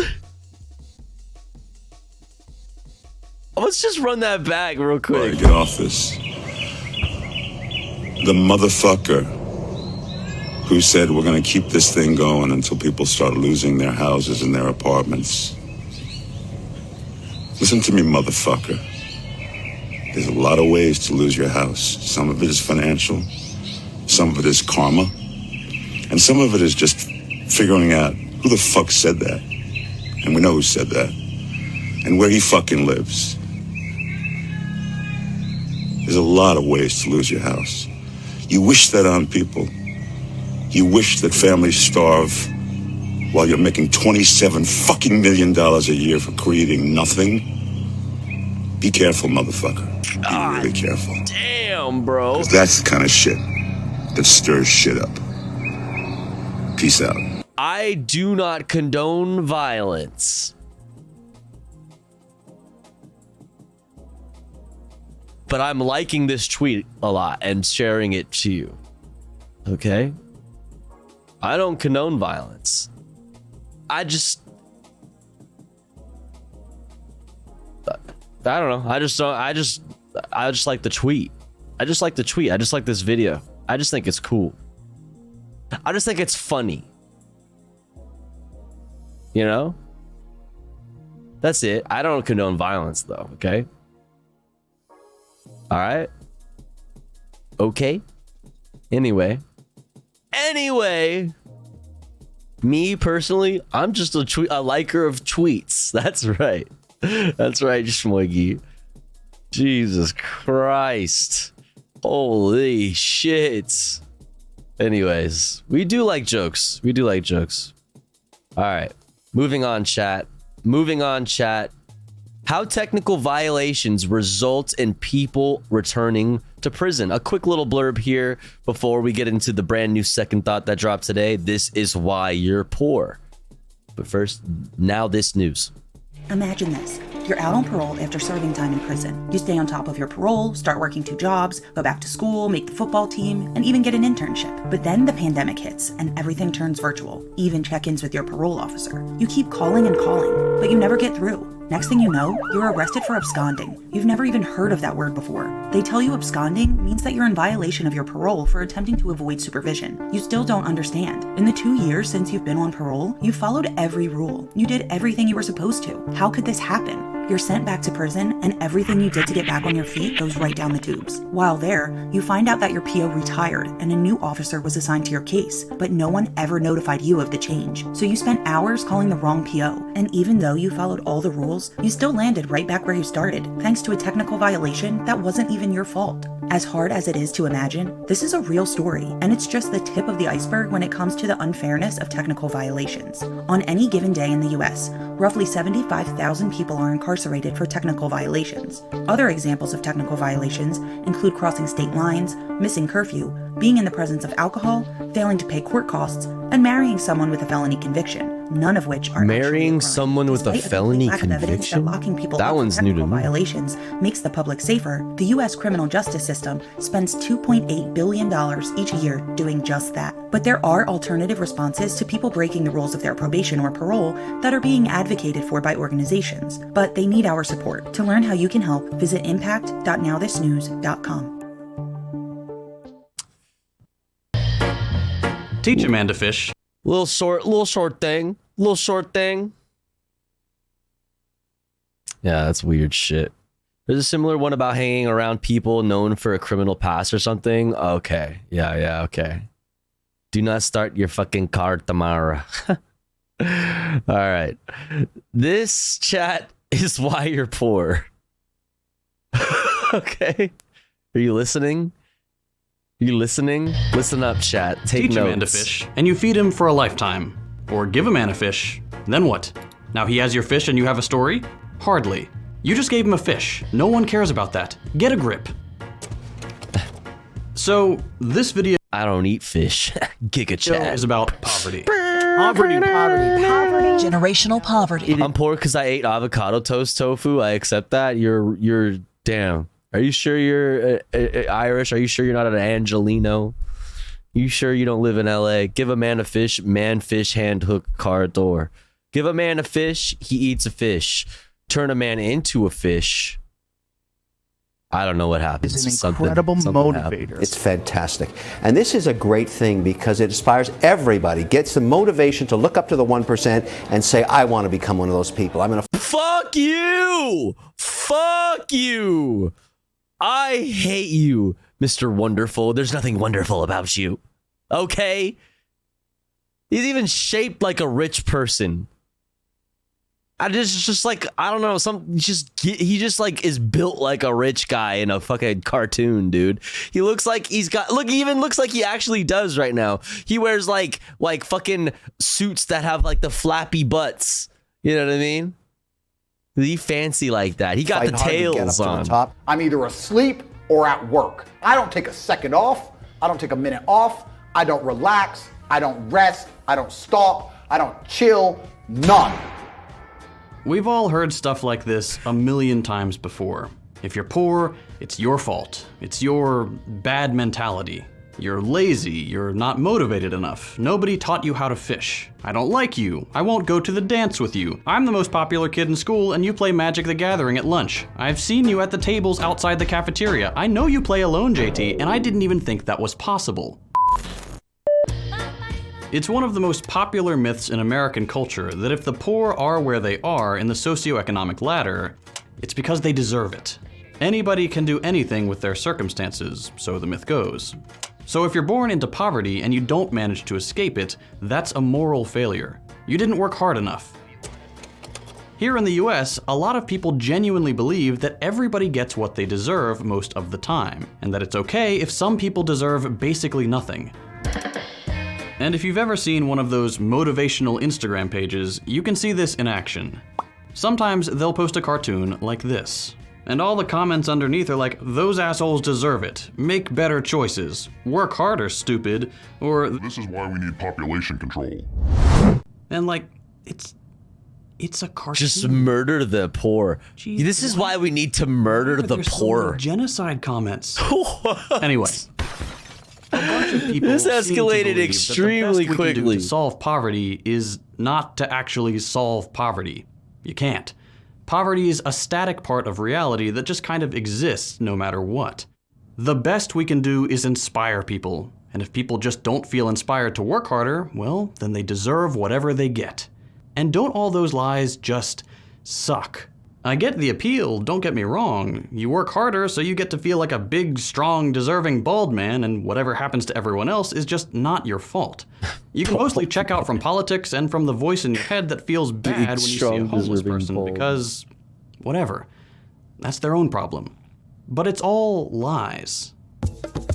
Poverty and the crushing inequality of the 21st century is endemic not because people don't work hard enough, not because people are lazy, but because poverty is a necessary byproduct of consistent profit. And that means that individual poverty isn't a measure of motivation. In the past, I've made the because you need a permanent underclass of people in order for there to even be capitalism. You need a permanent underclass of people, a permanent population that is willing to work for everything in exchange for fucking nothing at all. Yo, what's up, Machina? This argument How's it going? A lot of statistics. Stats about how people are more or less locked into whatever class they're born in because of things outside their control. But this video will take a bit more of a static, evergreen approach, one that will remain true even when the stats I use here become 5 or 10 years old. Because the truth about poverty is that even if no one on Earth ever took a day off, there would still be poor people so long as profit is what guides our employment decisions. Exactly. Oh, yo, Stoudman. Thank you so much for 10 months. Meow Zedong. Exactly. I agree. What's up, Stoudman? Thank you so much for 10 months. I appreciate it. Also, look at this cute Clefairy mug. Or wait, no, Jigglypuff. Wait. Yeah, Jigglypuff mug. What am I doing? What the fuck am I talking about? Cute. Actually really easy to prove this, that poverty doesn't come from a lack of individual motivation or bad individual decisions. No, I corrected myself, bitch. Shut the fuck up. Shut up. It's because every couple of years, poverty just happens to a bunch of people at once, randomly. Just look, here's 2 graphs of the number of people in poverty and the poverty rate over time. Those highlighted parts are recessions. As you can see, and probably expected, when recessions hit, more people are poor and the poverty rate goes up in tandem. We already know that despite being guaranteed to happen eventually, it's hard to predict exactly when a recession will take place, and specifically what sectors are going to be hit the hardest. Next recession, it could be that the place you work suddenly doesn't have the revenue to afford your labor That's not true, anymore, Nataxu. and it'll have That's nothing to do fucking with lie. the effort you put in. And then on the other end of the spectrum, you have how the pandemic affected the wealthy. The 10 richest men in the world doubled their fortune during the pandemic, making around $15,000 per second in a little over a year. And I can guarantee they didn't work twice as hard in 1 year as they had for all the years before combined. Economic circumstances out of their control made people more exploitable and desperate. Governments pumped money into their monopolies so they wouldn't go under, and they came out a lot wealthier. Did they work hard to get there? Some of them, maybe. Others, no. What ultimately made them wealthier was their class position and luck, not any special effort. So, right off the bat, unless you believe that once a recession hits, suddenly people lose all motivation, that right there is a solid number of poor people who are poor through no fault of their own. They're casual victims of the business cycle, a feature of capitalism that doesn't exist in most other economic systems. And conversely, being in a favorable position before a crisis, not hard work, allowed the 10 already richest people in the world to pull themselves even farther away from the rest of us. But that sudden bump to poverty and inequality happens in periods of economic decline. To be clear, stagnation and regular global market crashes are the norm of living under capitalism. But I get that if I built my case around these circumstances alone, this video would feel incomplete. But don't worry, quote-unquote normal times where the economy grows care just as little about hard work. That's because part of regular, boring old growth capitalism is true, Riot Vision. It's past being rich. Rich doesn't really do it justice. what's called the reserve army of labor. If you haven't heard of it before, it's a Marxist term that refers to the amount of people kept unemployed. Can't believe you do my boys Agumon and Leomon like that. None of those words are in the Bible. The fuck? Not because there aren't jobs they could or would want to do, but because their existence is a guarantee of capitalist bargaining power. Said differently, a significant number of people are kept unemployed purely so that those who are working worry about losing their job to them one day. This group exists because it's really useful for employers that you don't want to be fired. And to make that threat more tangible, capitalists oppose measures that would get us closer to full employment or would make being unemployed more bearable. Whether that's a job guarantee, limits to the number of hours of work you can do each week, because then you don't have any sort of coercion welfare that keeps food on the table. Those are some fat ass grapes. God damn. These things are the size of my fucking hand. Hell, whoa! Those are eggs. Oh, those are egg grapes? Wait, is that a thing? Is that an actual thing? The fuck, Monsanto, anyone? God damn. During unemployment, these things make the threat of being fired less powerful. And in complement, public services in healthcare, transportation, housing, and education make life cheaper and within reach of everyone. Capitalists Have you had cotton candy grapes? I have. They're very sweet and delicious. Earlier I had the high thought someday they're even going to sell us our freedom, and then literally 5 seconds later I was like, wait, that day is right fucking now. I trade my labor for freedom. The fuck? You're like staunchly oppose brain explodes. Public services, work reduction measures, and welfare. And that's despite studies often showing that they could actually holy shit, I live under capitalism. help individual capitalistic profits in the short run. Oh no. For example, and then I threw up all over myself. Relieving them of private healthcare costs or making their workers happier and more productive.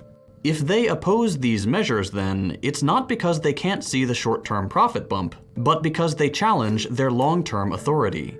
Without unemployment, and with better public services, people would be less willing to take demeaning, unsafe, or poorly paid and exploitative jobs. Working people could demand higher wages, And while this could still work in capitalist favor, by increasing the working class's buying power and therefore simultaneously delivering profits to the capitalists, over time, it makes people less exploitable. And maybe, eventually, that could push profits down towards zero. Without the fear of unemployment, and with good union organizing, workers can slowly claw back a bigger and bigger cut of the value they generate for the company, which leaves the guy whose only job is owning it with less and less.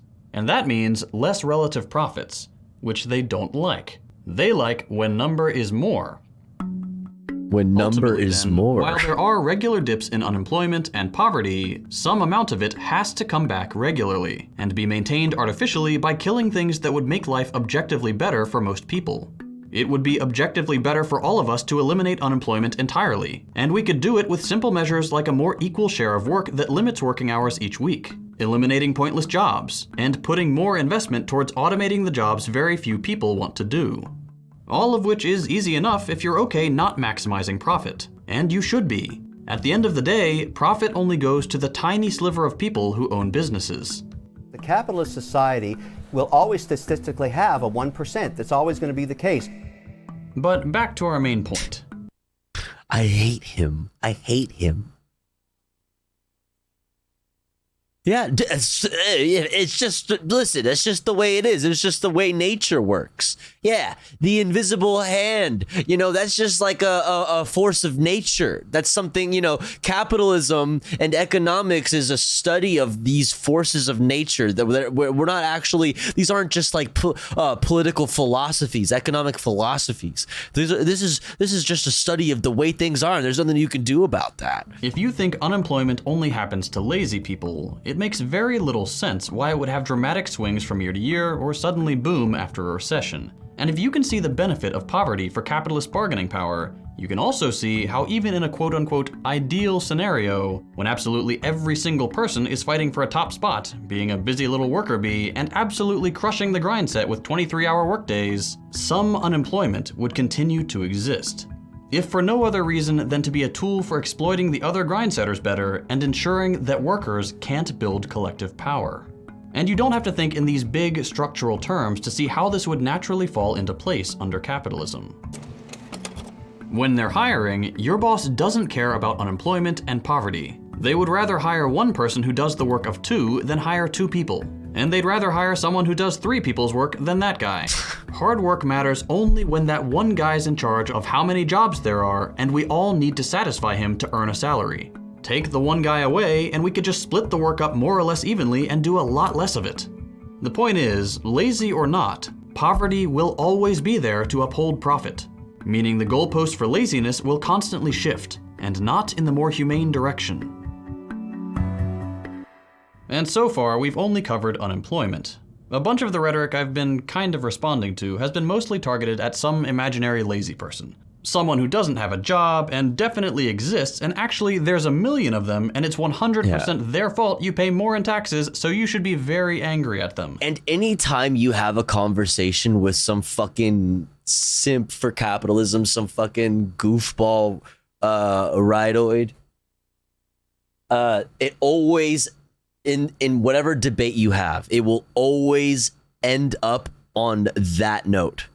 Where it's like, well, there's always going to be somebody who takes advantage of the system. There's always going to be somebody who just doesn't fucking do anything, and nobody will do anything. Nobody will work at all because these people exist and they're all over the fucking place. It's like you can't, like, you're just making up these people in your mind. Yeah, the people that, like, when they do exist, they are such a small amount of people that is extremely negligible. But no, the entire world must pay for their fucking crimes. Yo, Peganox, what's up? Thanks for the raid. I hope you had a good stream. CEOs do nothing, actually. Exactly. Hope you had a good stream. What's up? Everybody go follow Peganox. But what about the working poor? Because this hard work thing is bullshit for them, too. In the US, about 23% of workers work in low-paying jobs, roughly on par with countries like Lithuania and Latvia. Over 400,000 Americans work 2 full-time jobs, and nearly 8 million Americans have 2 or more job positions, counting both full-time and part-time. That's a lot of hard workers, and as you might expect, it's not really by choice. Over 7 million Americans are working part-time involuntarily, working jobs that guarantee no paid sick leave, benefits, or vacation days. In these circumstances, job security is not only non-existent, the hours are irregular, and the pay, of course, is terrible. For people working in these low-wage, part-time positions, full-time employment is rare, or incompatible with their other responsibilities like parenting. And even if secured, it is just not enough to make it to the end of the month, because no one making minimum wage on a full-time basis can afford a one-bedroom apartment anywhere in the US. It is Anywhere impossible. in the United Rent States has more than doubled. It's so crazy how most of the population is just like unable to pick themselves up by their fucking God-given bootstraps. God gave you those bootstraps. Why aren't they using them? So many people. In the past 2 decades, and over the same 20 years, the cost of fuel and utilities has gone up by 115% in US cities. Healthcare costs have gone up, and regular bouts of inflation keep pushing food prices higher and higher like we've seen these past 2 years. The point is, no amount of individual hard work and motivation will lower your rent or your grocery bill, or raise the minimum wage. Your landlord can raise rent arbitrarily. Grocery stores can up their prices with a little press about inflation, and the wealthy can lobby governments and fund mass media organizations so their pundits delay and decry any increase to minimum wages. You can't outrun rent hikes by working harder. And here the grind set types will often tell people to just go work somewhere else if they aren't happy. But not only is that incredibly difficult, think about what that actually means for a second. You still want baristas, right? Having a nice, well-made coffee is a wonderful thing. Most people think coffee shops should exist. But if everybody leaves, where are you gonna get your latte? You're not. We need baristas, and cooks, and farmers, and artists. And most every service or retail or manufacturing worker currently making more or less minimum wage who works just as hard as you do and can't get by. Not only can those people not usually leave their jobs, we shouldn't want them to. We don't. This is essential labor, but these workers aren't getting paid enough to reflect that. Because these are industries where it's easier to take advantage of workers, not industries where workers do something less valuable. We don't desperately need more people in fintech, because hard work has nothing to do with how exploitable you are, and that's what ultimately decides how much you make. You can work as hard as you want, but if your job is especially exploitative, that will never be enough to become wealthy. And all of this boils down to the fact that laziness isn't real. But exploitation is. And the great thing about laziness is that if you can get people to feel really guilty about it, they will willingly exploit themselves more and find it morally wrong when someone else isn't being exploited enough. In other words, instead of thinking, hey, I do a lot of work, I bet the world would be fine if we all worked a lot less. Let's figure out how to do that. The belief in laziness as a moral failure takes that original correct observation, I work a lot, and gets Isn't the very concept is like the line must continue to go up, right? There must be continue to be civilization continues on and progresses because of the profit motive. It makes people want to research, right, and create new things and make work easier on people. Just to progress. It's usually to make life better and easier and more enjoyable, meaning less work. The progress that you're trying to sell people by selling them capitalism is the innovation is supposed to lead to less work. So it's like the idea that you're promoting capitalism and all of the positive things that it will do for society and how it will lead us forward and progress our society is like incompatible with the fact that like you don't think it's like moral or something to like want to do less work. You know what I mean? Like it doesn't make sense. It's not supposed. It doesn't because it does. It's not. It doesn't. It's a fucking. It's a lie. People think, hey, why isn't he working as hard as I am? Here's what I think happens, that people who work hard start to feel resentful because there's always that person in the office who is lazy and I mean, there is a pyramid on the dollar bill. Money. How do we make sense of this in the workplace where you are supposed to be working? Yeah, I think that's such a good example because really, who's the real enemy there, right? It's probably the employer who's either putting too much on someone's plate or not dividing up duties fairly or not noticing there's a problem. And so this book talks all about how we turn against each other, especially if we work really hard. We come to resent other people who maybe are struggling. And instead of asking the questions of who needs help, maybe I shouldn't be working as hard as I am if I'm feeling resentful. And I even talk in the book about how resentment is a sign that you need to be slowing down. This made-up idea of laziness makes us look at people being idle and judge them, even though they're doing something perfectly normal and human, something that we ourselves want to and could do more of with a little collective organization. We come to see their idleness at our expense, and in turn, this judgment is used to justify imposing more exploitation on them and on ourselves. It would probably help if I ran very quickly through the history of where this idea comes from. Let's do that. Let's do that. Laziness, being idle in a morally corrupt way, starts with the Reformation and chattel slavery.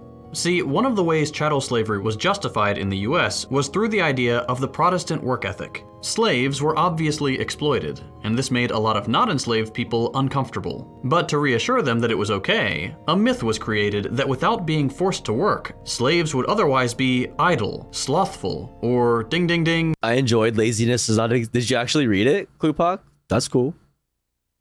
That's cool. Lazy. And because, in parallel, Protestants had just made up the idea that hard work and accumulating a lot of wealth was proof you'd go to heaven, they felt good, or at least better, that enslaved people would be working so hard, because it meant they would go to heaven, instead of being lazy and going to hell. Working hard had acquired the biggest thumbs that's up, cool. the one on God's big ol' hand. There's nothing that God hates more than sloth, and that man were to sit around and do fuck all. God will frown upon you. It's why you're never lucky. If you're listening to this and you think I'm never lucky, I'll tell you why, because God dislikes you because you're fucking lazy. Start to work. Start to show God the beauty of his own creations. You'd be amazed how lucky you'll become. Such a weird thing to say. Lesson, these ideas. There's like, that was such bullshit on its, like, God, imagine like being a, looking at that, be like, yeah. Oh man, what a fucking loser. He became tied up with notions of race and I can't wait for his downfall, man. Like, I genuinely, it's God. And class. Because that's just what I happens. can't wait till we do not ever have to think about his dumb fucking ass anymore. The poor and the black were depicted as lazy, while the wealthy got painted as there will hardworking, come a day, therefore deserving of their idleness. It will happen. It happens to everybody who has meteoric rises to fame off of being like controversial. Everybody who shoots to the top of like the famous ladder, I guess, through being controversial, always has a fucking terrible fucking fall from grace. Always. Without fail. Every single time. No matter what. It's like, it's going to happen, and I can't fucking wait. You can see this in cartoons like this one from 1866, where a newly freed black man is depicted as being idle, quote, at the expense of the white man. This soon turned into the still relevant myth that black people and working class whites are lazy, which became Reagan's very famous welfare queen slogan. Oh and boy. Here we are today. Being poor. Oh my God. The ex-leader of the unions we were talking about today. The class traitor. The man who fucking the man who fucking stepped across the line to the other side and ruined everything for everyone. Like, this man. Oh, and we're still using the term welfare queens to this day. People still use this term. People are still talking about trickle-down economics. People are still waiting for any kind of fucking wealth to trickle down. Any little fucking bit of wealth. It's so amazing.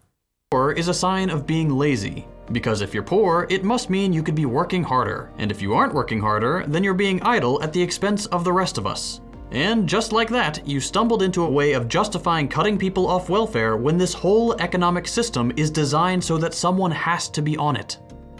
I'm not just making this up, by the way. If you read this book, you'll find that Americans do, broadly, think this way. In understanding why Americans oppose welfare spending, the author of this book, who conducted a bunch of studies when writing it, says, quote, "The public is strongly suspicious of the true need of welfare recipients, and white Americans view blacks as lacking commitment to the work ethic."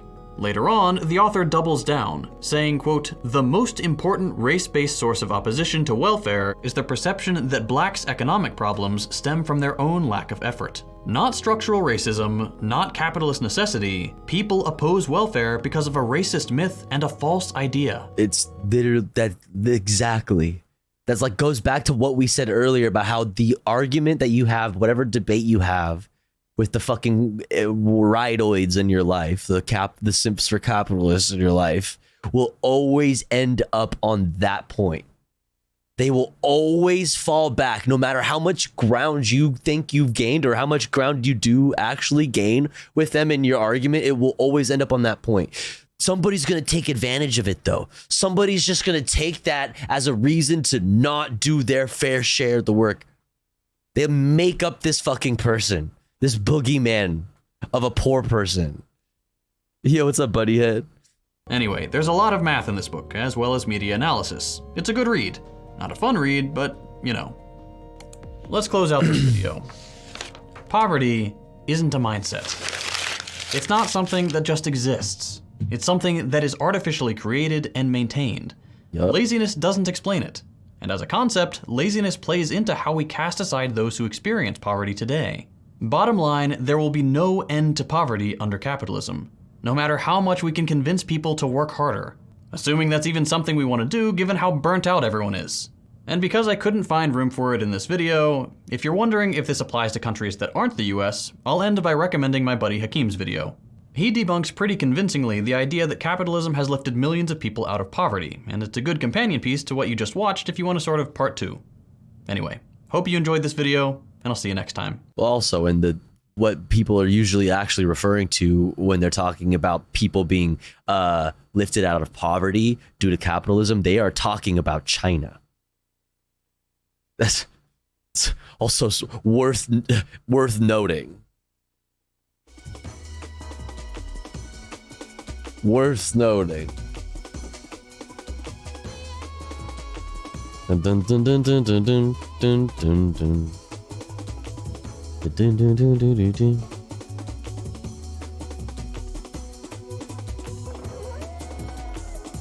Boom, boom, boom, boom, boom, boom, boom, boom.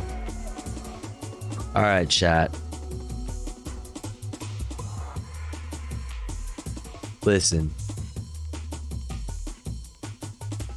Listen.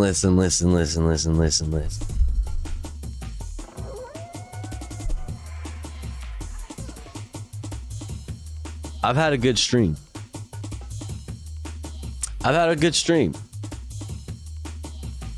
I hope you've enjoyed your stay with me. I hope you enjoyed your time here with me. I hope you enjoyed the stream because I enjoyed your company.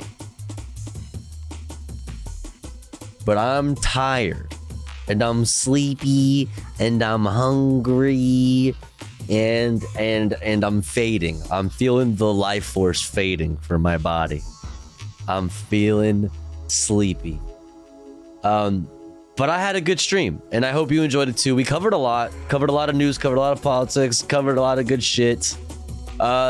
Feels good. Yeah, so thanks for hanging out with me. I appreciate you. And also, thanks for helping me destroy the fucking sub goal today. Let's fucking go. Thank you so much for all the support, chat. I really appreciate it. Thank you. Thanks for being the fucking coolest community in like political fucking Twitch or whatever the fuck. Really appreciate you all. We gotta take this party elsewhere though. Who are we gonna go hang out with? Let's see. Who is live? Who are we gonna go hang out with? Let's see. Dun, dun, dun, dun, dun, dun, dun. This is no joke my favorite political chat, no doubt. Oh, I appreciate you saying that, Ollie. I appreciate that. I'm glad you enjoy the space. I'm glad you enjoy the space. It's very important to me to make like a good, comfy without being echo chamber-y communities gather, around shared values, leftism, and wanting to keep up with what's going on in the world. I love it. Hands down, best stream. I appreciate you saying that. Thanks for saying that. Thank you. Means a lot. Let's see. Who should we hang out with? We got Pixel. We got Unelectable Airwaves. We got Zach App. We got Radhom.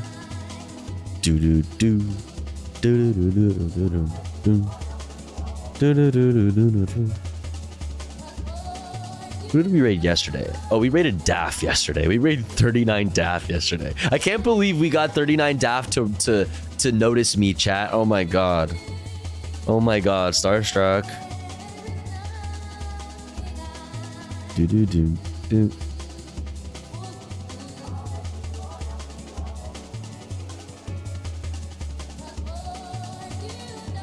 Let's go to Unelectable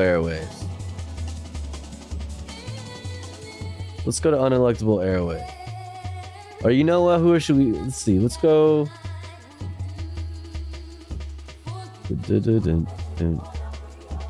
Zach App just started. Maybe we'll go to there. What do we want to do? Who should we go to? I can't decide, chat. Who needs the raid right now? We got Radhom also. Radhom's doing Diablo. We raided Pixel already recently. Yeah, we haven't raided Zach App in a while. We're right over there. Alright, chat. Spam these emotes. Go crazy, go stupid. Thanks again for hanging out with me, chat. I stream Monday through Fridays, so that means I'm gonna be off for 2 days. But never fear, I will be back on Monday. Please come hang out with me again. 9 p.m. Pacific Standard Time to 4 a.m. Pacific Standard Time. We'll be covering news, politics, comfy reacts, possibly some gaming. Come hang out with me again. I appreciate you all. Yeah. Remember to take your meds. Remember to hydrate. What a time to show up. Yo, Classic Banana Milk, you made #1 chatter again 2 months in a row. Good to see you. See you guys Monday. Remember to take your meds. Drink some water. Be nice to yourself. Be kind to others. Don't be a dick. But also don't be a pussy. Catch you guys later. Not everyone. See you Monday. Sweet dreams. Spam these emotes.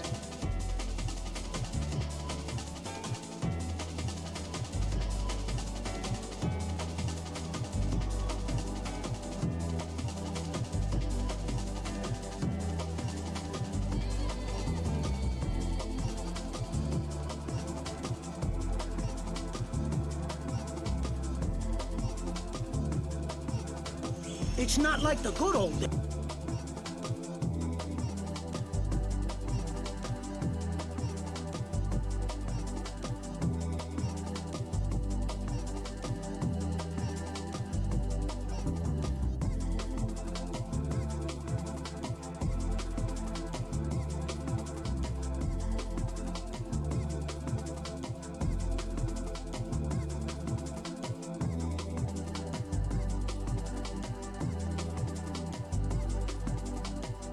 I just raided in, but welcome tofu. A lot of tofu. You all like tofu? Do you fry your tofu? Deep fry your tofu?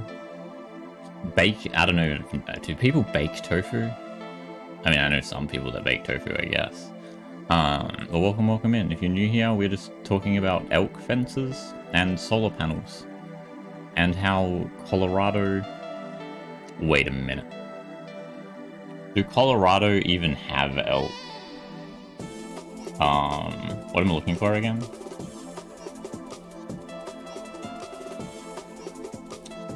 Observation.